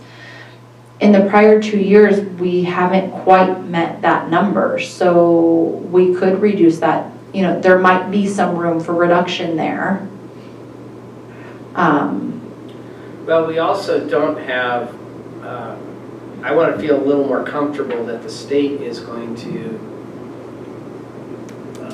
allow us to expand. And David says, yeah, they'll probably will, and Ed's saying, yeah, they will. But that's a potential tap of a large amount of money. Mm-hmm. So, and I know you're not probably going to get something back in the state within the next 7 days, but having those discussions with them, if that's how they operate, I don't know. But, or at least, it seems to me we have some really serious things that people need to take a breath and think about, and not just try to jam through the day. And again, that's just my thing. I'm trying to think how we can have another discussion on this without scheduling a special board meeting. I think you need to just put the ad hoc. The ad hoc is not meeting until after our budget will be finalized. You can meet it if you want. Yeah. Chairman Frazier, can I make a quick comment? I think the numbers that some of us were looking for were actuals from last year and previous, than future numbers I could wait till after budget time. So, I would like to know from staff, real timeline. When do we have to have this proposal to you? I mean, it's like, if we want to change this, when do we have to have this done by? Ideally, we would have had this done today. I think I remember you saying 1 o'clock. That's just my hope, so I can get some other stuff done. But there is a process for me to take whatever our final budget is and put it into the system. And we have a board meeting next week that has an agenda that needs to be prepped for. And yes, we hired a new board clerk, but she has worked through one agenda with me. I have to work on that. I have to have this posted by 10 a.m. on the 29th, which means I absolutely need at least the 28th to create the agenda and upload everything into Novus. So and then I have to have time to make the adjustments within the system.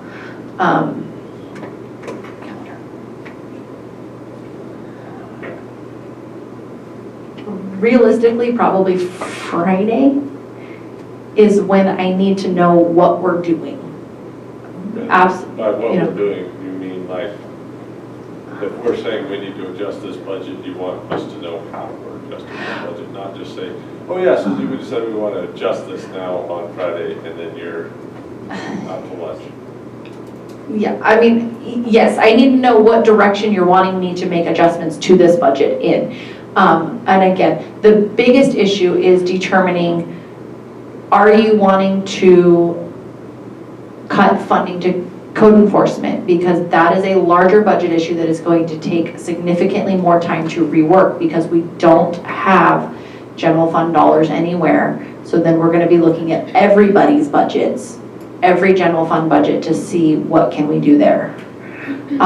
If you're just asking us to work within the parameters of the cannabis budget unit, then I'm comfortable with you giving direction to me to bring back a budget resolution that presents a balanced budget based on the budget that's presented to you today, removing $1 million from the cannabis budget. And I will work with cannabis department staff to do that.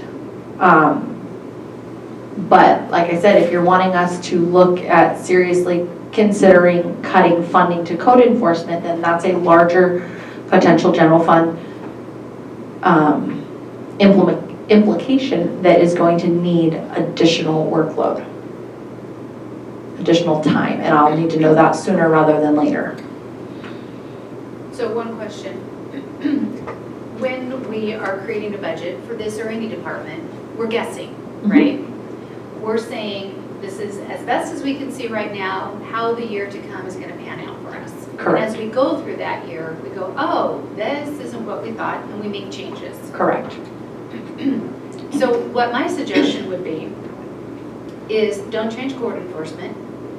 Work together, cut where you need to come back with your best guess with Ed's input of what this could look like. And then as the year goes by, we need to visit this frequently and in depth with, yes, these items broken out better than my chicken scratch. And have these in-depth conversations about county council, about the code enforcement officers, about environmental health, about needed vehicles and potentially ongoing staff or increased staff. And do that deeper dive then as things pan out. And as we hope that licensure will happen more rapidly as we get better, you know, then those numbers are going to change as we know exactly what will happen when we try to get some collections on board. We just are working with too many variables. There's no way to know. So spending a lot of time coming up with a more perfect crystal ball, what is that really going to give to us at the end of the day? So that's what my recommendation would be. I'd like to make a comment. I know Susie had recommended looking at account 2399, which is the interfund professional. In my past experience in budgeting for county budgets, you always look at a trend. And as you can see, the past 2 years, the trend was $800,000. And here we are, we're budgeting 1.3. That's a pretty high jump for that line item. In my experience, in my budget experience, I would reconsider that because again, you know, that's quite a jump. So that could be an area, whether you're going to want to target code enforcement or environmental health, whatever's in that 1.3, you can, yes, work with the number, with what you come up with. If you decide 850,000, 900,000, then work within those categories that's in that line item to see what's really going to happen through the year. I mean, a lot of this involves monitoring, you know, monthly monitoring. And yes, looking at collections, you know, estimating, will we get the 2 million? I doubt it, but maybe a quarter of it, you know, budgeting 500,000, I would hope. So there's areas of that we could look at and decide today, in theory. I'm just throwing that out there because again, it will take more time to really get down in the weeds with Ed and his staff to really rebuild this budget. But theoretically, these are theoretical numbers that we can work with through the year. Just a thought. I think it would be probably most efficient for everybody's time for us not to have to do it here, would be for you guys to direct us to bring it back at the 30th, so long as we understand what areas it is that you're wanting us to focus on or where you're wanting us to look. One of the other things that we can consider is, you know, we don't know what the cannabis tax revenue is going to look like. We only budgeted $300,000 because that's what we received in fiscal year 21-22. As that money starts coming in, as Craig had mentioned, we can look at those. You know, he mentioned earlier in his overview that we could look at those for some of those other general fund department requests that were not funded in this budget, but they could also be looked at to help offset this hopefully 1 year shortfall issue. But it's up to the three of you on what direction you want us to give, what direction you want to give to us, and what you want us, how you want to see this process move forward.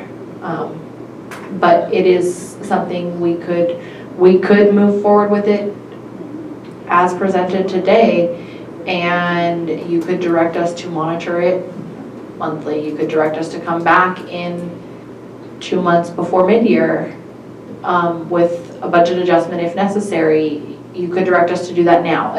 It's really up to. You know what, that actually makes a lot of sense, in just throwing this out. Because if we say spend hours and hours and fix it to something different than what it is, what is the assurance of how much closer to the actual target that adjustment is really going to be? So saying, okay, we know it's imperfect, the thing that we would change it to is also imperfect. To what percentage of degree? Why does that matter? We know it isn't right, and we know it's going to have to be monitored and adjusted. So maybe, is that irresponsible or is that realistic? Because it kind of seems realistic. Well, and it comes down to the responsibility of the department and this position, the CAO, to make sure expenditures and revenues are coming in and then make adjustments as necessary.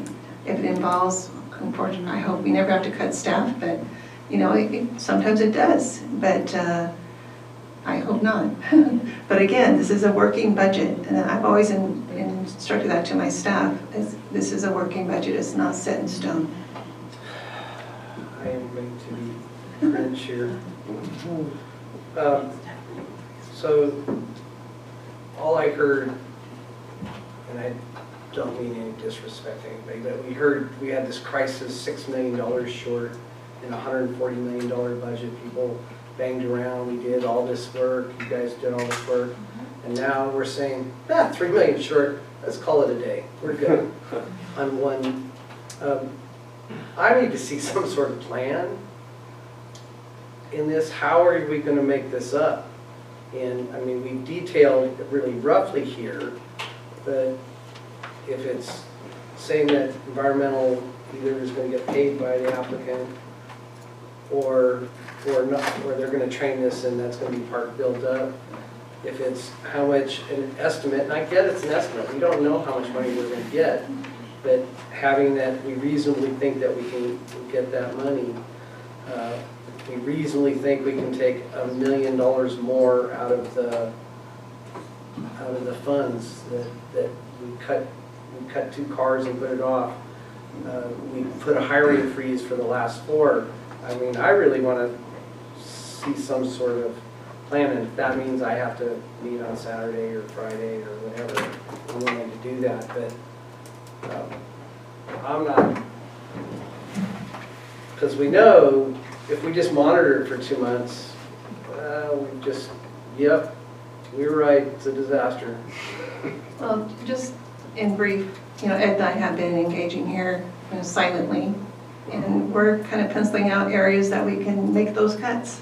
So either we can make those cuts now, make some adjustments to these numbers here.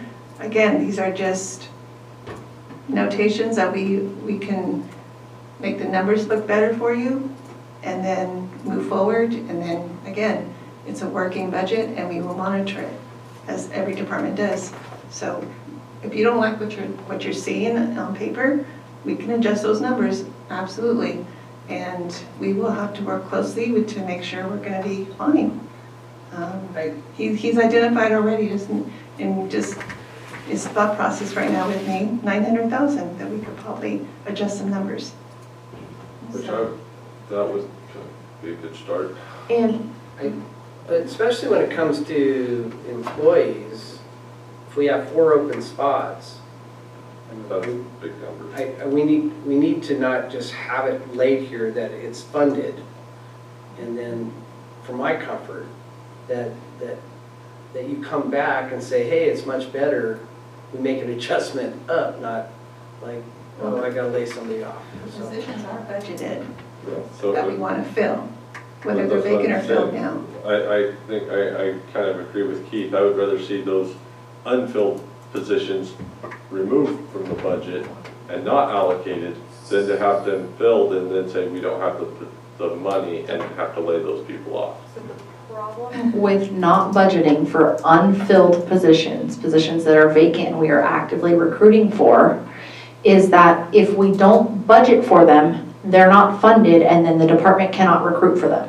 So if they don't have budget authority given by the collectively the 5 of you, when you're all here, if they don't have budget authority to fund that position, they cannot recruit for it. So it is going to delay their ability to recruit for needed positions to run their programs because they're going to have to come to the board, get the allocation, do a budget adjustment, get the funding, and then go out and start the recruiting process. Whereas if we go now and we say, oh, we're going to recruit for this position, we're actively recruiting for it, so we don't think we're going to have it filled until October. So we're going to budget for 9 months of that position because we started recruiting in June.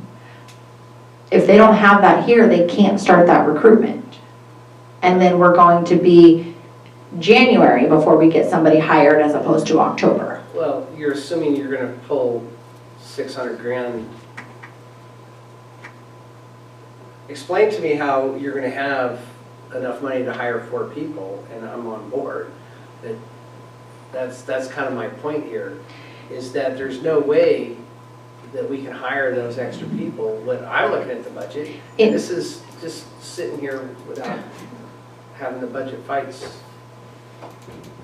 In this specific budget unit, yes, sorry, I was speaking more of an in general practice because I thought that's kind of what you were looking at. This specific budget unit, we probably need to look at cutting vacant positions because we don't have the funds to fund them. To me, it's more important, and I know Letty didn't mean any disrespect, but that we put it in there and kind of deal, and I'm forgetting exact words what she said, but we need to plan for the worst and hope for the best, not and put that down on paper. Otherwise, kind of what are we doing? Knowing what we know now, that our revenue projections are not accurate, I would agree that we need to look at those positions and we need to cut some funding for them. And if the 3 of you give us direction today to bring you back a budget on the 30th that reduces revenues by $1 million and reduces expenditures by $1 million in this budget unit, then that is one of the first areas we will go to look at, is which positions are vacant currently, where are we at, have we ensure that we haven't made a job offer yet, and we will cut the funding for those and reduce the salary and benefits. That's the first place that I, as your senior financial analyst, will look to, is what vacant positions do we have, and we're going to not fund. I'm going to recommend to the department that we cut those first. Then we're going to look at the rest of the areas of funding and see how realistic are those budget numbers. What areas can we cut back in those, and what purchases can we hold off on? If we don't fund 4 positions, if we cut the funding for 4 vacancies, we can cut office expenses, because a large portion of that office expense budget line item was to purchase the equipment for those positions so they could have computers and desks and space to work and all of that. So we're not going to need that. That can be cut. If we have less staff, depending on the classification of them, there may be less travel. So we'll go and we'll look at the travel. How much of that can we reduce? So, and I just want to be clear, the $1 million is cutting from one line item. You got 2 other income line items that you can try to figure out where that money's going to come, more money in. So, correct. I think we kind of have all agreed in our own obstinate ways. I believe. So the direction is for staff to work together to bring you back a budget that is balanced, that reduces $1 million from the cannabis permit fees. Now, if we've identified additional revenues, that's fine, but reduce $1 million from there and then present you with a more balanced budget that is fine. I think that's a good enough direction. And if you want ad hoc help, feel free to invite us in.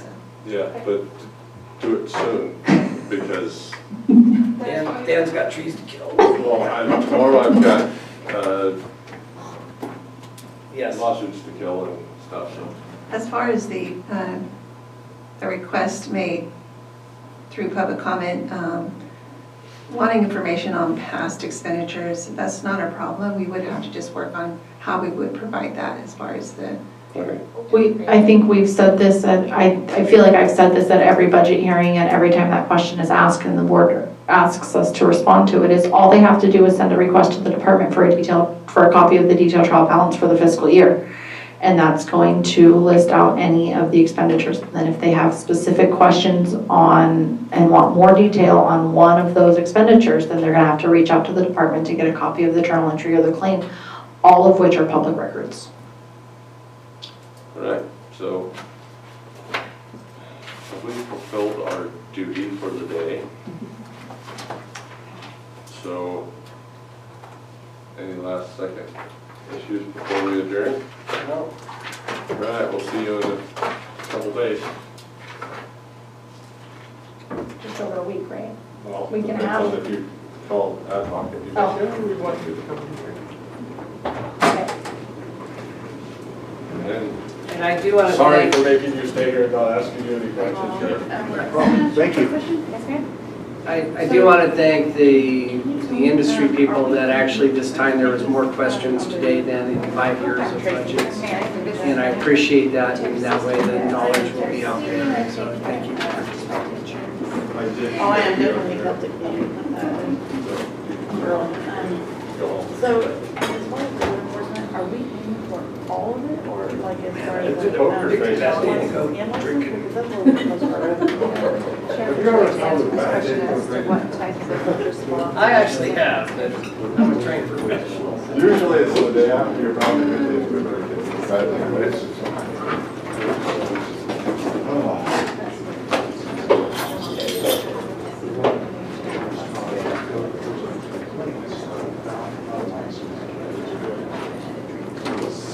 Poker face would help. You gotta turn it right up.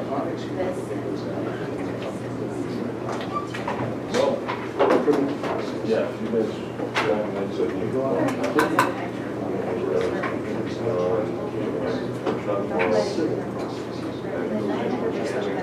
With us, you know, where we're getting our revenue from is from license.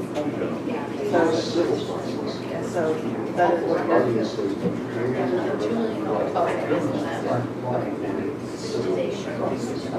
And when we get those, when we get, I don't know, I've seen the bills come through, like where it's saying it's 20 days. Do you guys put an actual, like for an actual, and you're charging us for it? Is there a way to say, we're on this property? Or as statement trends. Okay. But how do you have to be forward? So that's so that it can include that fee that they're trying to get back. Litigation. That's not a bill. Right. No, I know, but what I'm saying is that you guys bought on the, is there any way we can follow up, like, show you any of the properties that we went to? How would we be able to tell, like, as far as like points of They're happy to dig in. Yeah. Yeah.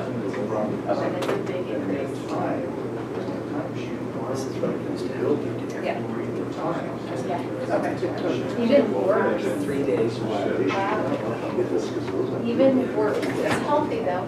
It is, it teaches everybody. That's what I'm making sure that we're not.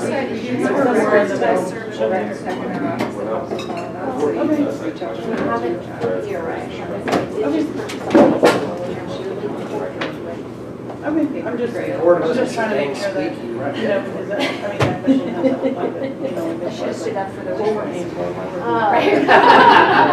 No, I already purchased this, I have it. I just need to have, I just need some time. Am I right? We have it bought it. Maybe great. So I hope that you don't think that by my suggestion, I'm sure that It's fine, just Welcome double aboard. budget.